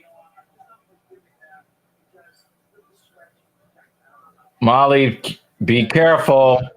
She does have BJJ. Right, but she's just stalling. She's not advancing anything. Nah, but she's locking up that arm. She's trying to isolate that arm. And the arm, she's got her arm above the elbow and below her hip. All right, so she's got her arm out. Is she about the OSP? And that's the thing. Where's the sweeps? Where's the scramble? That's what I would expect from her. Because she doesn't have any grappling. She's got BJJ, but no grappling. Again, she's just underwhelming. Yeah, absolutely. I love to gas up the female fighters because of like. I like to gas up the good female fighters. Well, when they deserve it. I like to gas up the fighters because I have a lot of opinions that an uneducated or a dishonest person could think of me as like a sexist or whatever. Yeah, I know. And I look, a referee's doing his job. I very much enjoy MMA, male or female, and I like to respect the differences that there are. And I think because there are, I've said many times that simply because there are fewer female fights on, in a year, let's say, I think less. There is a higher percentage of male fights that are boring, simply because there's more of them. Like, even though this is a shit fight, it's not boring. No, I think Meatballs count. Maybe I'm really super biased. I'm super biased. I really love Meatball. Maybe, but also. But this other chick is just, I don't want to be disrespectful and say, she's just a cardio kickboxer. 40 I don't understand how they say that Carolina has an 18-6 advantage. I'm not really seeing that she's done much of anything. Yeah, but after spending fucking 3 minutes on bottom. Another. Oh, let's go! Let's go! Yo, that was crazy! Yo! Oh, shit! That's pretty dope. A fucking belly to back suplex. Yo, she's going to the WWE, son. Can you imagine when she comes out? Her music hits, Meatball Molly. Oh, man.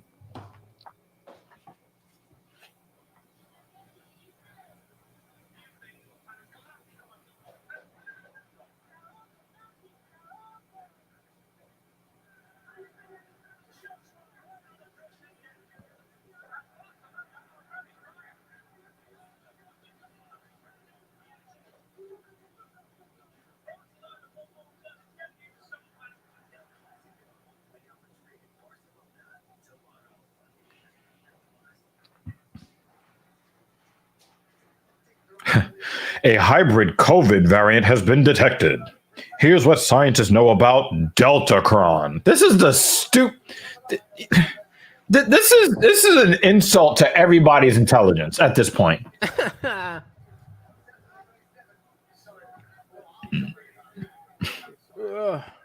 Wait, Carolina actually feels like fighting now? Yeah, right. Like She's finally like showing up. She's like, well, I lost this fight. I may as well have some fun.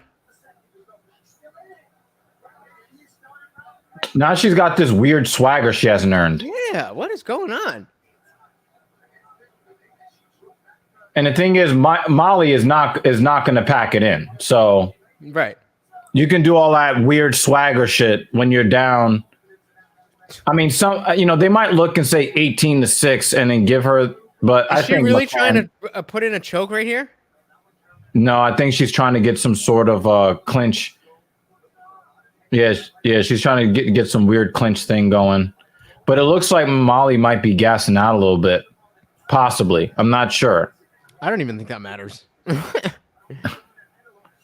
The thing is that if she gasses enough, Carolina can knock her head off with that slow-ass high kick. Anything can happen. But, yeah.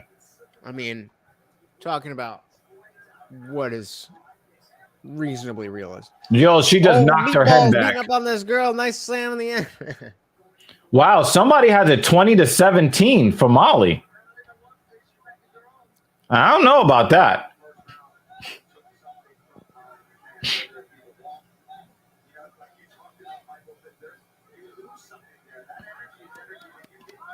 She is stopping Catalina every time she hits her. Oh! She killed her! She killed her! Oh my God! Yo! Yo! Oh my God! Yo! I did not realize how bad this fucking thing goes. Holy shit. We both fucking got up. You see John Gooden just fucking, hey. She's a savage! She's a fucking savage! Yo, she hit it with that Street Fighter KO! KO! You lose. Yo! Yo! Boom!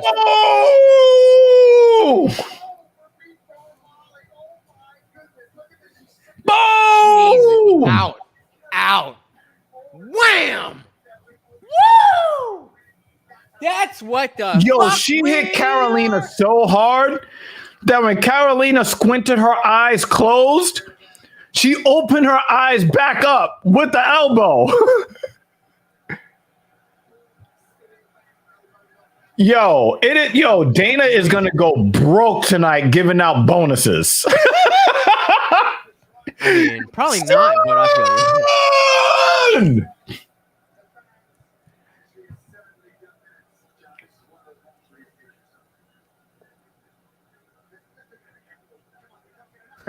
This is one of those moments where you pinch yourself.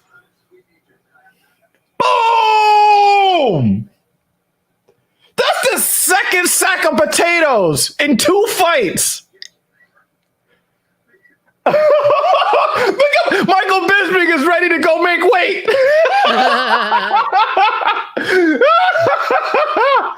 Yo, there's your boy.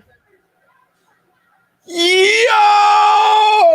This fight card, this might be the card of the year. Yeah, dude, I don't know. I mean, like, we're having fucking fun.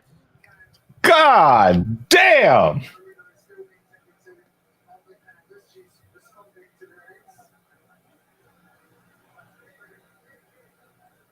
Damn, she can't even take her place. At least Jai Herbert was able to get back to his feet. And she's showing a little shoulder, too. I mean, I can... that's here or there, but... Anyway, I'm watching you, girl. Yo!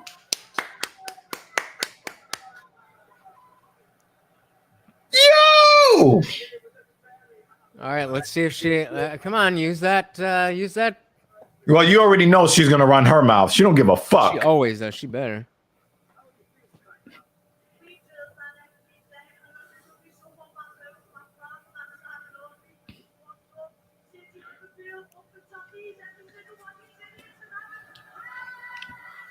Liverpool.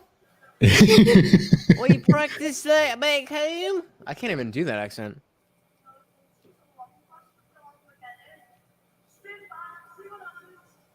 Look at that. Boom! Bastard. Boom! That is the look of a woman getting cut from the UFC. That is the look of a woman losing her dream. You are going back Dreams to BJJ. Crushed. Yeah, go back to Abu Dhabi. No, I think she's from Brazil. No, but okay, but the fucking Abu Dhabi fucking what do they call it? The BJJ championship shit. Oh, that's where they have it? Oh, Patty the baddie. Oh, Patty the baddie.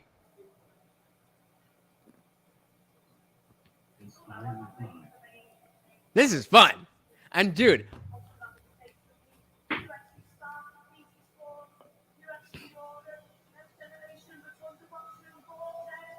all right, I got it. But so, did you hear that they Senate passed a bill? They call it like the Protect Sunshine Bill or some shit like that, where they're getting rid of changing the clocks. But instead of staying in standard time, we're gonna just stay in. We're gonna make daylight's time. We're just gonna make that standard. Right. So we're gonna switch in the fall, and then switch back next spring, and then be done with the whole. Yeah, November. So yeah. Kyle Kalinske put out a video. I mean, I'm sure many other people did too, but that's just how I heard about it. And he said, he was like, I'm somebody who is like, my mood is tied much more closely to the weather than I feel like a lot of other people. And I was like, fuck, me too, dude. And he's like, never once have I, Moreno, yep. Brandon Moreno. He's like, never once has there been an, Yeah, I think Darren Till is one of the most disrespected fighters in all of the UFC. What do you mean? He gets mad respect. I don't think so. He's only got only four losses, and people looking at him at age 28 like he's washed up. Totally unfair. I don't see that.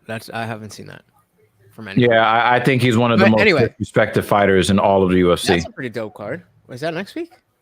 Nice. For 7. Nice. Another early card. Beautiful. I love the early. I love the early cards, man. Wait.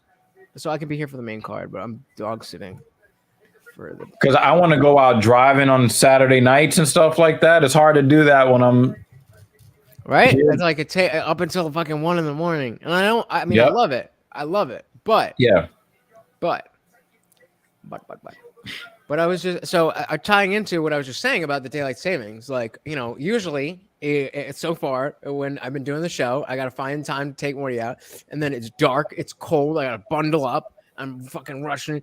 And now it was between fights. I didn't have to put anything on. I just clipped him on the leash. We're strolling outside. I was like, oh, it's so nice out, and like, oh my God, bro. So I am so happy that we are getting rid of changing the clocks, and we are staying in daylight savings. And whoever says that seasonal affective disorder is not a thing, not real, it's not true. It is. It's scientifically just not true. So it scientifically is true. No, seasonal affective disorder is scientifically proven. It's chemically, it's a chemical. Well, I mean, it's just the sheer vitamin D in and of itself. Yeah.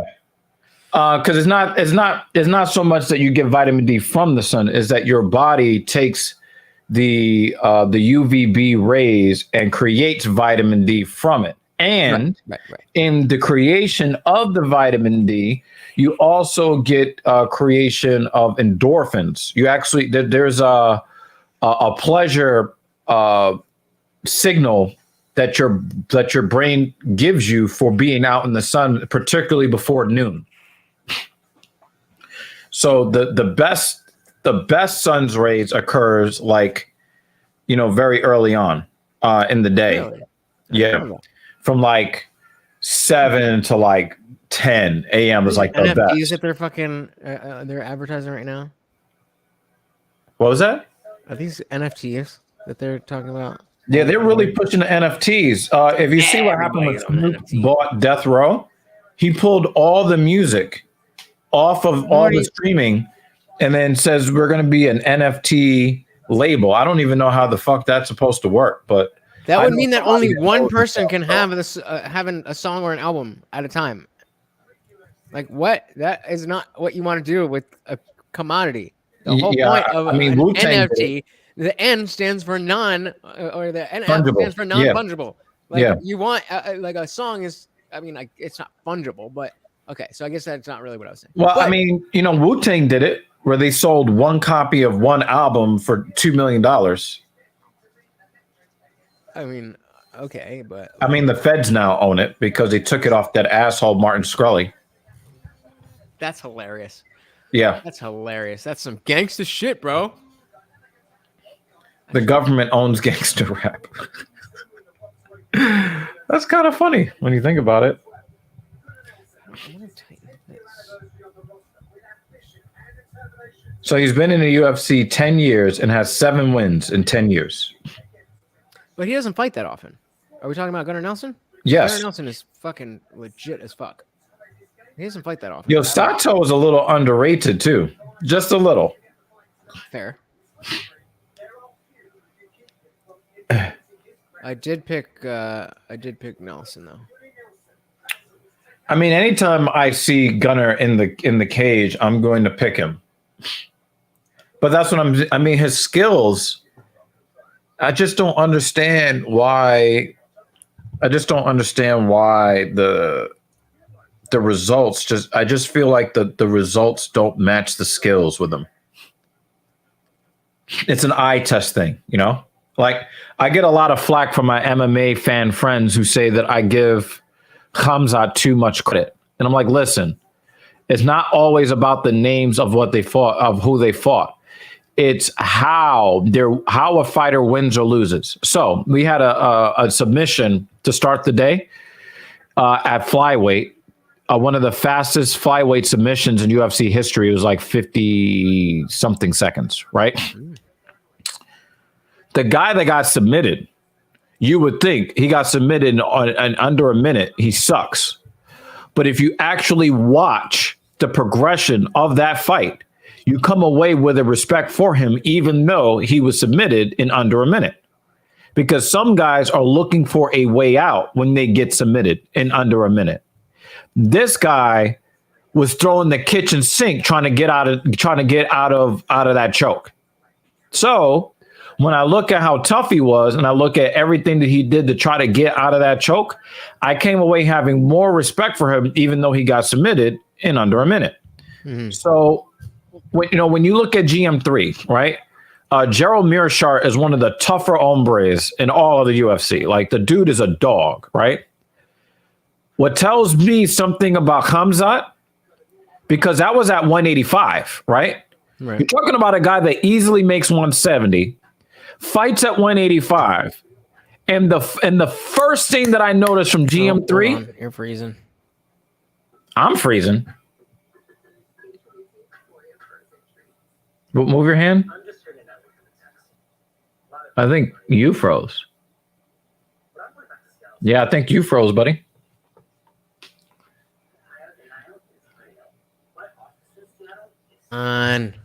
There we go. Okay, your voice is back. Yeah. So you said something at 185? Yeah, so when you watch that fight that Khamzat had, because I didn't really put a lot of stock in the first 2 wins that he got, because those guys were like nobodies and he mauled them super fast, so they never really got a chance to like get into the fight. They were already out of it before they can get in it, right? So I didn't put too much stock in those wins, right? But when he fought GM3, Here's a guy that fights that he's a perennial 185er. He's tough as nails. He doesn't really like to give up anything to anybody in the cage, and he never looks for a way out. And so you had a guy who had just had a win at 170.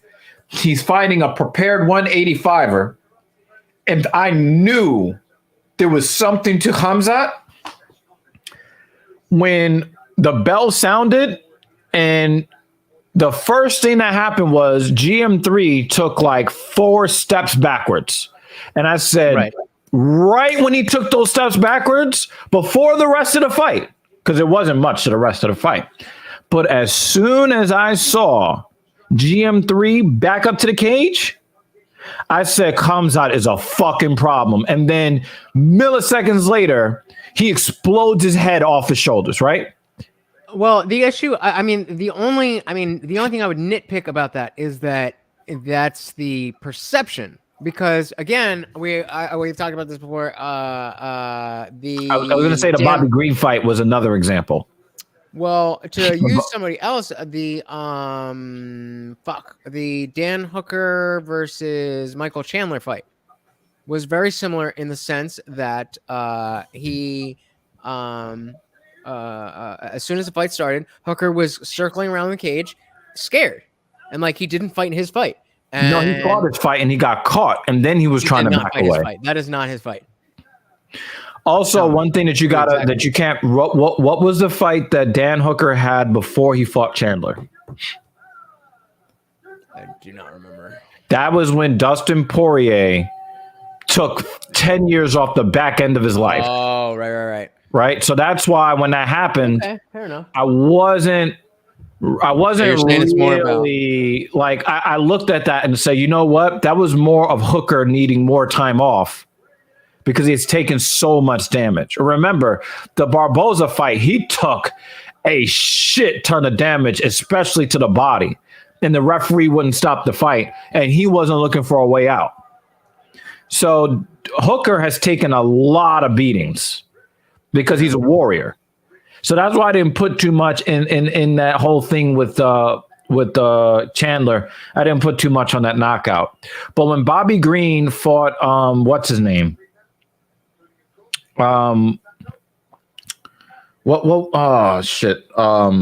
Habib's guy. Last week or 2 weeks? Yeah, last week, 2 weeks ago. Umar? No, not Umar. The 155er. I know what you're talking about. I don't remember. Yeah. Here we go again, or Nelson. But the thing is like, it wasn't the fact that he beat Bobby Green and Bobby Green was 1 week off of another fight and all that stuff. Like, I expected him to win. But Bobby Green changed his stance as soon as the horn sounded to start the fight. And right then I knew this dude is different.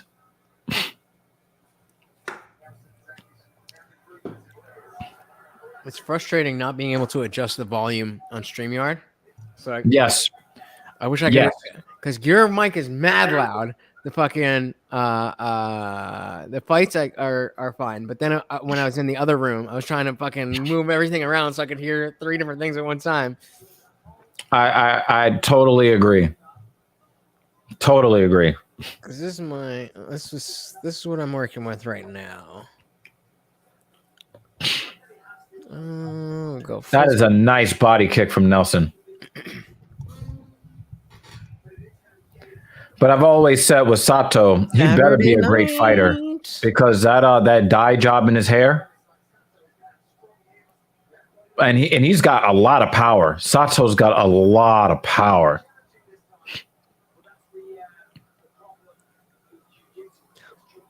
I don't remember a lot of his fights. Did he fight at all during COVID? I feel like yes. Sato. Who did he fight recently?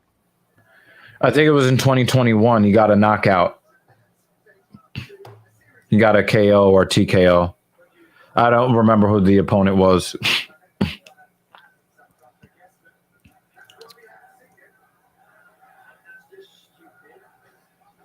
Oh, that's right. That's right. Gunnar Nelson got fucked up trying to fucking. Ooh! Just got caught by Sato. He got fucked up. He was rolling with the mountain from Game of Thrones.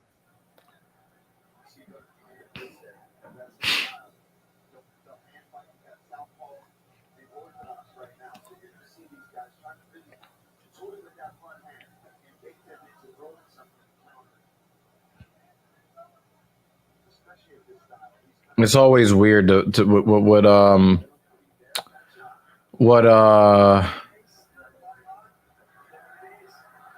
Paul Felder's talking about, that lefty versus righty. Mm. Yo, he got him down to the ground really easily. I don't know if that's Gunnar Nelson's doggedness, Yep. or Sato was just out of position, or he just gave in. That's, to me, looks like typical Gunnar. And any kind of grappling is, I understand, a lot less than, any other part of the game, but that's always been Body triangle. Gunnar. Sato needs to defend on the left side. That is a big elbow in the ear too. Ooh. That is brutal. Oh, yeah, you got to do something, bro. You can't just sit there and take those. Yeah, you can't just sit here and take these. Yeah, I don't think your hand is fucking helping. He's not defending intelligently, and he's got like Gunnar's got his other arm. He's yeah. But this is precisely what I expect from Gunnar Nelson.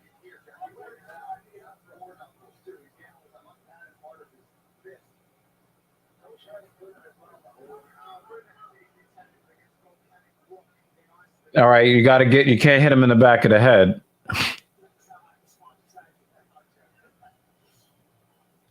Sato is in a lot of trouble because there's a lot of bell ringing here.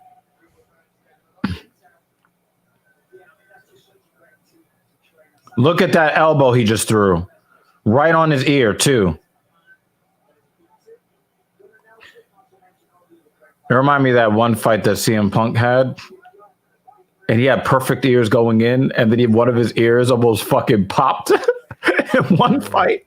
Right, but I mean, at that level, you can train it. It's not like it doesn't get calcium. I know. It just reminded me of the Gunnar catching him with all those elbows on the ear. Is that who he fought? That weird grappling guy that I don't like very much. He fought Mickey Gall. Mickey Gall, yeah, I don't like. I never liked. I met him at the Stress Factory in New Brunswick, going to see Bert Kreischer. I kind of like Bert Kreischer as a comedian. I like him more. I like him better as a podcaster. I was gonna say, which do you listen to? Because I listen to Two Bears One. Hey, what's good? Hello. I listen to Two Bears One Cave because I'll listen to it was the one that he had before that where he would like do cooking and shit. Oh, the one on YouTube, that was fun. Yeah, that was a good show. Yeah, I really liked that show. I forget what it's called too, but he also did another show too where he would just kind of sit in his living room. Yeah, that's his main Birdcast. That's his main podcast. Birdcast. Yeah, I really like that. He also does Two Bears One Cave with Tom Segura. And I have a really that's a newer one though. Right. And then before that, or right around the same time, I think, right around like Rona time, everybody was just popping up with new podcasts. And him and Bill Burr, the Bill Burt podcast, was phenomenal. Because I don't know if you know Bill Burr. That's a really great combination. Because Bill Burt would just go. And Burt knows that about Bill. So he would just like feed him like, so if you could only pick one food to eat, and Bill Burr would just go. Yeah. The two personalities, that's a great combination. How you doing, Anaru? I'm doing good. How are you, Dr. Evil? Looping right hand from Gunnar Nelson. I'm at 35, 34. If you're a couple seconds, you want to just pause? 20, 19, 18, yeah, just 17. Pause for 6 seconds. He ain't going to pause for 6 seconds. I thought about bringing one of my... Yeah, you were ahead of me for a while. All right, well, if you let me know, I'll fucking pause it. Like... No, I would just refresh it. immediately. Once I know that you were seeing something before me, I just refresh. Yeah, I don't care. Wait, what time are y'all on? I'm at 3:52. Yep, 50, Damn. 49, All right. 48, And I'm fucking 47. I just hit 4. Go, go, go, go, go, go, go, go, go, go, go. Come on. 30. Oh, that was 37, 36. driving right 35. hand from Gunner. Right. Who you got? I got Gunnar Nelson. I also have Gunnar Nelson, though I don't have. We a very always strong pick Gunnar opinion. Nelson because he's a really skilled fighter. Why he doesn't always win is the real issue. You missed a really great card, Anirudh. This card is off the fucking meter. Oh, it's good to hear. Hopefully, the rest of it is great too. Nah, you showed up, so it's just going to be snoozers from here on out. I'm bringing that bad luck.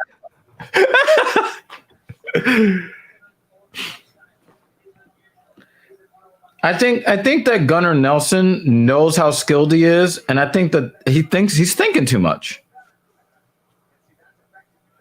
He's trying to see everything all the time. Nice takedown. Nice time. Nice timing on the level change. Very, very fast. See, the thing is, look at the skills he has.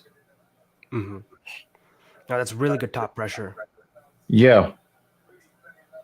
But I love the timing on the level change. Mm-hmm. Yeah, and he's doing a very good job controlling the hip with his knee, so Sato can't posture or try to frame.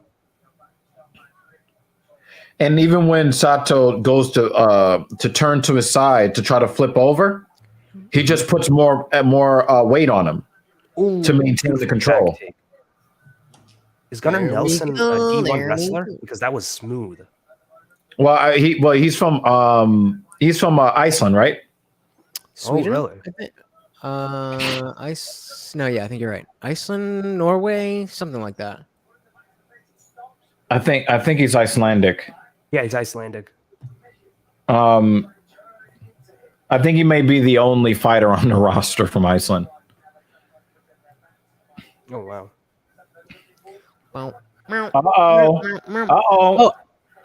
Uh-oh. He's trying to get that arm underneath. He's comfortable. He's not there yet, but it looked like Sato just helped him a little bit. But so Enward, I was gonna ask you. Damn, he just grabbed his chin. I saw you have a ring light on the side. Yes, I do. Is that just because of the boom, or because I've always just thought about forward lighting, and then you also have. I need key lights. That's what I need. Yeah, key lights are a great example, but what does that mean? So a key light is they're ones that are going to be off. Yeah, that's off center to eliminate shadows and. Oh, because I have a ring light here, and then I was usually using this thing like right here, and I brought it down here now, and it kind of seems to work better. I'm wearing a lighter shirt. I found when I wear darker shirts, because I'm still using my webcam. Then like the balance goes back and forth. If I wear a lighter shirt, it doesn't seem to do as much, but it still feels washed out. Like I don't feel like the colors are. Do you know what else is washed out? Takashi Sato. You see that look on his face? Yeah, that's a man who knows he's. Yeah. Well, he was doing the same thing when he was getting those elbows. No. He wasn't broken then. He's broken now. You can see it in his body language, facial expressions. Before he just thought, hey, I'm just going to eat this round one loss and I'm going to come back. He's like, if you look at his body language, his face, he's resigned to his fate. I got a 2017. Yeah. Possible 2016. Wow. I mean, I definitely got it 2-0. I don't know. Because once he got the body triangle on him in the first, like there was no intelligent defense whatsoever. At the whole, the last 3 minutes of the first round, and then right here in the second round, once about half the round was just him getting dominated, and then you saw that broken look on his face. That's worth a 10-8 right there. Yeah, I agree. Well, Lutch, going on to your writing question, I'm on my webcam right now. I haven't had my camera set up for this. So even on the webcam, I can choose between the ring light is basically a fill light. It's there if I choose whether to make it more dramatic or less. But the Gotcha. issue is because webcams have small sensors, you'd want to have increased lighting just for noise reduction. Yeah. So I mean, Yeah. my next thing You is look better the than your other camera, by the way, from past appearances. This looks very clear. The frame rate's really good. who are you Well, talking yeah, about? that's because the beauty of Apple products is computational photography. I don't Yeah, have to do any of the hard work. yeah. Yeah. My next thing is hold on one second. Oh, you're on your MacBook right now. Yep. Gotcha. Of course, you are an Apple guy. Do you have an M1 MacBook?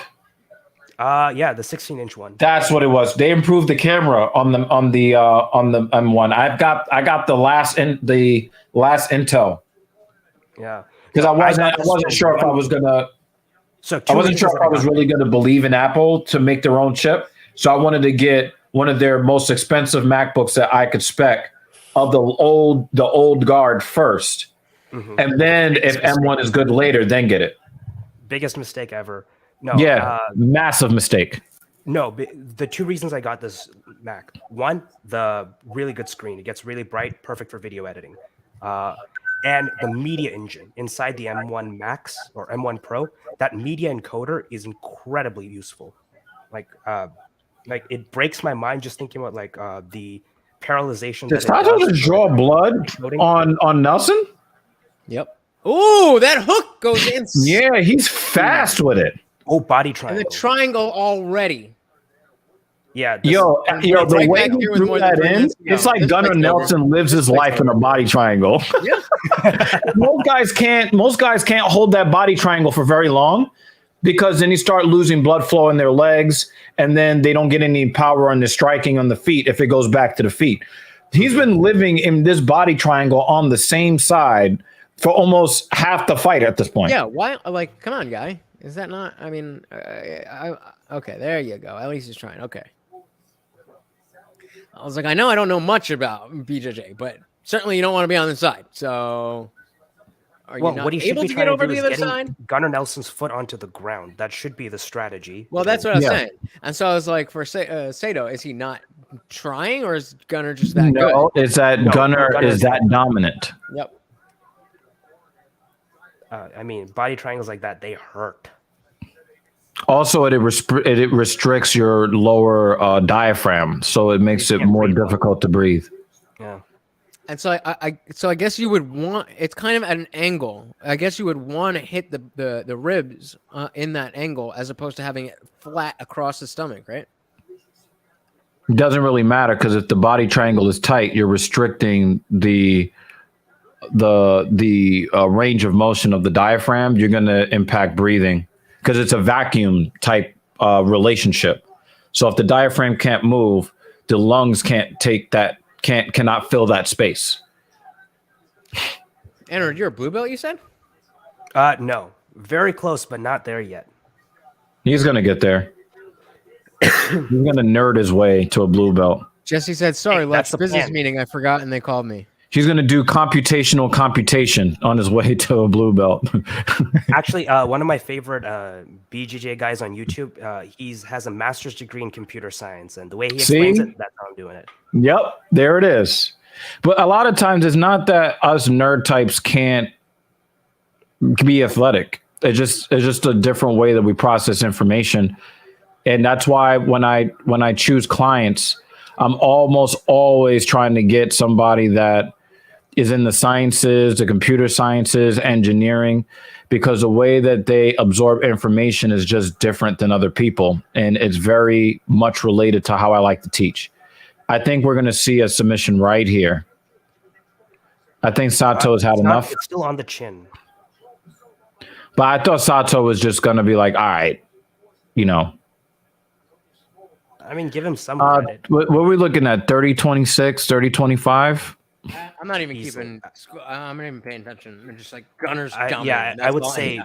Oh, look how he switched it. He switched it. no, it's still not under. Yeah, I would say 30-25. Yeah. If he's not careful, there might be a card that says 30-24. Ain't that something? Could you imagine 3 10-8 rounds? That'd be wild. No, but I think it's going to be like 30-26. I think they're going to give a couple of 10-9s.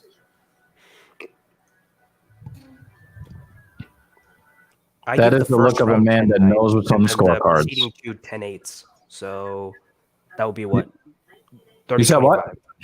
No, I gave the first round a 10-9 and the preceding 2 10-8s. So I think it would be a 30. Really?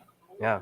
I think a case can be made all 3 rounds 10-8. And I would probably say if I was going to call 2 rounds of 10-8, I go rounds 1 and 3. Because in round 2, Sato was competitive for the first half until Gunnar Nelson's well-timed level change at about the 2:30 mark. So if I was to give 2 10-8s, it would be 1 and 3. Okay, I can see that. Oh, that's what I'm doing. But I think there's a strong case to be made that you can get 3 different judges with 3 different combinations of 30-25. It's possible. It's because it's arguable all 3 rounds. Yeah. No, I agree. And Sato is no pushover. He's no bitch.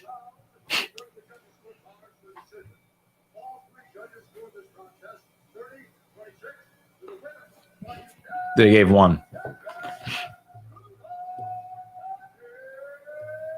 What I want to know is Gunnar. 3 of them have a different 10-8. That's what I want to know. Do they release the scorecards right after? I mean, they usually sometimes they do.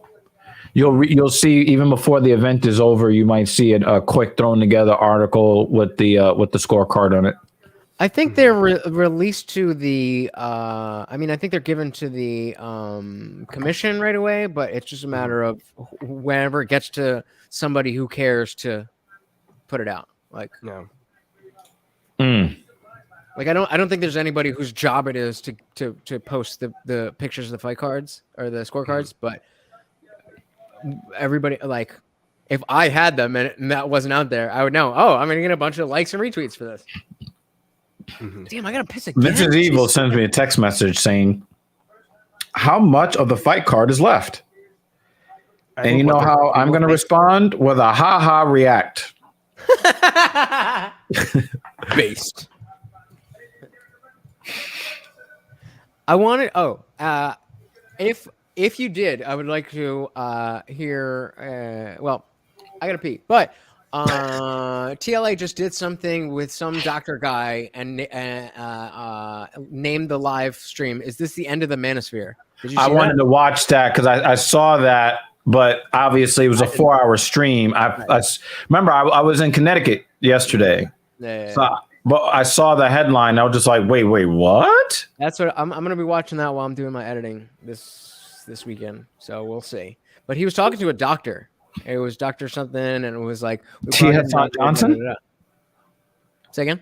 Was it Dr. T. Hassan Johnson? I don't believe so. Okay, because he's definitely part of the Manosphere himself. So I am very lost. What? Well, you don't really follow the Manosphere type. Yeah, stuff. you're not the target demo. Yeah.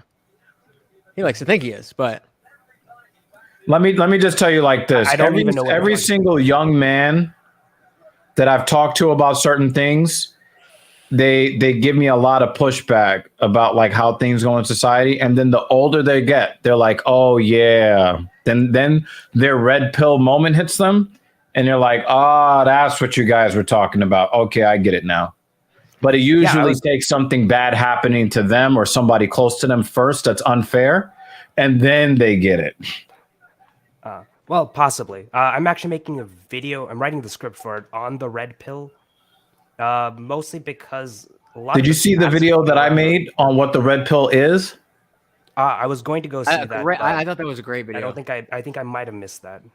Was it like Pop the that shit 6-minute right now. one? Yeah. Pop that shit up right now.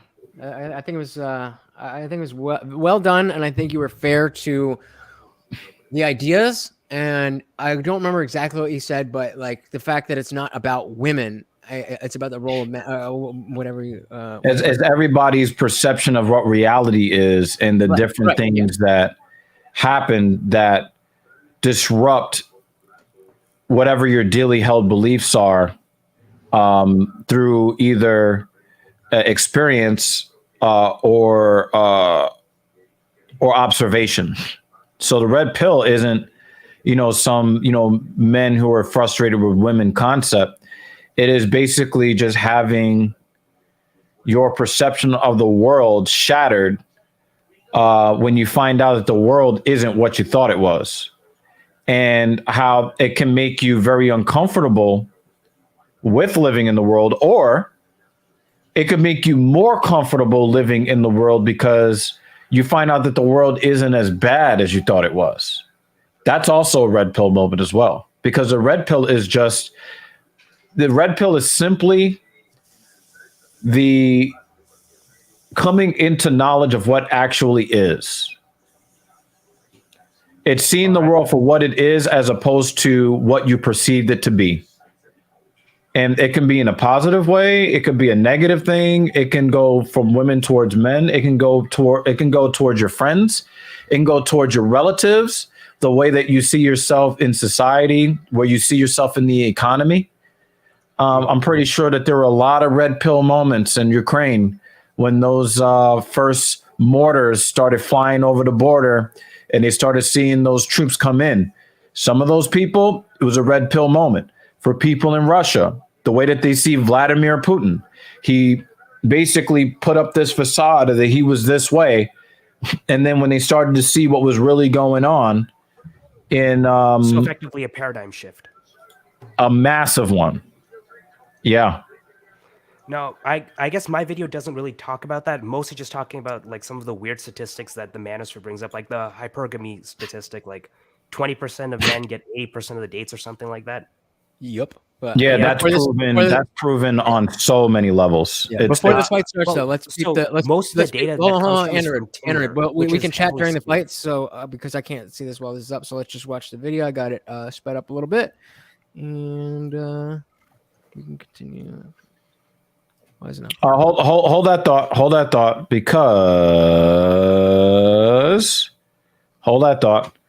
because we are about to see if Paddy Pimblett is going to be able to cash the check that his mouth keeps writing. Is he fighting right now? Yeah, because Lula Vargas is coming out now. And remember, Mexicans don't just, pack it in. That's not what they do. Okay, let's get our priorities straight. Oh, word. So if he wins, then I get $40. How did you go from 20 to 40? Because he said 20 for the Paddy fight, and he's like, okay, well, you can double or nothing on another fight. I was like, well, okay, fine then. So double or nothing means double or nothing. So if we both win, on another fight. Yeah, on the Topuria fight. So that was the double or nothing fight. It It happened to be before afterwards. So he had already taken Paddy. He was like, anybody want to take that bet? I was like, I'll take it if we're keeping the odds. And he was like, no, I just want to do a straight bet. I was like, how's that fair? He's 5-1. Like, obviously he's gonna. That's just me giving you $20. At fight time, it was closer to 7-1. Exactly.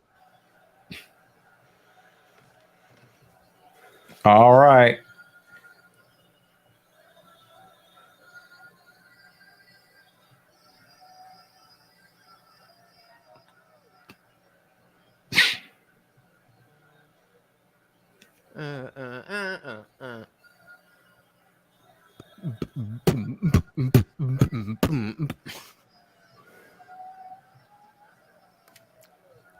I was one of those guys 2 weeks ago.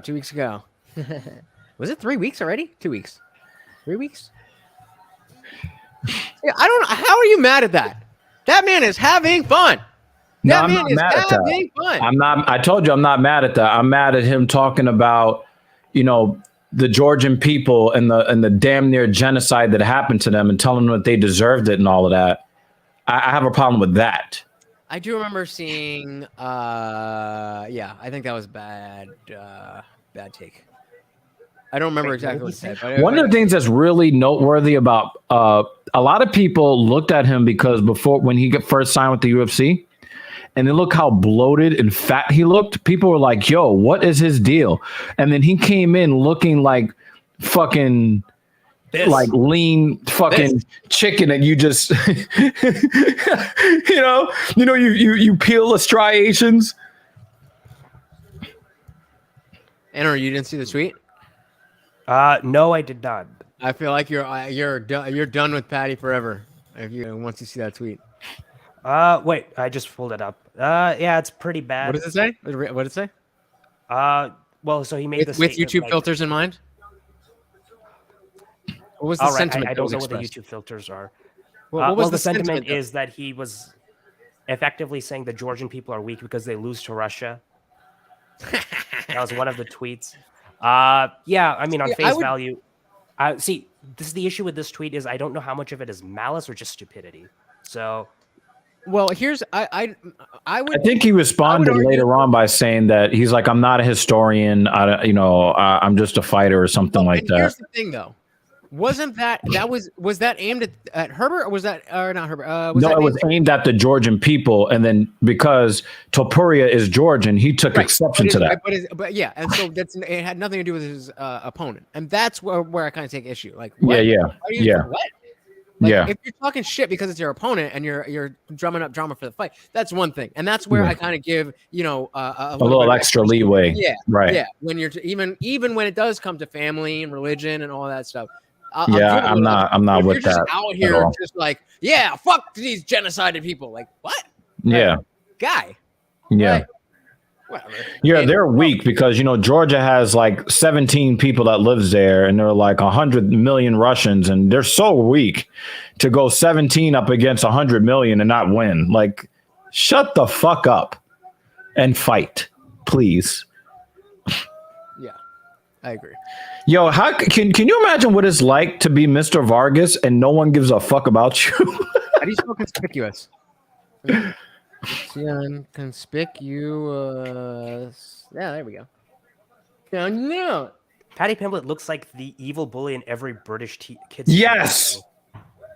I was trying to pick up something about his look that I don't like, and I just keep coming back to the Three Stooges haircut. It's like, give me your fucking lunch money. What's your daddy gonna come fucking save ya? I mean, does he really think that he's gonna grow up to be a Beatle or something? Like, does he really think he's gonna become a Beatle? I mean, if he wins 10 fights in a row in the UFC, he'll definitely be Beatle status at that point. I don't know about Beatle status, but all right, let's go. The Beatles didn't have social media. Paddy Pimblett. Or lose so I can win money. Wait.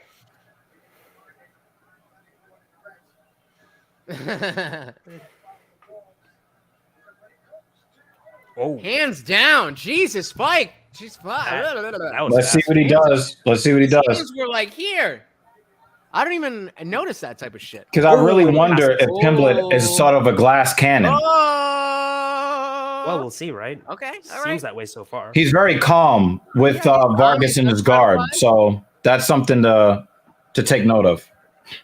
Well, I mean, passing butterfly guard is pretty easy in MMA. Right. I'm not. But I'm paying more attention to. We're still in the. I'm paying more attention. One fight, right? So we're still trying to see what this guy really does have. Exactly. That's exactly it. And when I look at Pimblett and I look at his facial expressions, he's not panicking. He's very calm. And so that inspires confidence if you're rooting for him. Yeah, and one could argue that that's a bigger deal than. He's like he's not uncomfortable. He's like, yo, I've been in these positions before.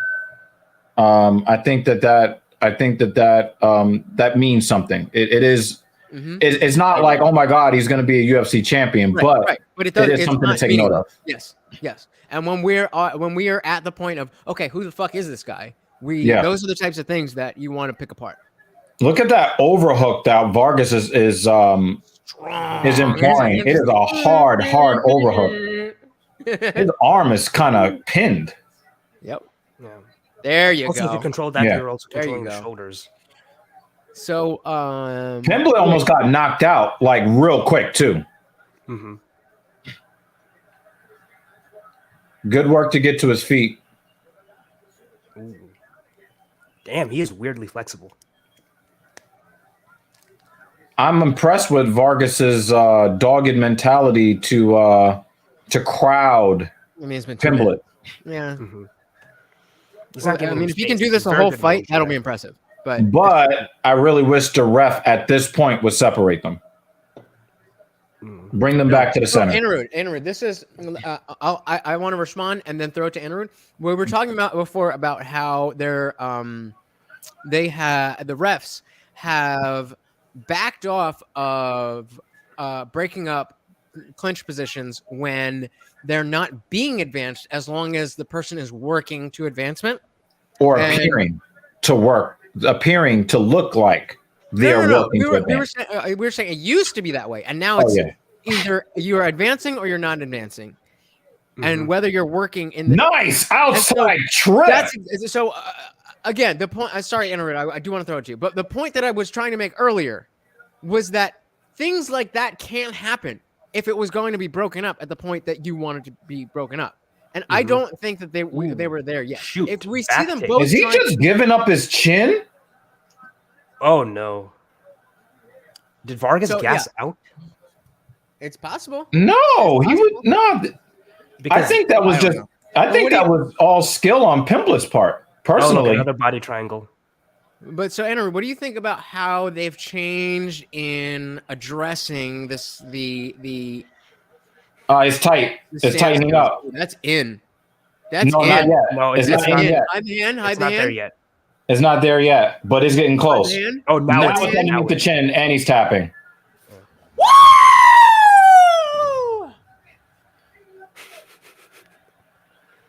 But I'm letting you guys know right now. There's 2 fights in a row. We've seen Patty look like a glass cannon. 2 fights in a row. Right? Now, he's going to run his mouth and do all that other stuff, and he will have earned it because he got the first round submission. But do not be surprised if you see him go in, he's talking crazy shit, going crazy, and then you see him get turned into a sack of potatoes like Jai Herbert and Luana Carolina. Yo, you missed a lot of shit tonight. We're talking about the fucking craziest, sometimes the most beautiful finishes you will see happen today. Yeah, there was some great stuff going on today. Yeah. Good sportsmanship out of Pimblett too. There really wasn't any shit going on between him and Vargas, but again, who the fuck knows Vargas? Well, exactly, because he's just he's not big enough to have an impact. It's like, no, Patty's a force. He's coming through. Like, you're just another guy. If you can dethrone him, then great. But like, nobody gives a fuck about who you are. I also give a lot of credit to Izzy Adesanya. Izzy Adesanya made a really good point about Pimblett. Izzy was thrown into deep waters like 1 or 2 fights in. He was fighting decently known fighters that are decent at fighting in the UFC. Dana has fed, or Nick Maynard or whoever is doing the match bidding has fed 2 unknown also-rans to Pimblett, and they both of them buckled his knees in the first couple of minutes of the fight. So, I mean, he's getting that boxing treatment, fighting some guys, easier guys, building up his name, and then whatever. The UFC's trying to build a star. That's how you do it. But when Pimblett tried to talk shit with Izzy was quick to let him know, you're getting I went into the deep end almost from the jump. You're fighting bums. Like, you're fighting guys that are like 1 and 2. in the UFC. I'm not fighting. I didn't fight anybody with a losing record in the UFC. So I wanted to point that out. Izzy made a good distinction when Patty tried to run his mouth in his direction. Yeah, agree. sorry, I was typing. I missed that. Can you run that by me one more time, please? What was it that Izzy said? He said that Patty tried to basically tried to verbally spar with Izzy Adesanya, but Adesanya he was very quick to point out that Patty is facing guys that are coming into fights with losing UFC records, and Izzy was thrown into deep water almost from the very beginning. Who So else? it's like, Who else in recent memory who has a great record and retired on that great record was fed guys with very low winning? yeah, that guy lost one round in his entire career. Patty has been buckled twice in 2 fights against inferior opponents. Okay. I'm saying the eye test, right? That's not Khamzat Chimaev, is what I'm saying. Right. So don't be surprised. I look at him as a glass cannon. Super. He's got good precision on his strikes, right? He's very highly skilled. But if you put knuckles on his chin, you could twist him up.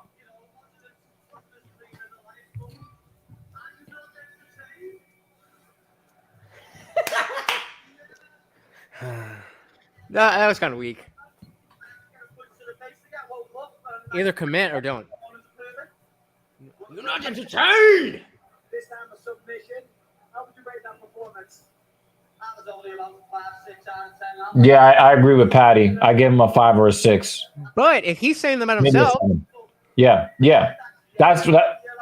But remember, we saw the same thing out of 2 other great fighters, Kamaru Usman and Izzy Adesanya. If you remember on their come up, they were asked about their performances in fairly dominant wins, and he would say, "Nah, I'm not good with this." Do you remember? Because Usman got shit for his answer. You guys remember? Nope. So I think it He was. said he was only fighting at 20%. You talking about that comment? Yeah, I think it was the Maya fight. Maybe I didn't love that comment because it made it seem like he wasn't giving all. Trying. I never liked Usman until he fought Colby.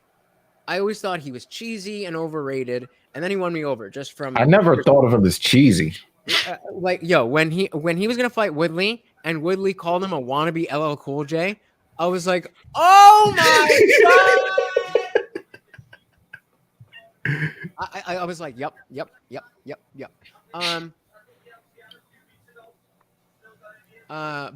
But I mean, but after that, he just kept winning and doing so in dominant fashion, and he became undeniable.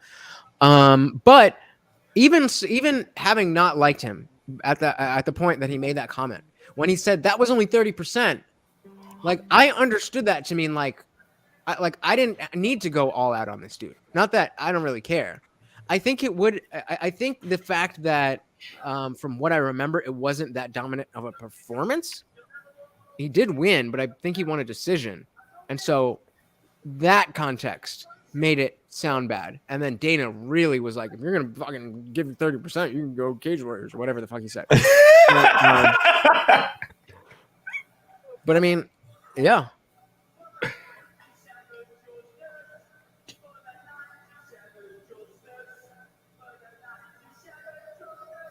Everybody's like, what the fuck song is this?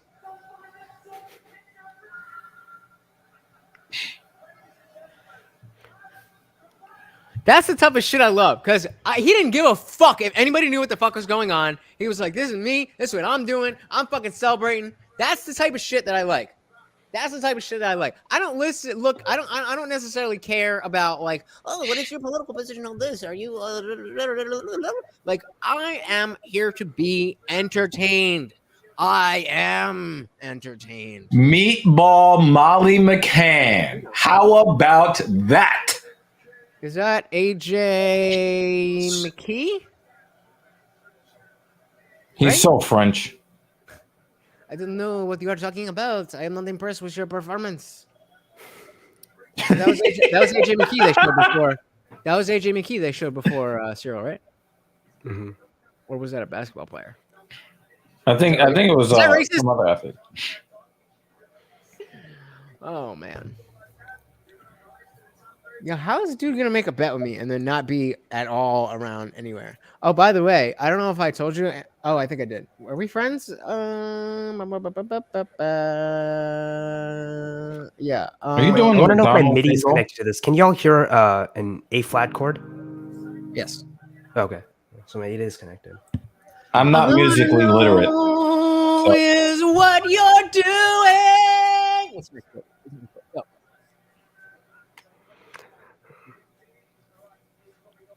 I'm only literate in music theory. Good jam. not Good actually jam music. sesh. Good jam sesh. No, but I was gonna say, my Discord got actually I'll just drop it. My Discord got deleted. So I am dropping my new one in the private chat if you want to.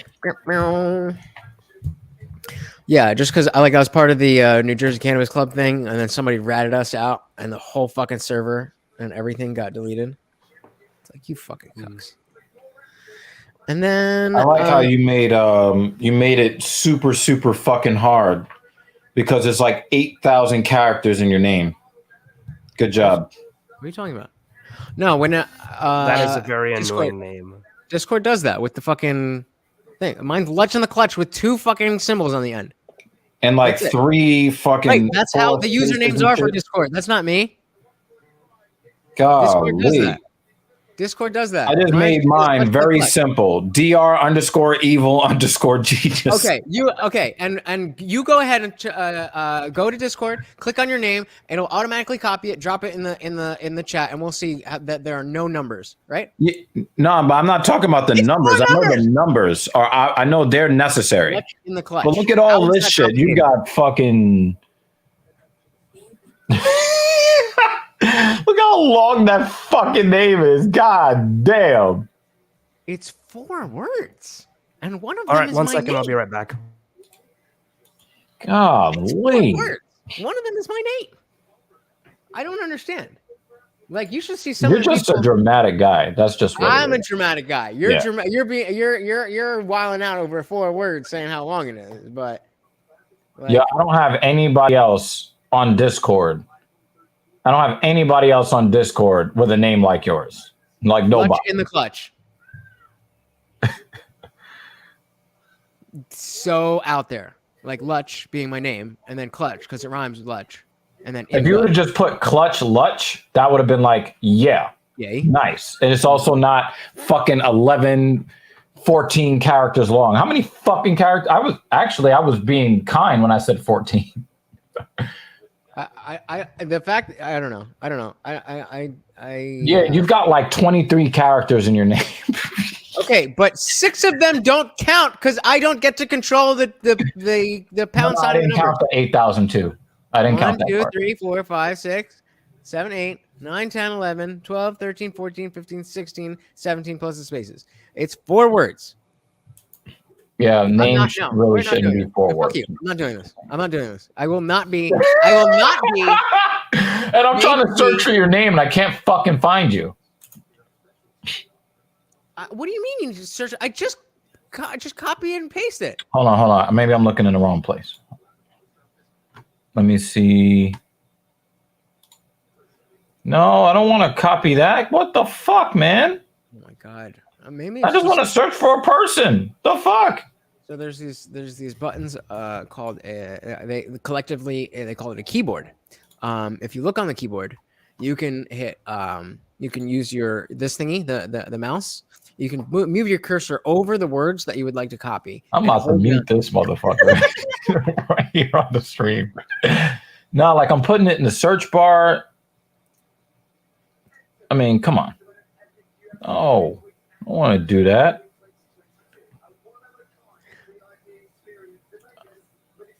I'm gonna add you to the server. Okay, so I did that.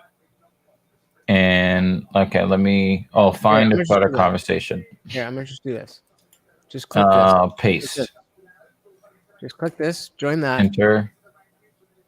Do I have to erase the 8,002? No. What the fuck, man? Username. The whole thing. That's why the numbers are there. Like I didn't put the numbers. They put the No, numbers. but I tried to do the number part too, and they just wouldn't. Post yours. Where would Where'd you you- like to go? Oh, I'm not in the right box. That's what she Friends. Okay, let me see. Okay, let me go to add friend and let's see if this will work. Please. There we go. Golly. I put you in the search bar and they're just like, go fuck yourself. Oh, where it says find or start conversation. Yeah, that would see. But the link that I just put in the private chat is I'm in this server for Jesse on Fire, just people, but like the main server that I'm in, like hanging out and shit. Like they're a bunch of cool people. Yeah.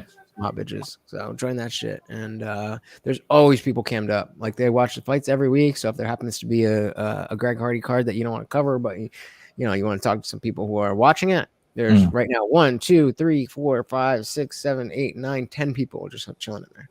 And there's always people chilling in there. Yeah, I only really use Discord to set up administrative stuff for my podcast and for my other show.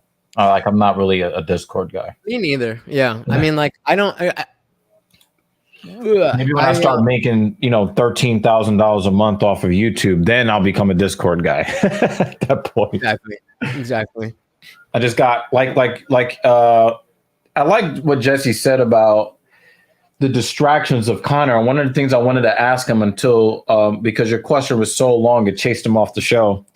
One of the things I was going to ask him as an addendum to what he was saying is if he thought that him selling his stake in Proper 12, if that would probably make him a more effective fighter, because that's a massive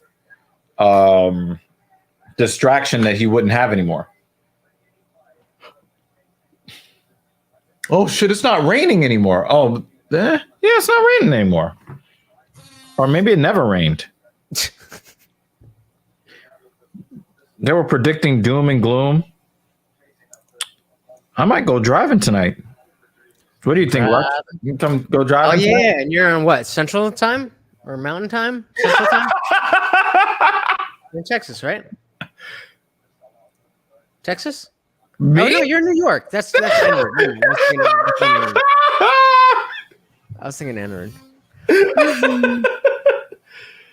All right, it's not that fucking funny. My bad that I don't fucking keep tabs on where the fuck you live. Hey man.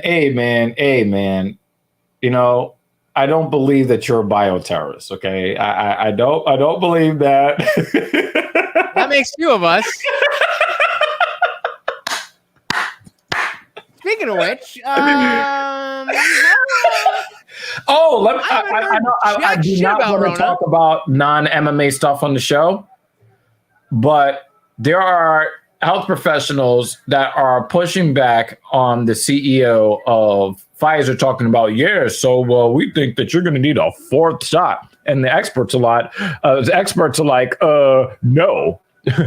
you called No. that shit months ago, maybe closer to a year. Yeah. So, there's that. But people who, according to some of y'all, let me not use names, some of y'all are not to be trusted.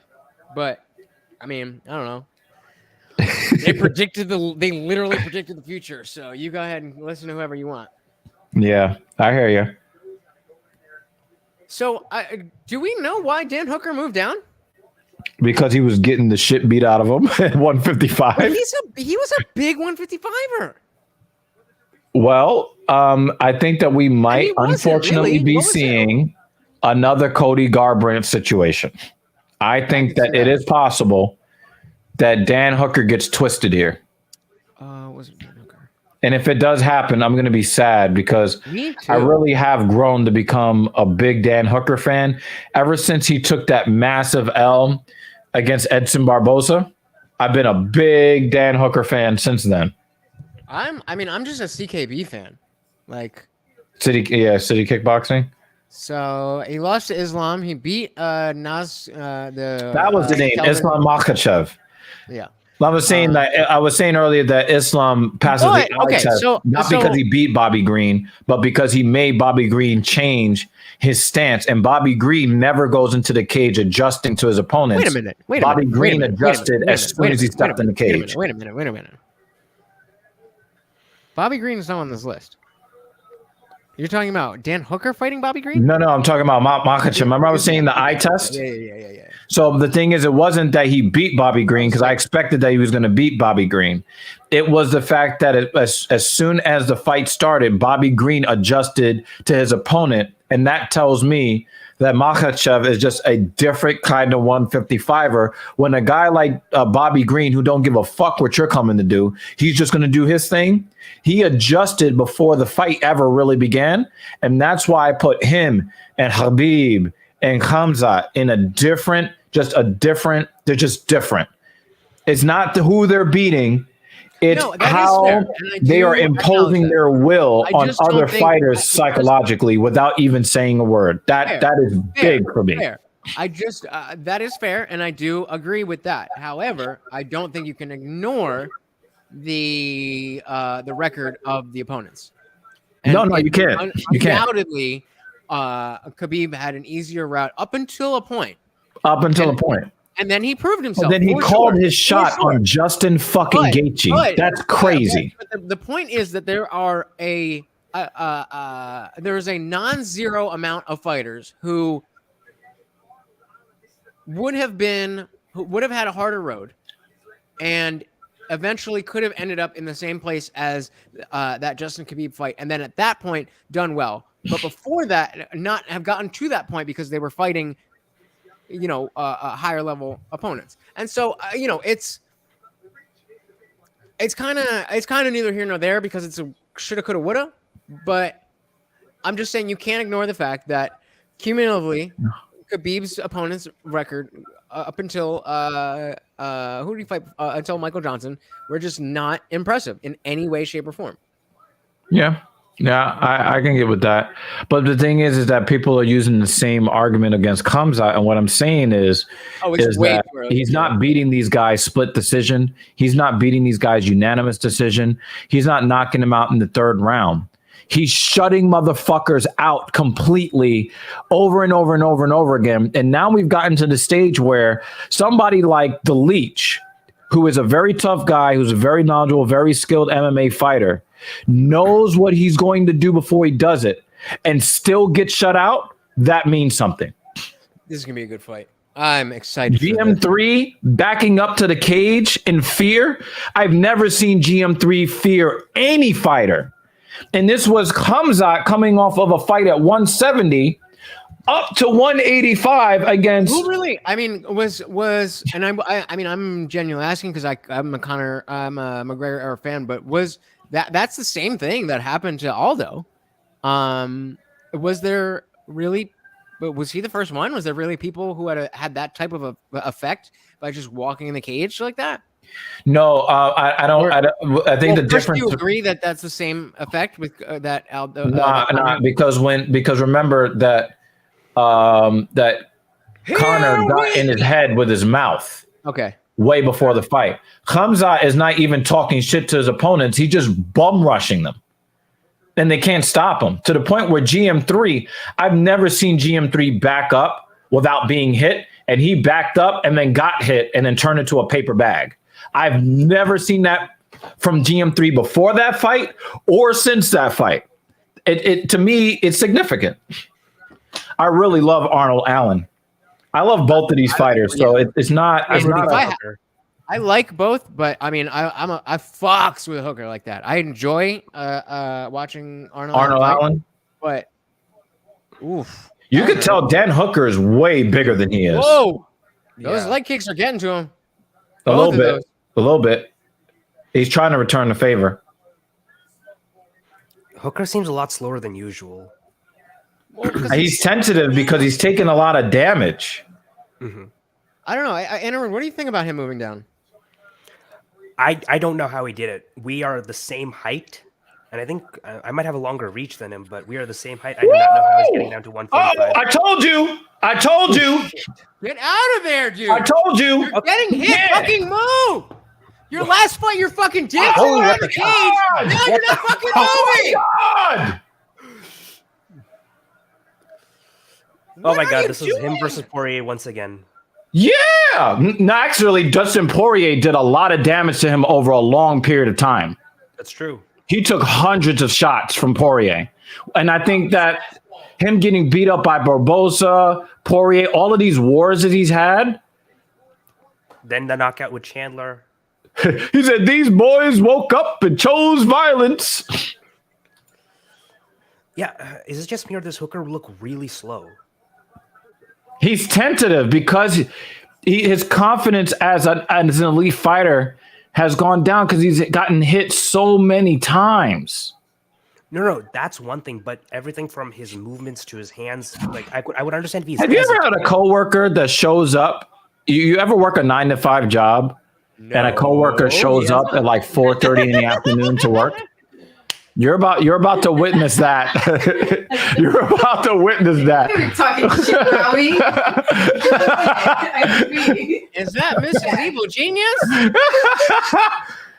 Oh my God. Oh my God. Oh my God. Oh my God. Switch over. Oh my God. I cannot.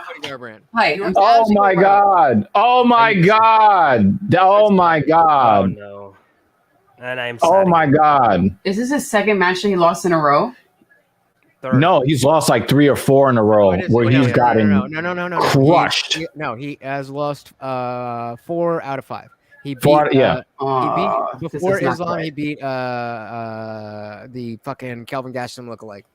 Oh Nasrat. yeah, he beat Yeah. Nasrat Hakparas. You just said it. He beat the Nasdaq stock exchange. Let's say it correctly. The lookalike. Hold on a second. Lookalike. Yeah. I'll be back. I'm coming. Yo, and the thing is that Dan Hooker has been relying on his toughness for so long. He does not move his head off the center line. Look at him. I know. And This is sad. I told you. I said we could be looking at Cody a Garbrandt. heavy. We could be looking at Cody Garbrandt again, and this is exactly it. 100%. And it hurts, I man. would- I mean, I I never think- loved Cody Garbrandt. I didn't like him because of his attitude, but I'm I witnessing the same kind of shit. Yeah. I loved that the Dominic Cruz fight. The fact that he was like fucking dancing around a fucking legend like that, regardless of what happened. It's not before or because of after, the bad that blood. moment, It meant that even gift more. itself was awesome. Yeah. But that being said, I would have thought that Hooker would at least be seriously competitive at 170 if he took some time and put on some weight. He's a skinny Oh, guy. like but he's what Poirier is strong. trying to do? Yeah.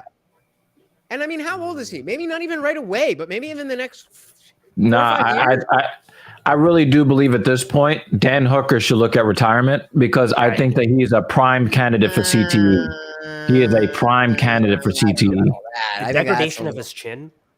Like this Well, is a guy who but can I- knock well, out yeah, but- welterweights okay, but and again, survive those It's not fights. even his chin that's degraded. Right, it's his but- brain. Right, but Yeah. again, this has to do with his approach to the game because when it came to Chandler, he was dancing around the cage, and then here he was getting hit and just standing there and ducking without I if think you're you should moving your rewatch mouth. that fight. He tried to go at Chandler. He got hit with a big right hand, and then he started That was dancing one around the exchange- it was cage. One exchange. That fight was over in one exchange. He was dancing around. He got caught up. I don't really put. He much got into caught it. first, and then he tried to circle put into away, that- and he got all I really caught. put into that is the eye test that you're talking about, where that before the fight even started, Hooker was scared. So other than that, like I didn't really see that. That really doesn't say much about the weight class. And so going down, I mean, I need to hear from this man. Remember, you lose water in your brain. Right, I right. don't know why these That's what I'm fighters saying. keep doing that shit. Right. That's why I'm saying he would have. I would have expected him to go up before he would go down, and I just think he's good at 155. Like, why are you doing this? He's not good at 155. I think he is. I think he is Not good anymore. at 155. Nah, I think he's got too many brain rattles. I mean, Too okay, many. but what are we talking again? What are we talking about? Losses to Islam, Chandler, Poirier. I don't give And a fuck who Barbosa. he lost to. It's the damage he's taken. Okay, This goes back to the Barbosa fight. Fine, fair. But let's take it. If we're taking that out of the equation, asking which division is he better, cumulative damage out of the equation? because that's not what I'm talking about. I'm talking about sheer performance in weight class versus weight class. So I'm saying in the lightweight division, the only people he lost to were Islam, who was an ex-Khabib, Chandler, who he was scared of and fucking rocked his shit, and Dustin Poirier.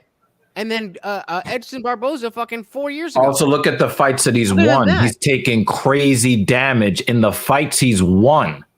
I'm not, dude. I'm not disagreeing with you. I'm not disagreeing with you. If we're saying that, that's an argument for him to retire. Yes, but if that's not what we're talking about, and we're saying, okay, he's going to continue fighting. Where should he continue fighting?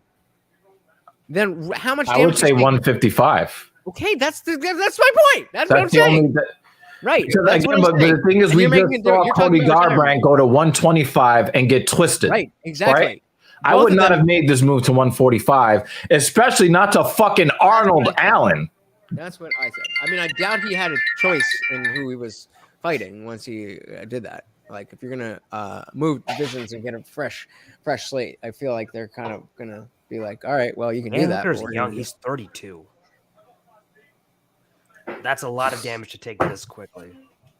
I mean, young is Dan Hooker. I don't feel fucking young. Understand something too about Dan Hooker. His chin is all world. His chin is an all world chin. It's the brain rattling he can't take any more of. Mm-hmm. Can you wiggle into work at 4:30 p.m. in a 9-to-5 job? Goddamn. That's who you're here for. God damn. I brought you. That's what I'm here for, to help this motherfucker out. And I brought food, so I didn't come in empty-handed. I came into the room empty-handed, but the food is in the fridge. He brought a 70,000 subscriber YouTuber to the panel today. So Jesse big on ups to fire. Larch. Yeah, you Thank you. We See? definitely flipping You don't that. need me. Oh, I'm gonna make sure he's cool with that. Leon Edwards got out of his UFC garb. Did you catch that? Leon Edwards cornered some guy that got beat the fuck up. It was Jai Herbert.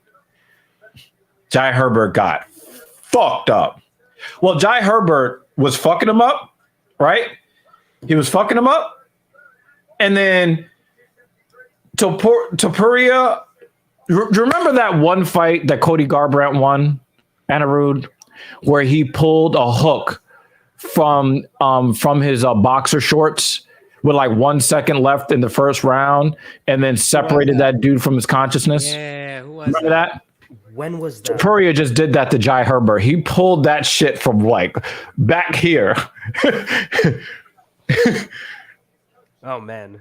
I mean, yo, Jai Herbert, he looked like a corpse on the way down to the ground. Was it? It wasn't Munoz, was it? Was it Pedro? Pedro Munoz? Yeah. Was it? I think it was his last win. Well, that says his last win was a Sun Sao. Oh yeah. No. Rafael Sun Sao, that's what it was. Yeah. But yeah, that was dirty. Because he has that power, but he doesn't have the discipline to use it. He's too emotionally undisciplined when he fights. Yep.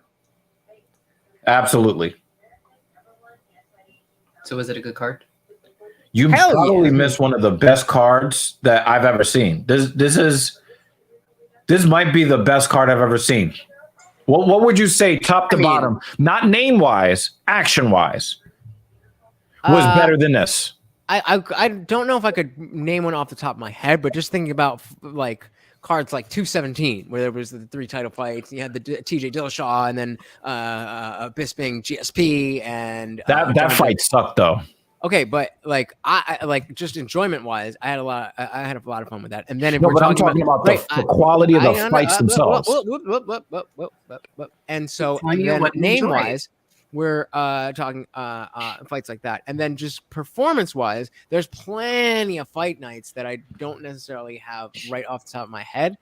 But I would hesitate to say this is the best card in the history of the UFC. For sure, there's been a better fight night than this. But that being said, but it's up there. You had 0 snoozers. Yeah, you did not have a single bathroom break fight on the card to this point. You definitely have to go search in the records. You missed Meatball Molly. Holy shit! Nope. You missed and now Meatball you're Molly. Oh my god!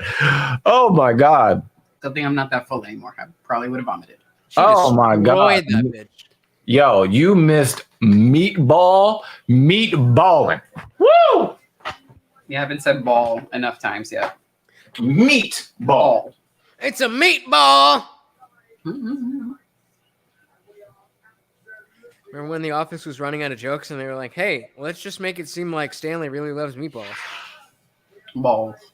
I'm happy that this is going to be over while the sun is kind of still up. I know. I was That makes me I was drinking and I just took Morty out to for a walk before, and usually it's cold, it's dark, and I'm like bundled up and I'm like, ugh. And I was out there and I was a little tipsy and I'm like, this is great. Yeah. This is fucking great. It's wonderful out there. I and you heard that they're getting rid of well, they're technically keeping daylight savings time, but they're getting rid of the changing of the clocks. Well, not necessarily. That's not necessarily going to happen because there's no guarantee that the Senate is going to pick it up. And right. Well, no. The Senate passed it. Said the that Senate he passed doesn't have the a Congress position on it. So there's Senate passed it unanimously. No, the House passed it. The Senate is not. The Senate is not committed to even taking it up, and the president kind of said the same thing. Right, but I mean, someone's trying. Yeah, and I mean, it already went through the Senate unanimously. So yeah, the Senate like it's not said and it's not all said and done. But I mean, who's going to be the one that's going to be like, oh, here's this thing that you guys all want? It has to go to the House right now. Nah, it's out of the Senate. Oh, so I got it backwards. So the Senate passed it. The House is not committed to anything, and neither is the president. Now, here's the funny thing. I read an article today that was really interesting on the subject. They were saying that 50 years ago, they tried to do this exact same thing, and they changed it back in 2 years because people were complaining that basically all year round, they were getting up in the dark every day of the year. So to them, it wasn't worth it to have that extra hour at night. For me, I'd rather have that extra hour at the end of the day, personally. I don't like it being night at 4:30 in the a afternoon. similar analysis to what you read, and it was talking about energy consumption, and there were some economists that predicted energy consumption would go up. Go down, and that didn't happen. Yeah, no, they are predicting that it'll go up because of keeping daylight savings time permanent would mean we're using more lighting and space heating at night. I don't know how accurate those numbers would be because those predictions had a really, really wide confidence interval. But the thing is, they made the prediction 50 years ago, and 50 years ago, it turned out that there was no change whatsoever in energy consumption. Our models for energy consumption are a lot more accurate now than they were 50 years ago. Okay, fair. They even predicted like blackouts in Texas. Where's last February? Does it just at the very surface level? If the sun is out longer, doesn't that theoretically reduce the need for lighting? No, because the sun is not out longer. It's not out longer, but it's out. That means that I'm not. But the thing is, you've got one extra hour of dark at the beginning of the day. You're going to be using that energy then. But more people are asleep at, let's say, 7 a.m. than are asleep at 7 p.m. So if we're going to have that hour or we're going to have that light either at 7 a.m. or at 7 p.m., more people are going to be awake to use or not use the lights that they would need in the dark at 7 p.m. No? But I think that people getting up at 7 a.m. are probably using more energy to try to get the energy to get up and start their day. Not what I said. I said there's going to be more people who are awake at 7 p.m. that are awake at 7 a.m. What you're saying might be correct, but even if you're asleep, your energy consumption might be higher because one of the biggest uses of energy is space heating, whether that be cooling or heating. So often, sometimes people use more energy. I mean, I don't really, whether with Nest thermostats or whatever. Yeah, I mean, personally, I don't really give a fuck because whether like daylight savings or no daylight savings is not drastically changing anybody's consumption habits. But it is annoying going back and forth. Well, right, and so it only working in the benefit in that way, and then as I talked about before, like with my own mood and bullshit tied to the weather, with the sun being out later, and as somebody who typically sleeps later into the day, then I am going to be one of those people who at 7 a.m. I'm very unlikely to be awake, whereas at 7, so if it's dark, I don't give a shit, and actually I'd rather be dark. Whereas at 7 p.m., I'm very often awake, and if it's light, then that's going to be better for my health than if it's dark at 7 p.m. but it gets lighter. Oh, then some people have said that making the Eastern daylight, not Eastern, just making daylight time permanent. I hate those fuck with people's circadian rhythms, and that usually can cause a whole host of different health problems. So you would have to have some sort of analysis of the different maladies that people have, and then whether those rates drop or whether they rise. And if they rise, you may have to go back to. Well, this was based on the time or the switching. The switching, because it fucks with people's circadian rhythm. So that's why I think when they tried it, they tried. By to do the way, my ago. vote for best chest tattoo is Mr. Aspinall. His tattoo artist is fucking sick. If you actually get a close up on it and you see the gradients that they use, It keeps bouncing. Stay still. it is that is one of the great chest tattoos No, it's not. in the UFC. I mean, it's not bad, but let's see. Stop bouncing. So there was a study done in New Zealand that showed there was a 3.5% decrease in energy use during daylight savings time. And one of the authors said the reason why that was different in New Zealand compared to other countries is because a lot of people were in either the higher, or because most of the country is in a lower latitude, shifts in sunset and sunrise timing are more pronounced. So that ends up actually saving electricity. Whereas in the United States, that's less of an issue. Can you say it one more time? 3.5% doesn't seem. I mean, it's statistically significant, but it doesn't seem like. Yeah, can you say it one more time? Yeah, so because New Zealand's entire country is in a lower latitude, the shifts between night and day are much more pronounced. So their summers are longer, their winters nights are longer. Okay. Summer days longer, winter nights longer, because they're in a lower latitude. Well, yeah, they're in the summer. They're in the southern hemisphere. Right, but that's how we all Really have love longer this. nights in the winter. No. So for example, I you're in New understand. York, right? Yeah. So New York, your nights are proportionately longer than my nights here in Dallas. Both Because we're higher latitude. It's the same thing like when you were training this guy in Florida. It was still light outside. Oh yeah. You At were the like, same what the time, fuck? yeah. It's dark right now. It was And black here, and it was light, and we're in the same time zone. That's right. Yeah. Right. So that affected a country like New Zealand, but it would affect the US a lot less. So there's also regional differences in consideration. So I could imagine that it would save energy in New York, but be counterproductive here in Texas. And that could even it out. Yeah, that makes sense. But the thing is, certain municipalities across the country, some of them just ignore daylight time, and they stay on standard time, no matter what the rest of the country is doing. And I mean, it's confusing, but it's kind of sort of cool. They're like, fuck that. And I mean, and this, as if it goes through as planned, is going to be even better because we'll stay on it without having changed, but we'll get the daylight savings time, which is not the real time, but it is where we get that. Real time. I mean, the real time. It's not real life that you're living. The time's not real. I mean, it's also. I mean, again, it's we made it up, but it also is a thing. It's one of those things. Like time itself is a very unique concept in that way. That yes, we kind of made up. We made up the units of time, but time absolutely exists in some form or another. Whether it exists as we experience it in this linear, like 1 second and then the next second or not, is yet to be seen. But certainly, all right. We know that time is not linear. What?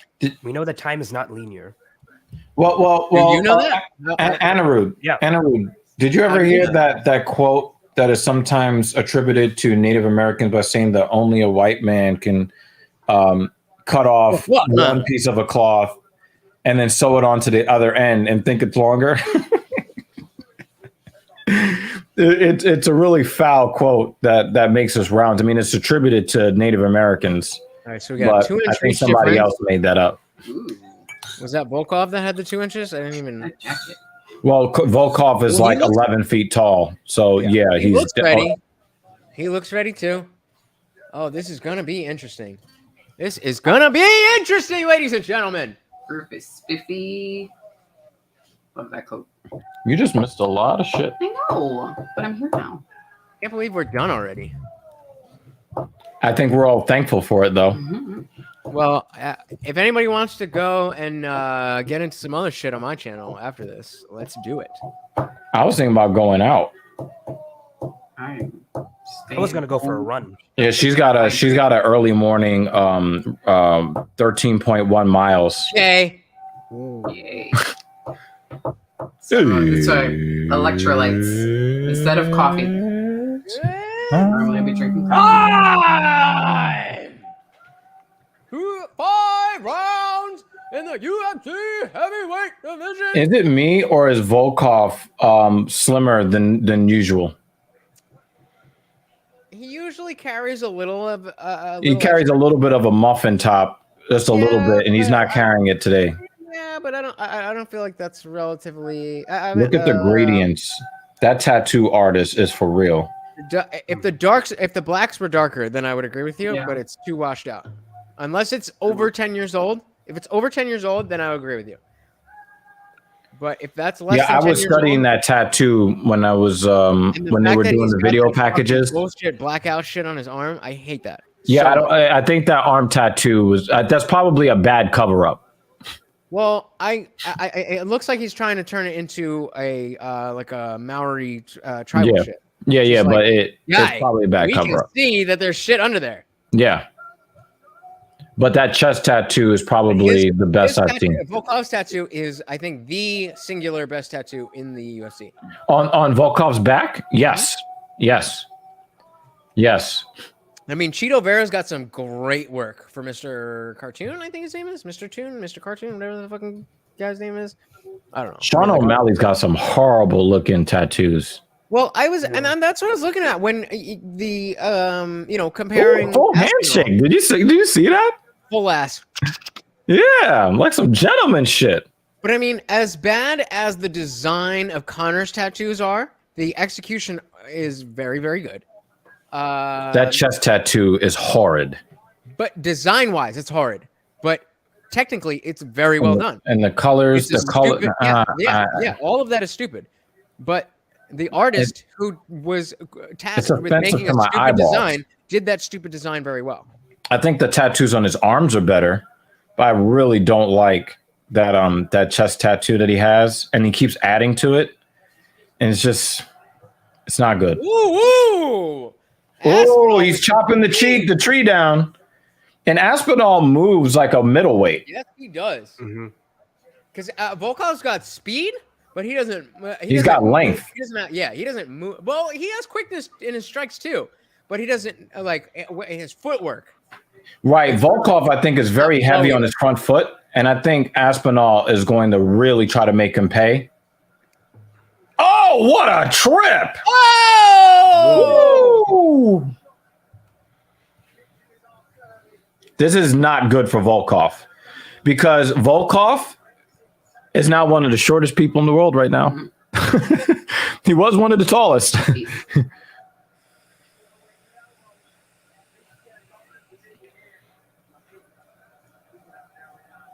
So, real quick, are we gonna discuss this? What is the red pill video? Probably after I sign off here. Well, I will then. Let's do it on my channel because I would like to talk about it. Yeah.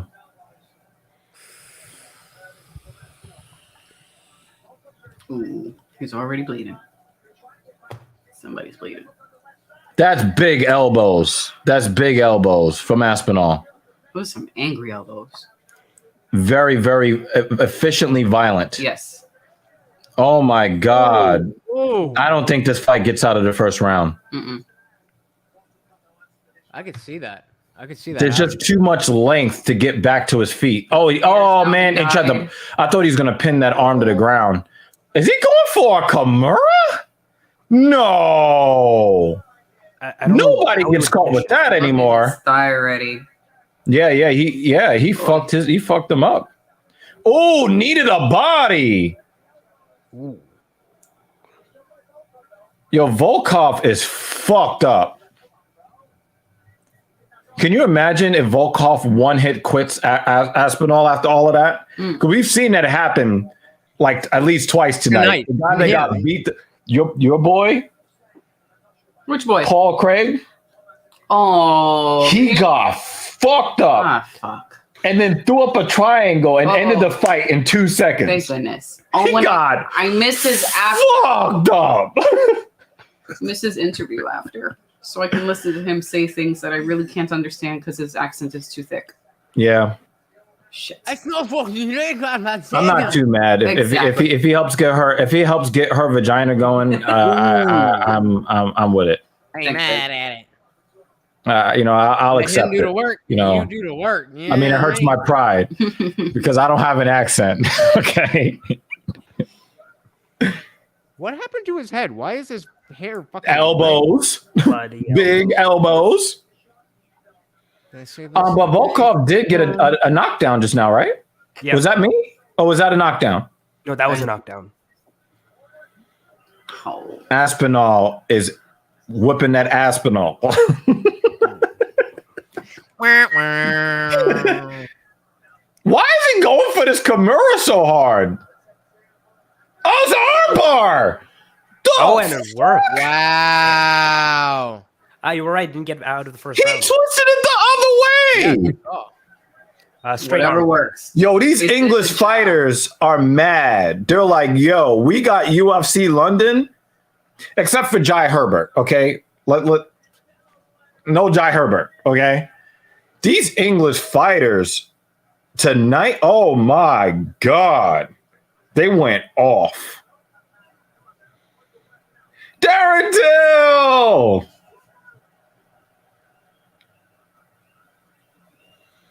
It's been a while since Darren Till was able to do that for his own fight. Right. But fucking around with Khamzat, I don't know. We might see a different. So I'm making a thumbnail. You guys are down to have this conversation? Or Yeah, but we can do. we don't have to Put it in the. I don't in have the- more than 15 minutes. Put it in the Twitter group. All right. You got we StreamYard don't have to going, go right? for like hours and hours and hours. But Yeah, because I gotta eat too. I'm fucking hungry. Oh, I have to leave at 5:45. either a wrap or you want Like in 10 minutes? roast fried chicken. Yeah, basically. Oh, that elbow! Ow! Which all one? right, well, I guess the rosemary chicken. Fried chicken. Look at no! My elbow!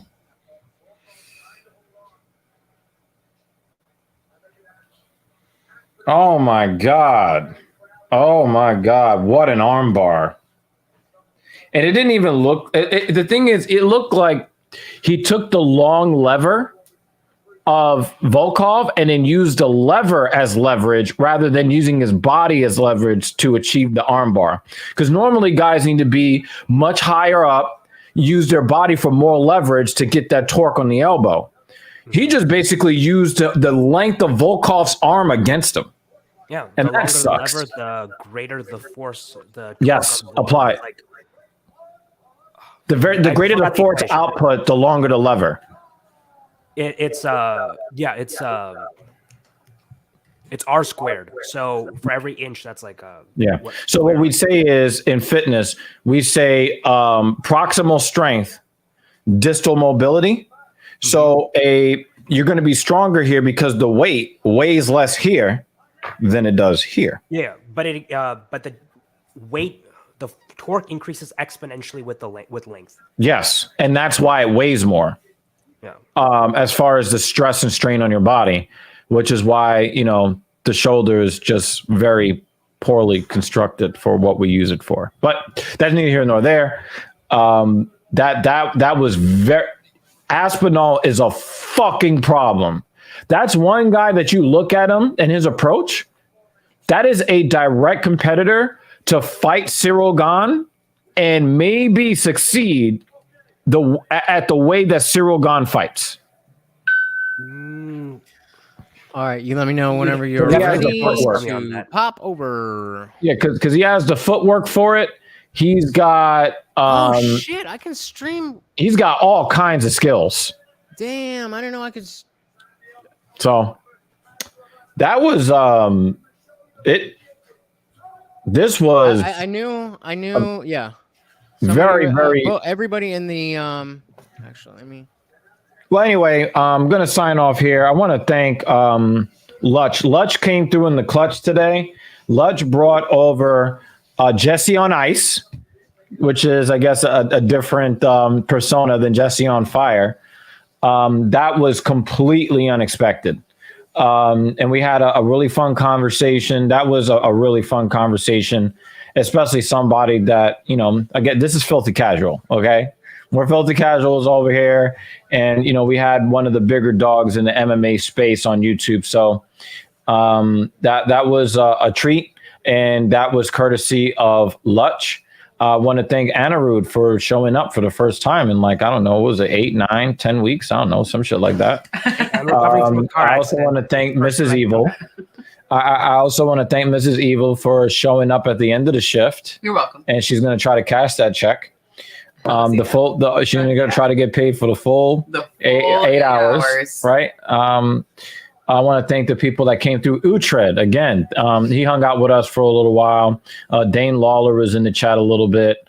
Blind Bat, thank you so much. Always showing support for the platform. And a big shout out to every fighter except for Carolina. Except for her. I want to big up every fighter on the card except for her, because she just sucks and she doesn't belong in the UFC. Everybody did something great, even in defeat. This was my favorite fight card ever. Period. Point blank. Don't at me. Anyway, we out of here. Peace. And wait, come join.